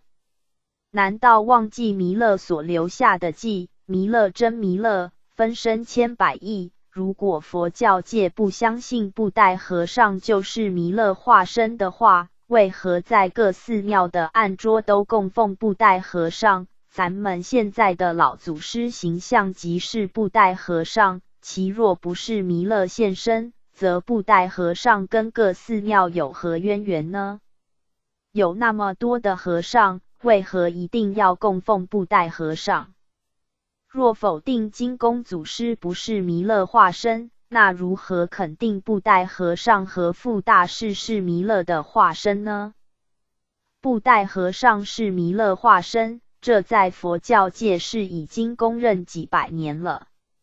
佛教界会否定一贯法门的金公祖师是弥勒现身，乃是根据佛经的记载，要等到56亿7千万年之久，弥勒才会来娑婆世界。以佛教所说，现在是末法世间，在这短短几十年的社会，可说是道德坠落，无恶不作。若以因果而言，很多人都已走入畜生道了。而社会色情的污染，很多人得了 AIDS， 以佛教尽心在教化众生，而这社会尚且还是贩毒、色情、抢劫泛滥，那何时才能达到佛法的理想净土呢？释迦佛至今才2500年，人心已堕落至如此地步，那么56亿7千万年漫长的时间，要用什么法来挽回人心，使其恢复本来面目呢？等到56亿7千万年后，连气层都有可能不存在了。目前科学家已证实，阿拉斯加的臭氧层已破一个大洞，太阳直接射到地球，现在人的生存也都成问题了。所以这56亿7千万年，应系佛的一种比喻，或是另有其他的含义。相信佛所说的不会有妄语，恐怕是咱们误会其中的含义了。因在佛经中往往有很多地方是以不可思议的数字来引述的。现引贤愚经第12来予佐证，在会一切大众见佛是遵受弥勒偈，当来成佛犹自弥勒，各皆有疑，欲知本末。尊者阿难即其白佛：弥勒成佛自弥勒，不审从何造起名字。佛告阿难曰：谛听着意，过去无量阿僧之劫此阎浮提，有一大国，王名昙摩留支，领阎浮提84000千国，6万山川，80亿聚落，2万夫人彩女，1万大臣。有一小国丰乐，是中国王名波塞齐。时菩萨佛出于世，在此国中化导众生。波塞齐因为有很好的因缘，所以领导诸臣来佛所供养佛陀及服务修道僧众的工作。因为过分热忱，所以抽不出时间来朝见大国国王昙摩留支，以及献上贡品。因此国王派遣大使来责备波塞奇。波塞奇将实情告诉这位使者说，国内的东西都已供养佛陀了，现在没有剩下东西供养大国国王了。使者回国后将详细情形禀告，国王就领兵要来打小国。时昙摩留支即与群臣往至佛所，是时如来大众围绕各悉静默，端坐入定，有一比丘入慈三昧，放金色光明，如大光炬。昙摩留支遥见世尊光明显赫，明耀于日，大众围绕如心中月，为佛作礼问讯如法。见有比丘光明特显，即白世尊，此一比丘入何等定？光耀乃尔。佛告大王，此比丘者，入此等定。王闻是语，倍增钦仰，言此慈定，巍巍乃尔。我会当习此慈三昧，作是愿以至目慈定，亦甚柔软，更无害心。即时请佛及比丘僧，惟愿回神，往到大国。佛即许前，刻日当往。如是阿难，尔时大王昙摩留支者，经弥勒世，始于彼世发此慈心，自此以来常自弥勒。在这世界有历史记载的，中国是最古老的国家之一，但有历史也只不过5000多年。但上段说的大国，统治84000小国，而且是在此娑婆世界，到目前为止世界也不过只有100多个国家，这难道是娑婆世界萎缩了？所以关于数字有些地方可能是咱们会错意了，其所说的世界是不是在说依报世界或正报世界？若是说正报世界，身心世界有多少国呢？一个意识就是一个国王了，咱们一天中究竟起了多少念？相信数也数不清。所以以正报世界是可以解释的，但若以依报世界则根本没办法说。此84000的小国到底是什么年代的呢？所以56亿7000万年这个数字实有待详加稽考。再者，有2万夫人又是怎么说呢？在佛经中说转轮圣王有1000个小孩，宝积经，而文王总共才100个小孩，到底经中是要说理的方面或事的方面，这真是甚意难测。不过我们很清楚看到，释迦佛至今才2000多年就已经变成末法了，那么来漫长的56亿7000万年，要用什么法教导众生呢？佛教为何没想到这问题，却一再否定一贯道法所说的呢？故实际上，强要依文解义，实难弃玄旨。以佛所说的修学必须达到7地8的以上的菩萨，才不会退转。像苏东坡的前身是和尚，但换个身就不一样了，是否仍会在修道或在出家当和尚都不一定了。所以修学人物要超越时空出去，跟道才能相应，而且不可被弥勒的名号所限，才能体会真正的意思。一贯道弟子应该明白，弥勒就是慈心，如果咱们能慈心，则即刻可见弥勒；若没慈心，则永远见不到弥勒。有慈心就是弥勒，弥勒就是慈心。从释迦佛后到祖师出世这段时间是要如何度众生呢？咱们一贯道法就是以这个灵引出每人真正的弥勒出来，而不是佛教所指的形象方面。佛教所占世界人口并不比欧美的天主教徒多，他们怎么会相信佛教呢？故将来祖师出世绝对不是各教所只具某一定的形象，而是普普通通的人。但是你问什么，他就能答什么，他凭着一贯真理，度化世间一切众生。法九成毕。阿难尊者一日入竹林，闻比丘诵偈曰：若人生100岁，不见水流鹤，不如生1日而得见之。尊者谓之正曰：不然。佛云：若人生100岁，不解生灭法，不如生1日而得解之。于是比丘闻告其师，其师曰：阿难老昏已无语是也。翌日尊者复经竹林，见比丘诵偈如前者，诘之，闻述其师言，因念愚痴难化而入三昧。真是所谓的水久重生，法久成毕。佛法虽分成3期，正法1000年，相法1000年，末法1000年，但世尊灭度后，未曾多久即已如此，何况是56亿7000万年，故快慢已不是问题了，重要是自己能不能了悟。就算弥勒佛降生在咱们身边，是否可以替咱们了悟？是否可以替咱们了生死？师尊师母是活佛，在世时，其身边很多人又如何？世尊虽有32相，但在大英博物馆中之画像与常人何异？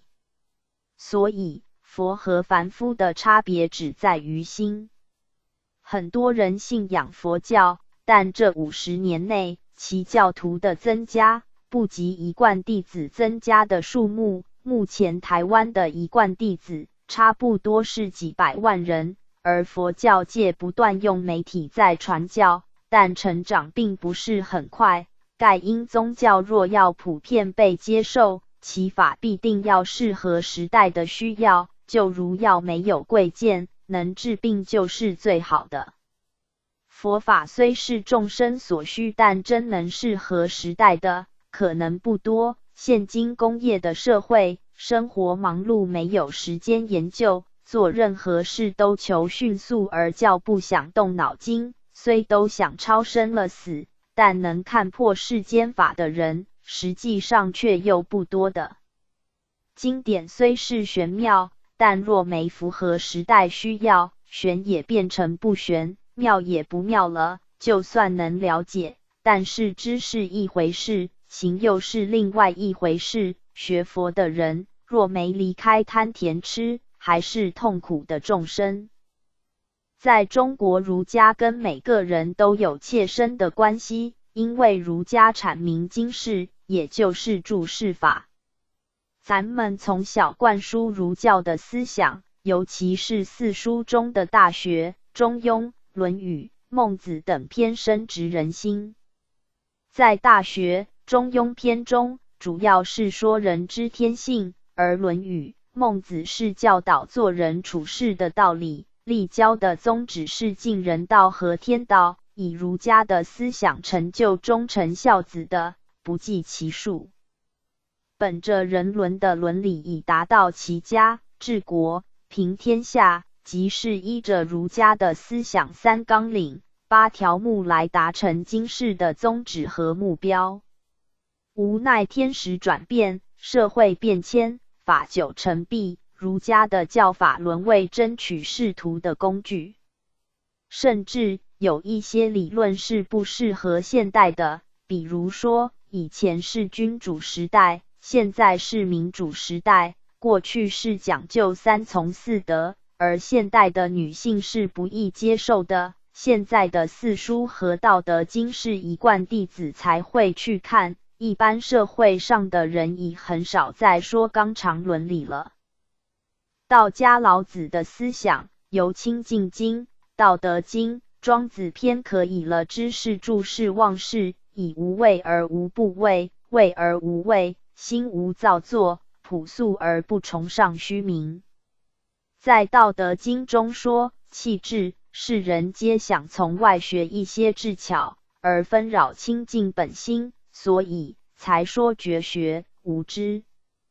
而且老子强调知不知、学不学，不知是知之本体，学不学是学本来现成不用学的，吃饭从嘴，听声从耳，这不必学的，出生本来就具备的见闻觉知。咱们学是要学见闻觉知之本体，而不是学见闻觉知。老子的思想是有体即用，能了解其意思的并不多，尤其现今的世代更难接受。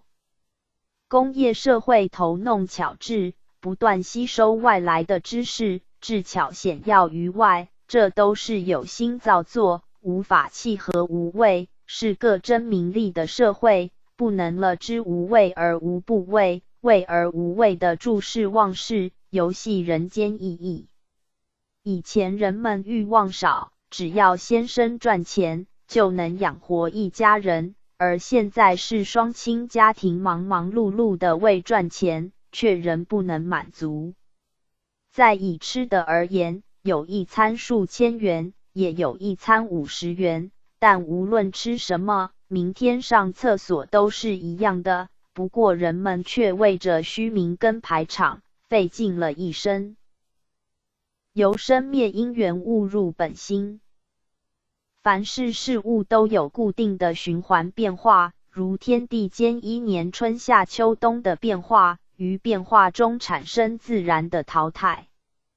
当然也包括宗教在内，以佛教所说，这是原生法，凡是有生就有灭，重要的是要能于生灭因缘中，也能体会不生不灭的本体，这个若能清楚，自然不执生灭。咱们师尊师母即是指点咱们超越生灭的，若这不变能够掌握，则以不变应付万变，才不会随缘而变。现在一贯法门中变的人很多，原因是没有掌握到不变的。一般道亲开始修时很诚心，但成为点传师或前人后就变了，原因是没有找到不变的。若找到不变的，就会像道德经中说的，君王越高的人，则越屈下，越诚心，越慈悲，这才符合修道的意义。世间的一切皆在变化，一切皆在生灭中，一定要找到没生灭的本体，这是咱们所要追求的目标。虽是事事物物不断在转变，但确实有个没转变的本体，其体性是空，叫做性空。3000年前没什么魔武教，因为性空缘起，随着时代需要而产生武教教主，才有武教之名，即各教经典，由这个无名的本体而立经教，本体是没有名字的。有了宗教之后，佛教才说其叫做自性，老子强说是道。你对小孩说自性、本心，他们不懂的，他们知道饿了就吃，当别人跟他说这就是你的心，自此才说这是心。所以自性和道是有文字、有宗教之后才立的假名。武教是由这个而缘起，但是这个不属于武教，今天能跟诸位参考，也是由这个流露出来，就如的能生万物，但是万物不是的，心生万法，但万法不是心，但却也脱离不开关系，这是因为体用互显的关系。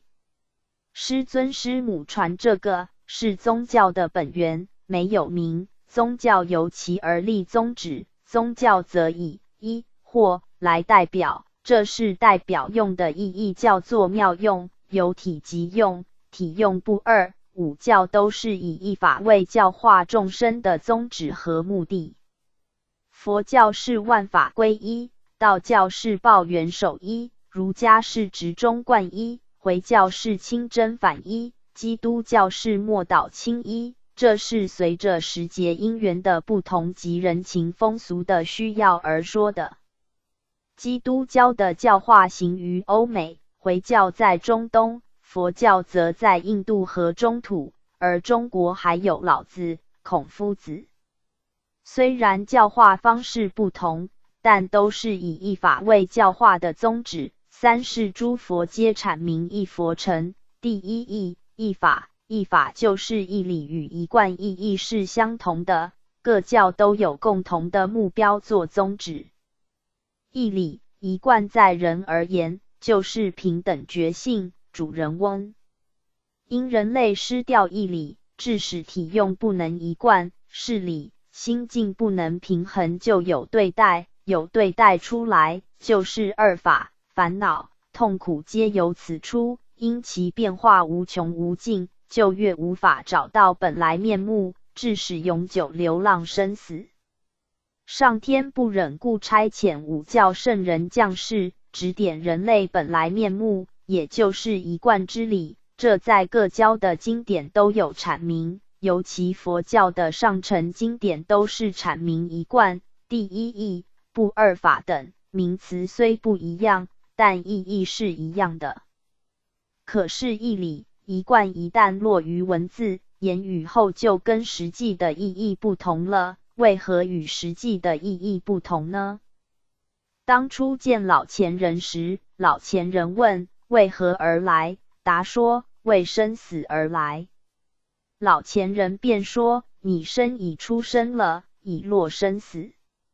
没开口无法说出一，但开口则一就已经是二了。如在黑板上写个上，必然就有相待的下生，写个左就有个右之相待产生，故有相出来就有对待，落相就是二。今天跟诸位说一，这也是从二来，因二故说一，所以直译也不对，一不用手的。有个左和相对的右，才有中可说，所以中也是因二所立之虚名。同样的，色不离空，空不离色，如此在空也是中，在有也是中，故学经典不可学死法。有些人批评一贯弟子怎么有资格来讲《金刚经》，可是当法师批评人时，就有能合所四相之心产生，有四相这就不是正法了。说法是不能有我掺在里面，如此讲者和听者才能受益。由此可知，用口和用写的是无法将一说完全的，但不开口也不表示没有。在维摩经第9品入不二法中，尔时维摩诘为众菩萨言：诸仁者云何菩萨入不二法门？各随所乐说之。会中有菩萨名法自在说言：诸仁者，生灭为二，法本不生，今则无灭得，此无生法忍是谓不二法门。不二法是修学的目的和宗旨，由法自在菩萨开始说不二，至31位乐识菩萨都是各说自己的见解，用言语说不二。最后维摩诘问文殊师利，文殊师利曰：如我译者于一切法无言，默然无言，无说，无事，无实，离诸问答，是谓入不二法门。于是文殊师利问维摩诘：我等各自说矣，仁者当说，何等是菩萨入不二法门？时维摩诘默然无言。一般是以言说，说不二，而维摩诘是以无言说，说不二。这问题是看当机，问时是问什么，你就答什么，贵在当机，否则过去宗臣也有留下公案，咱们一贯道法的当机和佛教所留公案的当机又有何差别？这个差别乃在于当机或机后，因为在传灯录的已是语言文字，只可拿来破执着经语、经教的人，但已不再是当机了。咱们师尊师母则是叫你平心静气后的当下直指本来。维摩诘是默然是不二，咱们则可由师尊师母这一指的当机来体悟不二。文殊师利叹曰：善哉，善哉！乃至无有文字语言，是真入不二法门。当年老前人问你悟道是怎么悟，吾便开口答说了一些。老前人说，从未开口前去体会悟入。未开口前就是默然，为摩诘的默然，也是没离开师尊师母这点若清楚后，就能了解一贯道法的尊贵，确实使咱们省功、省力气又省时的。悟是要从未开口前来实际体会当机的限量境，这才是最亲切，才是最就近的，否则用说的大家都会，故一定要从师尊师母指点的当机悟入。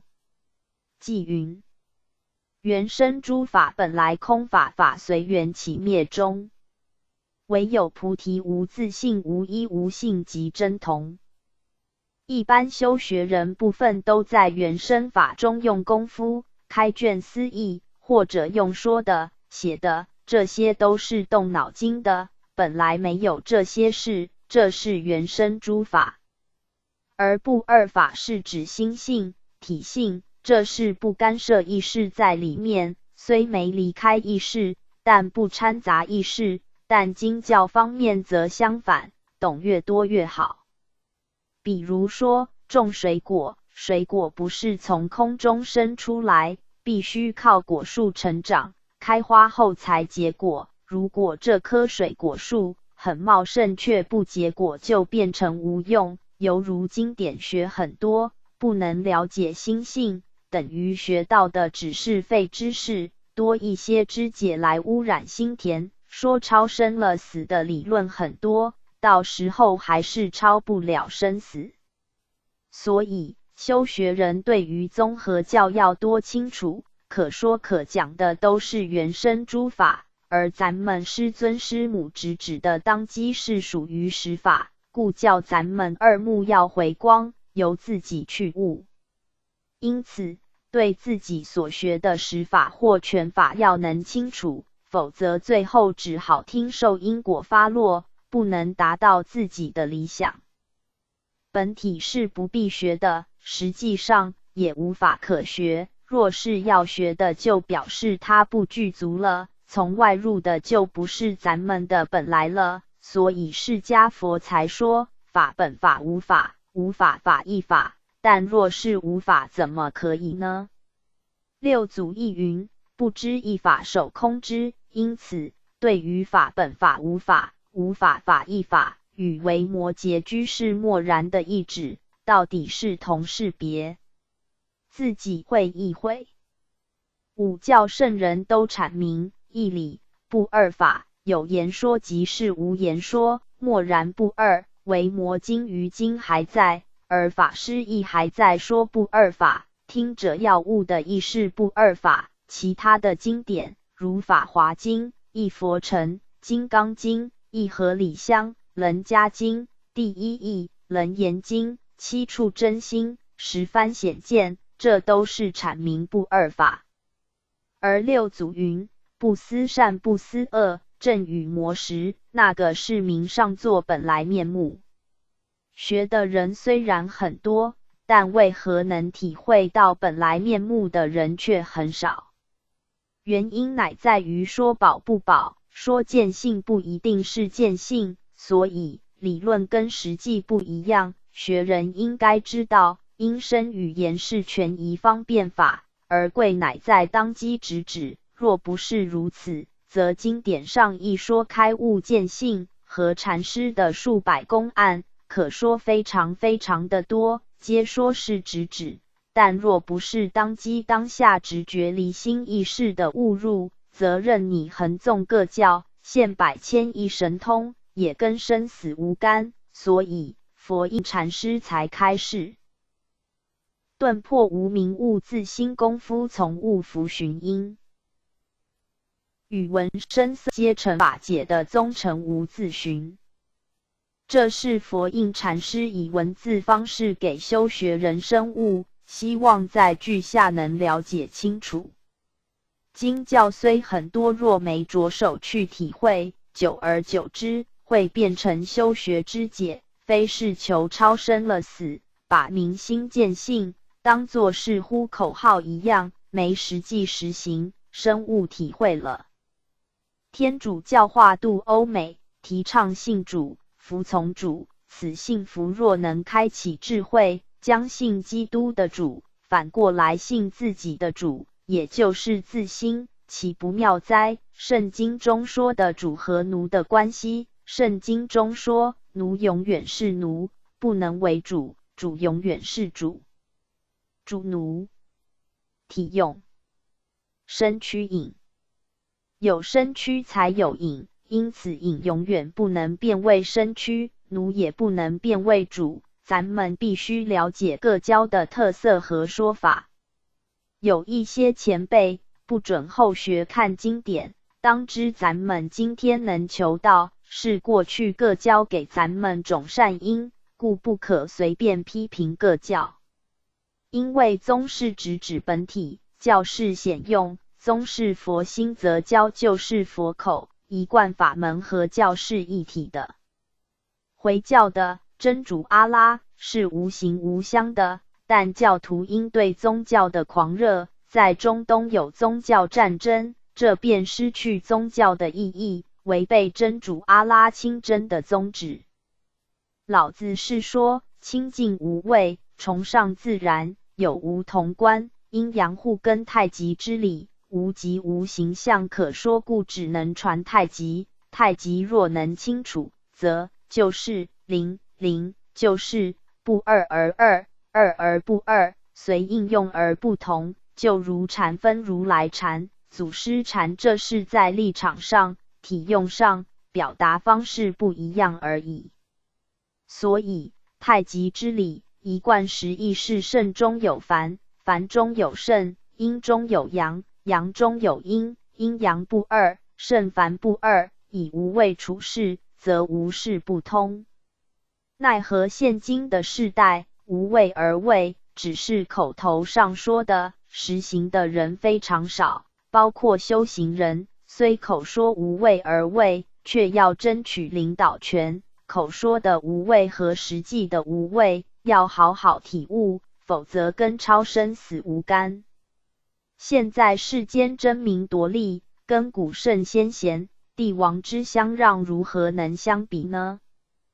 感叹今日的社会，连户长都要竞选，可能不久将来，连户长都要选了。所以，若非上天普传一贯大道，将来世间不知会如何。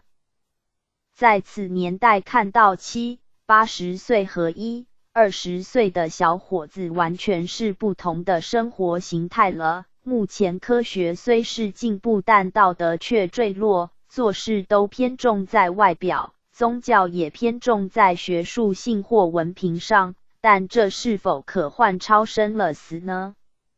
可灭多少的贪甜痴呢？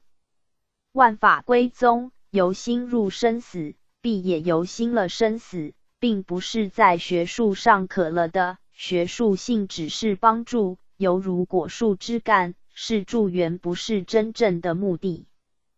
古德说修道修自心，心外求法是大愚痴，修道是重实际重实行，不是理论或形式上可达到的，所以讲道德仁义的人，并不一定有道德仁义的心，说和实际是不同一回事的。看过于净义公欲造神迹的事例，给我们修道者就是最好的启示。请参见附录4。心净则佛土净。佛史记载，要等到56亿7千万年，弥勒才能来人间成佛。但我们想一想，弥勒是佛，岂忍心让末法世代的修学者没有方向和目标呢？为什么一定要等到56亿7千万年？那之后又是什么法呢？佛经也说，弥勒降生时，娑婆世界已经变成人间净土了。如果没佛住世的娑婆世界就会成就净土，那么弥勒下生的意义又是什么呢？尤其布袋和尚说，弥勒真弥勒，分身千百亿，时时是愚人，识人自不识。如果弥勒佛目前未降生，是在兜率天内院的话，则内外院又如何分呢？心是无形无相，超越虚空，怎么分内院外院呢？故这应该从事和从理的方面去了解的。当是理可以清楚时，众生喜欢听什么就说什么，说内院和外院完全是为凡夫所说的。经典分明是说佛性遍满虚空一切处，所以不可只居于兜率天内院外院，开悟见性后可以超越三界，就不一定在某处了。所以要能了解所说的是指那一方面，禅宗是强调心是佛，佛是心，心在就是佛在，因此说有缘佛出世，无缘佛涅槃。由此咱们就知道弥勒是随时随地都存在的，心不是佛教徒专有的，心不属于任何宗教。由此可见，不久的将来，弥勒下生就不一定是以佛教的形象出现。目前的佛教徒常有优越感而排斥其他宗教，也排斥一贯法门。如果将来弥勒下生是以佛教的形象，则其他的宗教是否可能来改信佛教？佛教徒只占世界的少数而已，基督教的人还比信佛教的多，那么凭什么要皈依佛教？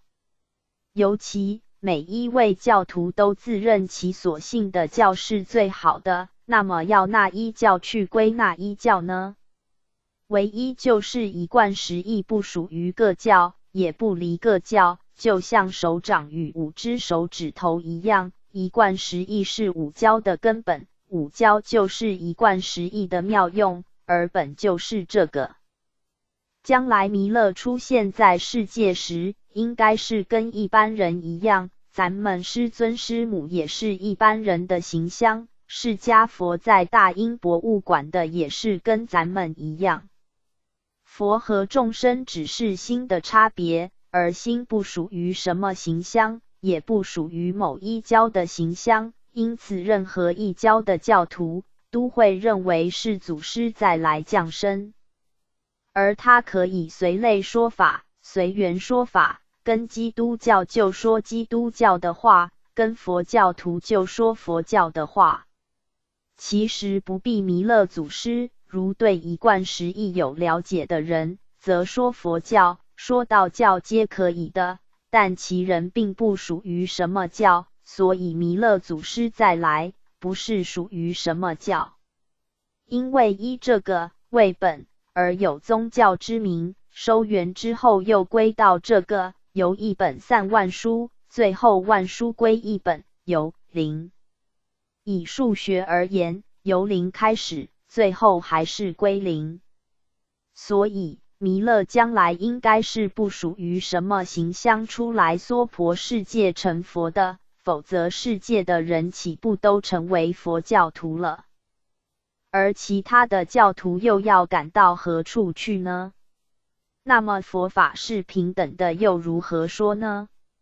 因此对一贯真理了悟，则一切疑问皆可解决了。由这个的无言说，随因缘而有这些语言文字，也随因缘之所需要而有五教，借由文字语言来阐明一贯真理。这是要使凡夫众生能了悟自心本具的一贯真理，也就是本心。但有了形相，必然是在生住异灭中变化，凡所有相皆是虚妄无实，包括世尊的色身也没例外。最后有形终归于无形，能有无互显才叫做体用不二，这是道之玄妙。学人必须体会，因有变化方能显出道之妙用，那就可以了悟于变化中有个不变的一贯真理，自然就不会分别教相。学人若能身心一贯起来，何时何的非净土，不是弥勒祖师来时才是净土，必定正报尽依报方能清净。若不是如此，则释迦佛2000多年前就已成佛在此娑婆世界，那目前的娑婆世界又是怎样呢？不是说做佛后的世界会是如何如何的呢？怎么才2000多年世界就变成这样子呢？故应该不是这个意思才对。净土乃是指心净则佛土净，自心清净则自己的世界清净，一真一切真，一净一切净。将来弥勒降生时，因人的心清净，所以看起来一切都是清净，也就是一真一切真，这样比较合理。诸位应该知道，一贯即是平等，身心不二的，唯有一法世界才能成就净土，一法就是一贯，如何证明呢？世间人虽然很多，事情也很多，若能同一条心，自然大家都很和气，不会计较争夺，唯一是一条心。如果咱们人人能真正一贯常住，体用不二，则可恢复本来面目，就是咱们本身的净土，不必等到弥勒祖师下来时才是净土。就如心经所说的色不异空，空不异色，色空不二，就是一真法界。道家是有无同观，儒家孔子则说无道一以贯之。但末法的世代，依文解义，口说的不二和以经义来解说不二，跟实际的不二是另外一回事了。六祖坛经的机缘品中，有很多的大德都是先由学经典，知道文字般若和观照般若后，再由祖师给予印证实相般若。六祖时是先修而后的，而现在是先的而后修，时代不同了，先受用后分期付款，这是时代的需要，也是过往所没有的。今天的工商社会，若不是用一贯真理、心即是道场的修行方法，以目前的社会，谁有时间呢？故配合时代需要，将根本这个先给咱们清楚，然后依照这个去实证体用不二。六祖那时候的大德，由经学一直修到最后见六祖才当下直视这个实相般若。咱们今天虽是先的而后修，分期付款方式，但若没付钱，物品一样会被收回去的。虽先的，但若没实修，亦无法了生死的。就如告诉咱们高雄怎么走，若不去走，则还是在原地，也是没用处，所以要了解其意义。六祖时以修学大德的根慧，尚且要名师的点破，才能知经典中所显示的不二法，一贯实义。何况咱们为后世代的人，起意看经典就能了悟。若只是了解文字经教，则与生死无干的，故从古以来，学经教必须经过过来人的点破。师尊那时候不让人学经教，是因为时节因缘短暂，必须在短短的10几年间传遍大陆，故以宗门的信理心法为主。另外是学经教，苦不是以信理心法为所设定之目标，否则学到最后会变成学佛教说佛教好，学道教说道教好。目前就是有些人认为佛教比一贯法门好，望咱们的宗旨乃是为了超生了死，不在于学识，所以学经典必须对一贯实义清楚的人来指破，才能受益。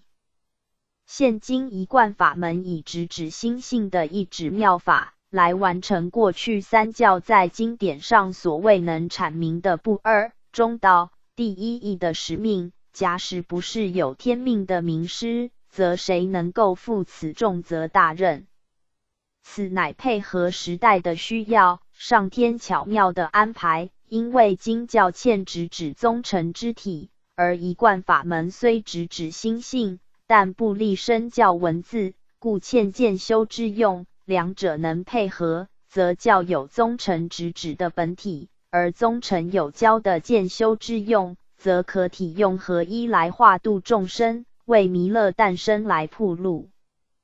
参考这些绝不是咱们夸耀自我，主要是让咱们一贯道弟子了解，在大同世界来临之前，自己要先做那些事情，待弥勒祖师降生，才能协助咱们祖师负起收元的重责大任。附录宜唐太宗李世民结元训，约于民国46年。福生幻灭似浮游，生也慈悲，死也慈悲。荏苒光阴如水流，日也难留，月也难留。轮回颠倒永无休，那是尽头无有尽头。富贵昙花水上偶，观古王后看今王后无乃。南极老朽今又待先一位领。只特来结缘，天时不容缓待，群仙茫茫上传，无仙参口。驾在令小仙表宣坛前，履历叙述已好，挂号求玄珠衔切要尽力。听明仙所表宣，只主笔无，且不是令仙速速登坛，哈哈指。囊袭身为帝王家贵，比三春桃李花。飘飘清风尾功业，淡淡行云化万家。治国安邦操心血，除邪贫害动呵斥。办事富贵天所赐，贞观平静定中华无乃。唐代李世民经随帝驾蒙母恩祖祠来到法坛，金经百叩。皇在摇拜慈母大人，今安坛前诸位君好，小仙顶礼坛前执笔。遵命一序表述履历，底端劳诸前贤士立先时，惶恐不安公转。欲恒始末一言，但惜各位平心听全壳。先执机笔胆战寒眼，观神兵部四边，值日星宿排班，立毫光万道直冲天。上帝令于始末数开言，心更感悲酸，先本唐代一世子先父始载乃李渊。当时中原纷纷乱，隋唐交接应思年，先父开创帝王业，世民记起晚狂澜。运破石交天助力，群英贤集共筑坚走南奔北，赴沙场平治邪乱，救民难。一片治国为民意，感动苍天，顺风帆一统天下，开帝业，重立大唐号贞观。市民登基为民主，振行天下，化成桓历经图治师，得意效法古代尧舜贤。20余载如一日，忠臣闲聊共患难，提倡仁风晚世道，化民归正，戒妄贪。观尽其职，民尽乐，尘世郊野，先真宣一片熙熙安静，事变行四海，到处安。贞观之治是尽小佛法圣心意，其年天助世民的平治，位居帝王蒙恩宽。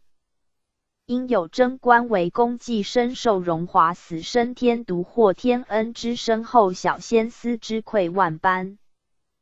今番又蒙天恩广，随祖经驾来法坛，特与诸公结缘会，敬请慈悲报母前。挂号登传奇求道的使小仙超气圈，不趁此际登彼岸，莫结到此信灵捐。如今三曹共普渡道，降尘世晚节惨，诸大仙佛齐助力，神人共驾救生传。行于四海生灵，就只为末节八一残，小仙气界虽无疑难躲，罡风刷世间。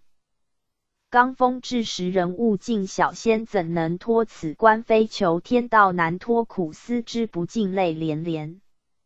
而今天时已至此，浩劫堪堪到眉间，无数仙辈群忙碌，各接住道访有缘。小仙亦是心惶惧，故而时肯祖驾前数番，恳求赐名录，挂名求道上慈传。今日的蒙恩无量，能有此番之结缘，为恳诸功多搭救，替先请起慈母前的能早日的指点，小仙盼望感恩宽经，求此处难在与祖师令下命返还。小仙不堪悲戚，甚心中焦急，似刀割不晓何日登道，暗求点衣不超气天。叩恳诸功多心肺助，先求到早上传此所盼望，至祈祷感恩滴水报涌泉。慈母驾百叩于坛下，再叩慈母无量安，别过诸公坛前，谢旨机随驾退法坛。可退。附录2。一贯道弟子中恭诵弥勒救苦真经者不乏其人，亦有若干前辈大力倡导后学诵其经文，却不知在不解文义的情况下，每诵一遍即要求皈依阿弥陀佛，甚或有藐视祖师之余。今略举经文中不妥之处，仅供诸位大德静思。宜经文起首，佛说弥勒救苦真经，弥勒下世不非轻，原为赞叹弥勒下世之殊胜与难得，然则不非轻之意，以中文句法而言，即是轻之意。试问弥勒下世轻，是赞叹亦或贬低？文义甚明。二凡一贯道弟子每日烧香必诵南无阿弥陀佛天元，即是要恭敬皈依无量慈悲应运的三天元首第十佛弥勒佛。但此经之末却是南无天元太保阿弥陀佛，即是要念诵的一贯道弟子皈依西方净土之主佛阿弥陀佛。一来阿弥陀佛并非当来下生应运之佛，二来遍观诸经亦无以天元太保之号尊称阿弥陀佛，况此经是弥勒救苦真经，经末必然是赞颂皈依弥勒佛，而非与此经主题无关的南无阿弥。虽然理上是一物也无何来名相分别差异，但就事而论时，则是不可混淆的，否则往生西方净土就好了，为何还另立个弥勒净土？故此经句颇有争议。关于上述疑问，窃以为与此经文成就方式有关。此经文是祖师归空后1年，即民国15年，由接窍口述而成，在口语中将不谓轻，物质谓不非轻，或辗转失真所致亦有可能。另南无天元太保阿弥陀佛之阿弥陀佛，四应谓阿弥陀佛较为适宜。各中差异关系甚大，故有赖道中诸位大德及时修正，否则其不为此卷真经传世之本意乎？附录3。天佛院超等亡灵于居万将。天佛院中好修身，虽非极乐却无成。于居万返东京的将比分明数前因。吾乃天佛院超等亡灵于居万世也，今销回堂会见诸大德，大家安好吧。吾前身福建人士，经商未业，家道小康，平庸过日，虽无造罪，却无建功。今生转世大坛善家，虽有求道，却见数不多。后在保安宫效劳，者造善书，当了堂主之任，虽无大功，却是尽了职责，出版善书化人。再者完大道元建之后的本堂保生大帝慈悲，使我无极善终，享年60有6，没后魂被保生大帝之提拔，到了南天学神所，今年于之学习，可以为神职。此本为吾本人之期望，所以上天照吾所愿，有一日在南天学神所闻南海古佛讲经，使之当了弃天之神，虽得享有人间香烟，却是福尽必再坠轮回。回忆在生之时有求道，故再请教古佛，要再转入道门，但是已无可能，天意已定，灵归弃天，不可能再入道门。后吴再三恳求古佛慈悲，后感动古佛，古佛出佛令一道，使我转生台北善家，弥月求道。经过不久，一命呜呼哀哉，灵归天佛愿为超等亡灵，因此无末后，家内四处请教神圣，均不能说，是此原因也。愿人间众生对于求道之事，需要认真研究，方能进入理界，免受轮回之苦，无因一时念头错误，归入弃天，以致再转生一次，甚为危险。如果善加变故，回天极难。今宵至此，时刻已到，不谈家事，与家庭之缘亦已尽，故亦不能再谈，后会有期，再会。迂回说明：此篇系摘录自东京大坛保安宫所着之《天道劝世醒中》一书。看完此篇，给我们的启示如下：一般修行者要能往生弥勒净土，全靠自力，即修行的境界要够，同时要能发愿往生。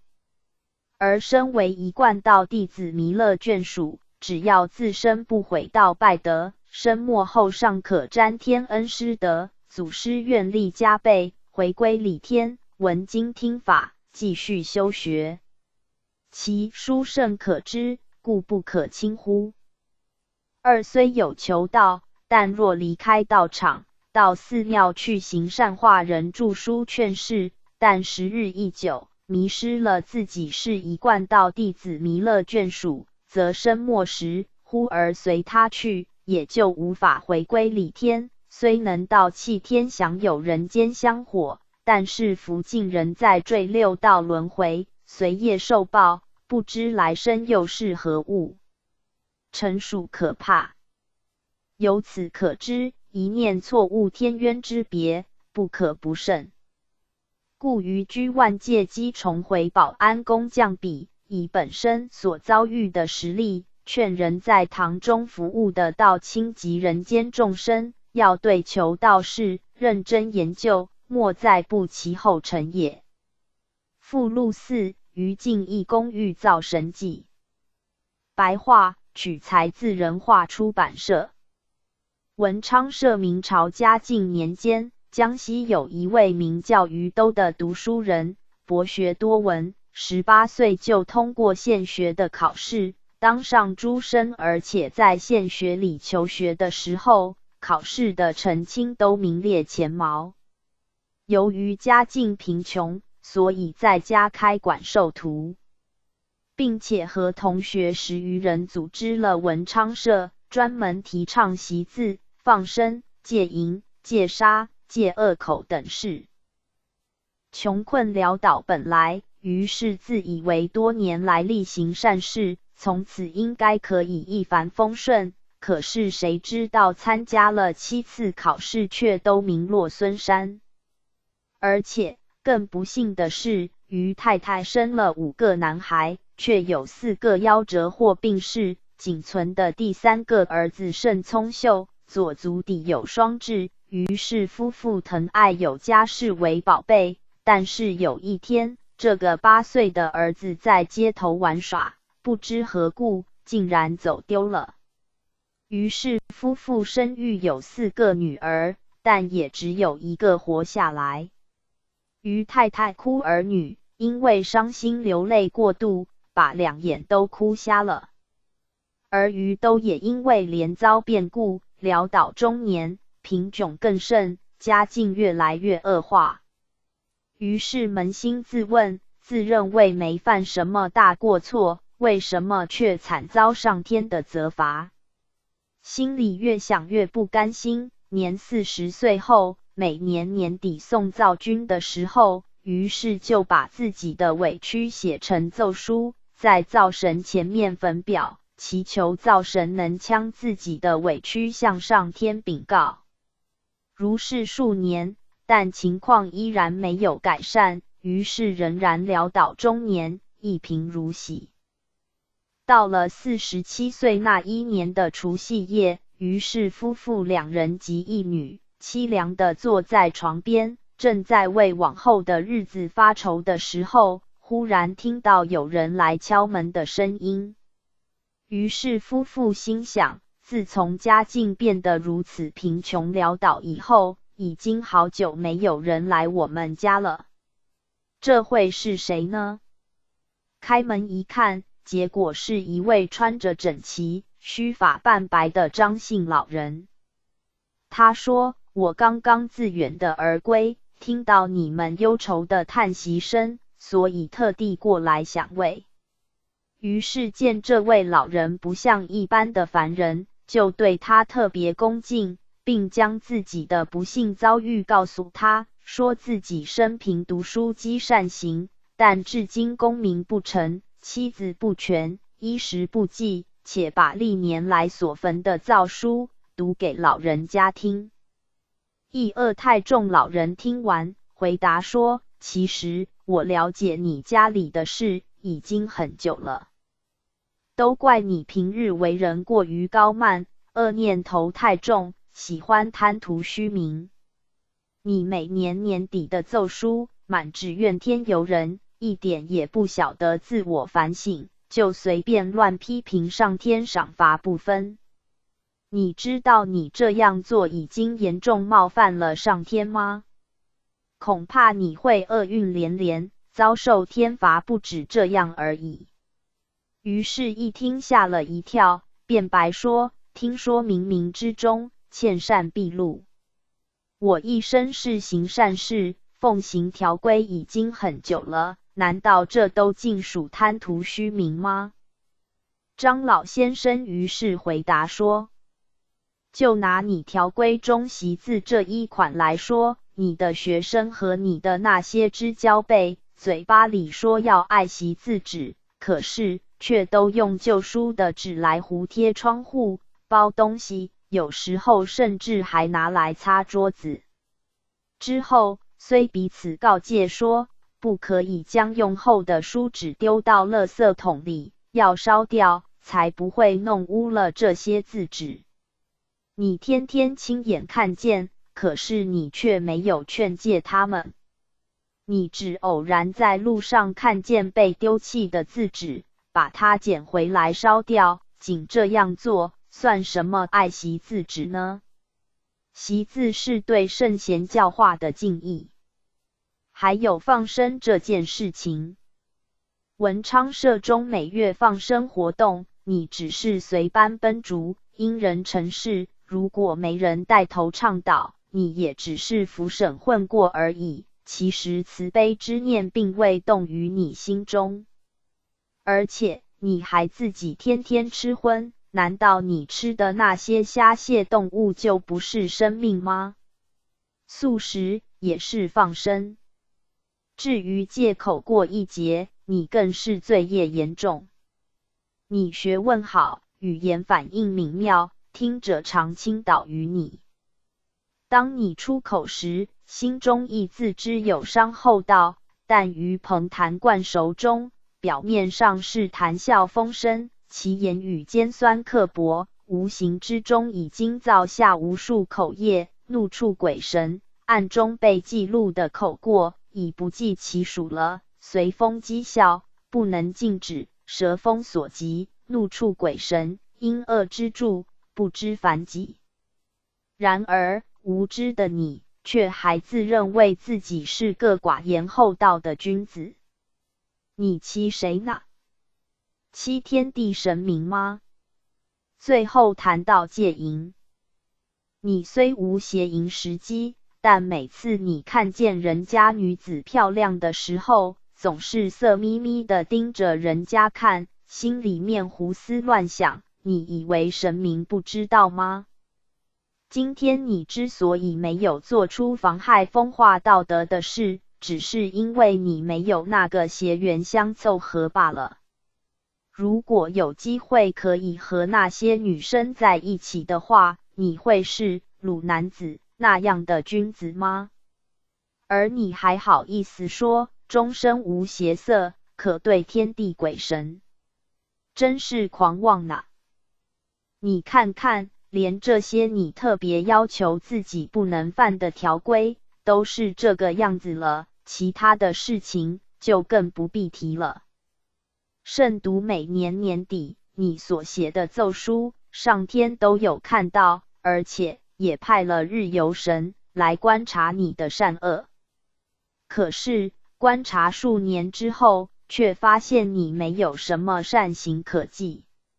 只见到你在私居独处的时候，是满脑子的贪念、淫念、嫉妒念、偏激念、性气偏狭躁疾、高级悲人念、忆往其来念、恩仇报复念、高慢、怀恨和不满等等的脏念头。这些种种异恶的坏念头，常常出现并固结在你的心中，点点滴滴都被神明给记录下来。天罚日甚，你逃祸都来不及了，又从何祈求福报呢？于是听了老先生的话以后，惊愕惶恐悚然，紧张地倒伏在地上，痛哭流涕地哀求老先生指点迷津，救度灾厄。老实行善老先生可怜他无知，就告诉他说：你读书明理，亦知道慕善为乐，当闻一善言时，也不胜激劝；当见一善事时，也不胜鼓舞，但炫过炫忘。性根源就不深，恒性是以不顾，故平生善言善行，都是敷衍浮审，时做时不做，何尝有一事踏实呢？再加上你心中尽是各种脏念头与坏想法，满腔意恶，起伏缠绵，却还想奢望上天赐福给你，这就好比中了遍地的荆棘，却痴痴然望收家禾，这怎么可能呢？要想上天赐福，从今以后记得，所有的贪、淫、嗔、妄想诸杂念要收拾干干净净，一心只向善。若有立事能行的善事，不图、不污名，不论大小难易，踏踏实实，耐心行去；若力量不能行的，亦要勤勤恳恳，使此善意圆满。做善事时，要本着2个原则，第一是忍耐心，第二是永远心。切不可自堕，切不可自欺，久久行之，自有意想不到的效验。速速勉励特行，或许还挽回天意。老先生说完，就走进厨房，在灶子前面消失不见了。于是这才知道，老先生原来是司命之神，灶神，特地来指点他的。于是赶紧焚香叩谢。敬意因此就在次日元旦，依照灶神的指示，拜倒天地，痛改前非，力行善事。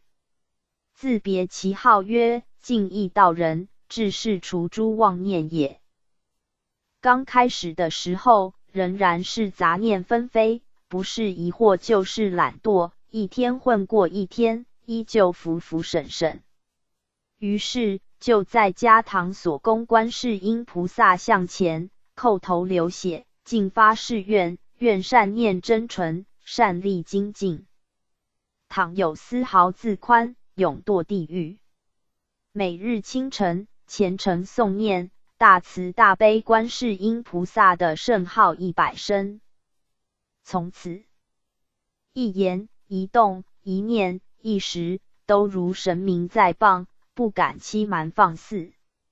举凡一切有帮助于人、有利于物者，不论事之巨细、身之忙闲、人之知不知、力之济不济，皆欢喜行持，委屈成就而后止。随缘方便，广植因功，而且以敦伦、勤学、守谦、忍辱与因果报应的故事，逢人劝导教化。同时每个月初，于是会将上月所行所言写成奏书，在灶神前面焚表，持之既熟，于是的功夫渐精，动则万善相随，静，则一念不起。如是3年。万历2年，年50岁，是豫章江陵人相国，为子择师，众人交口推荐于公，张相国进于公得品。如是3年。万历2年，年50岁，是豫章江陵人相国，为子择师，众人交口推荐于公，张相国进于公得品，就聘请于是去训导儿子。万历4年，于公赴京乡试，4年中进士。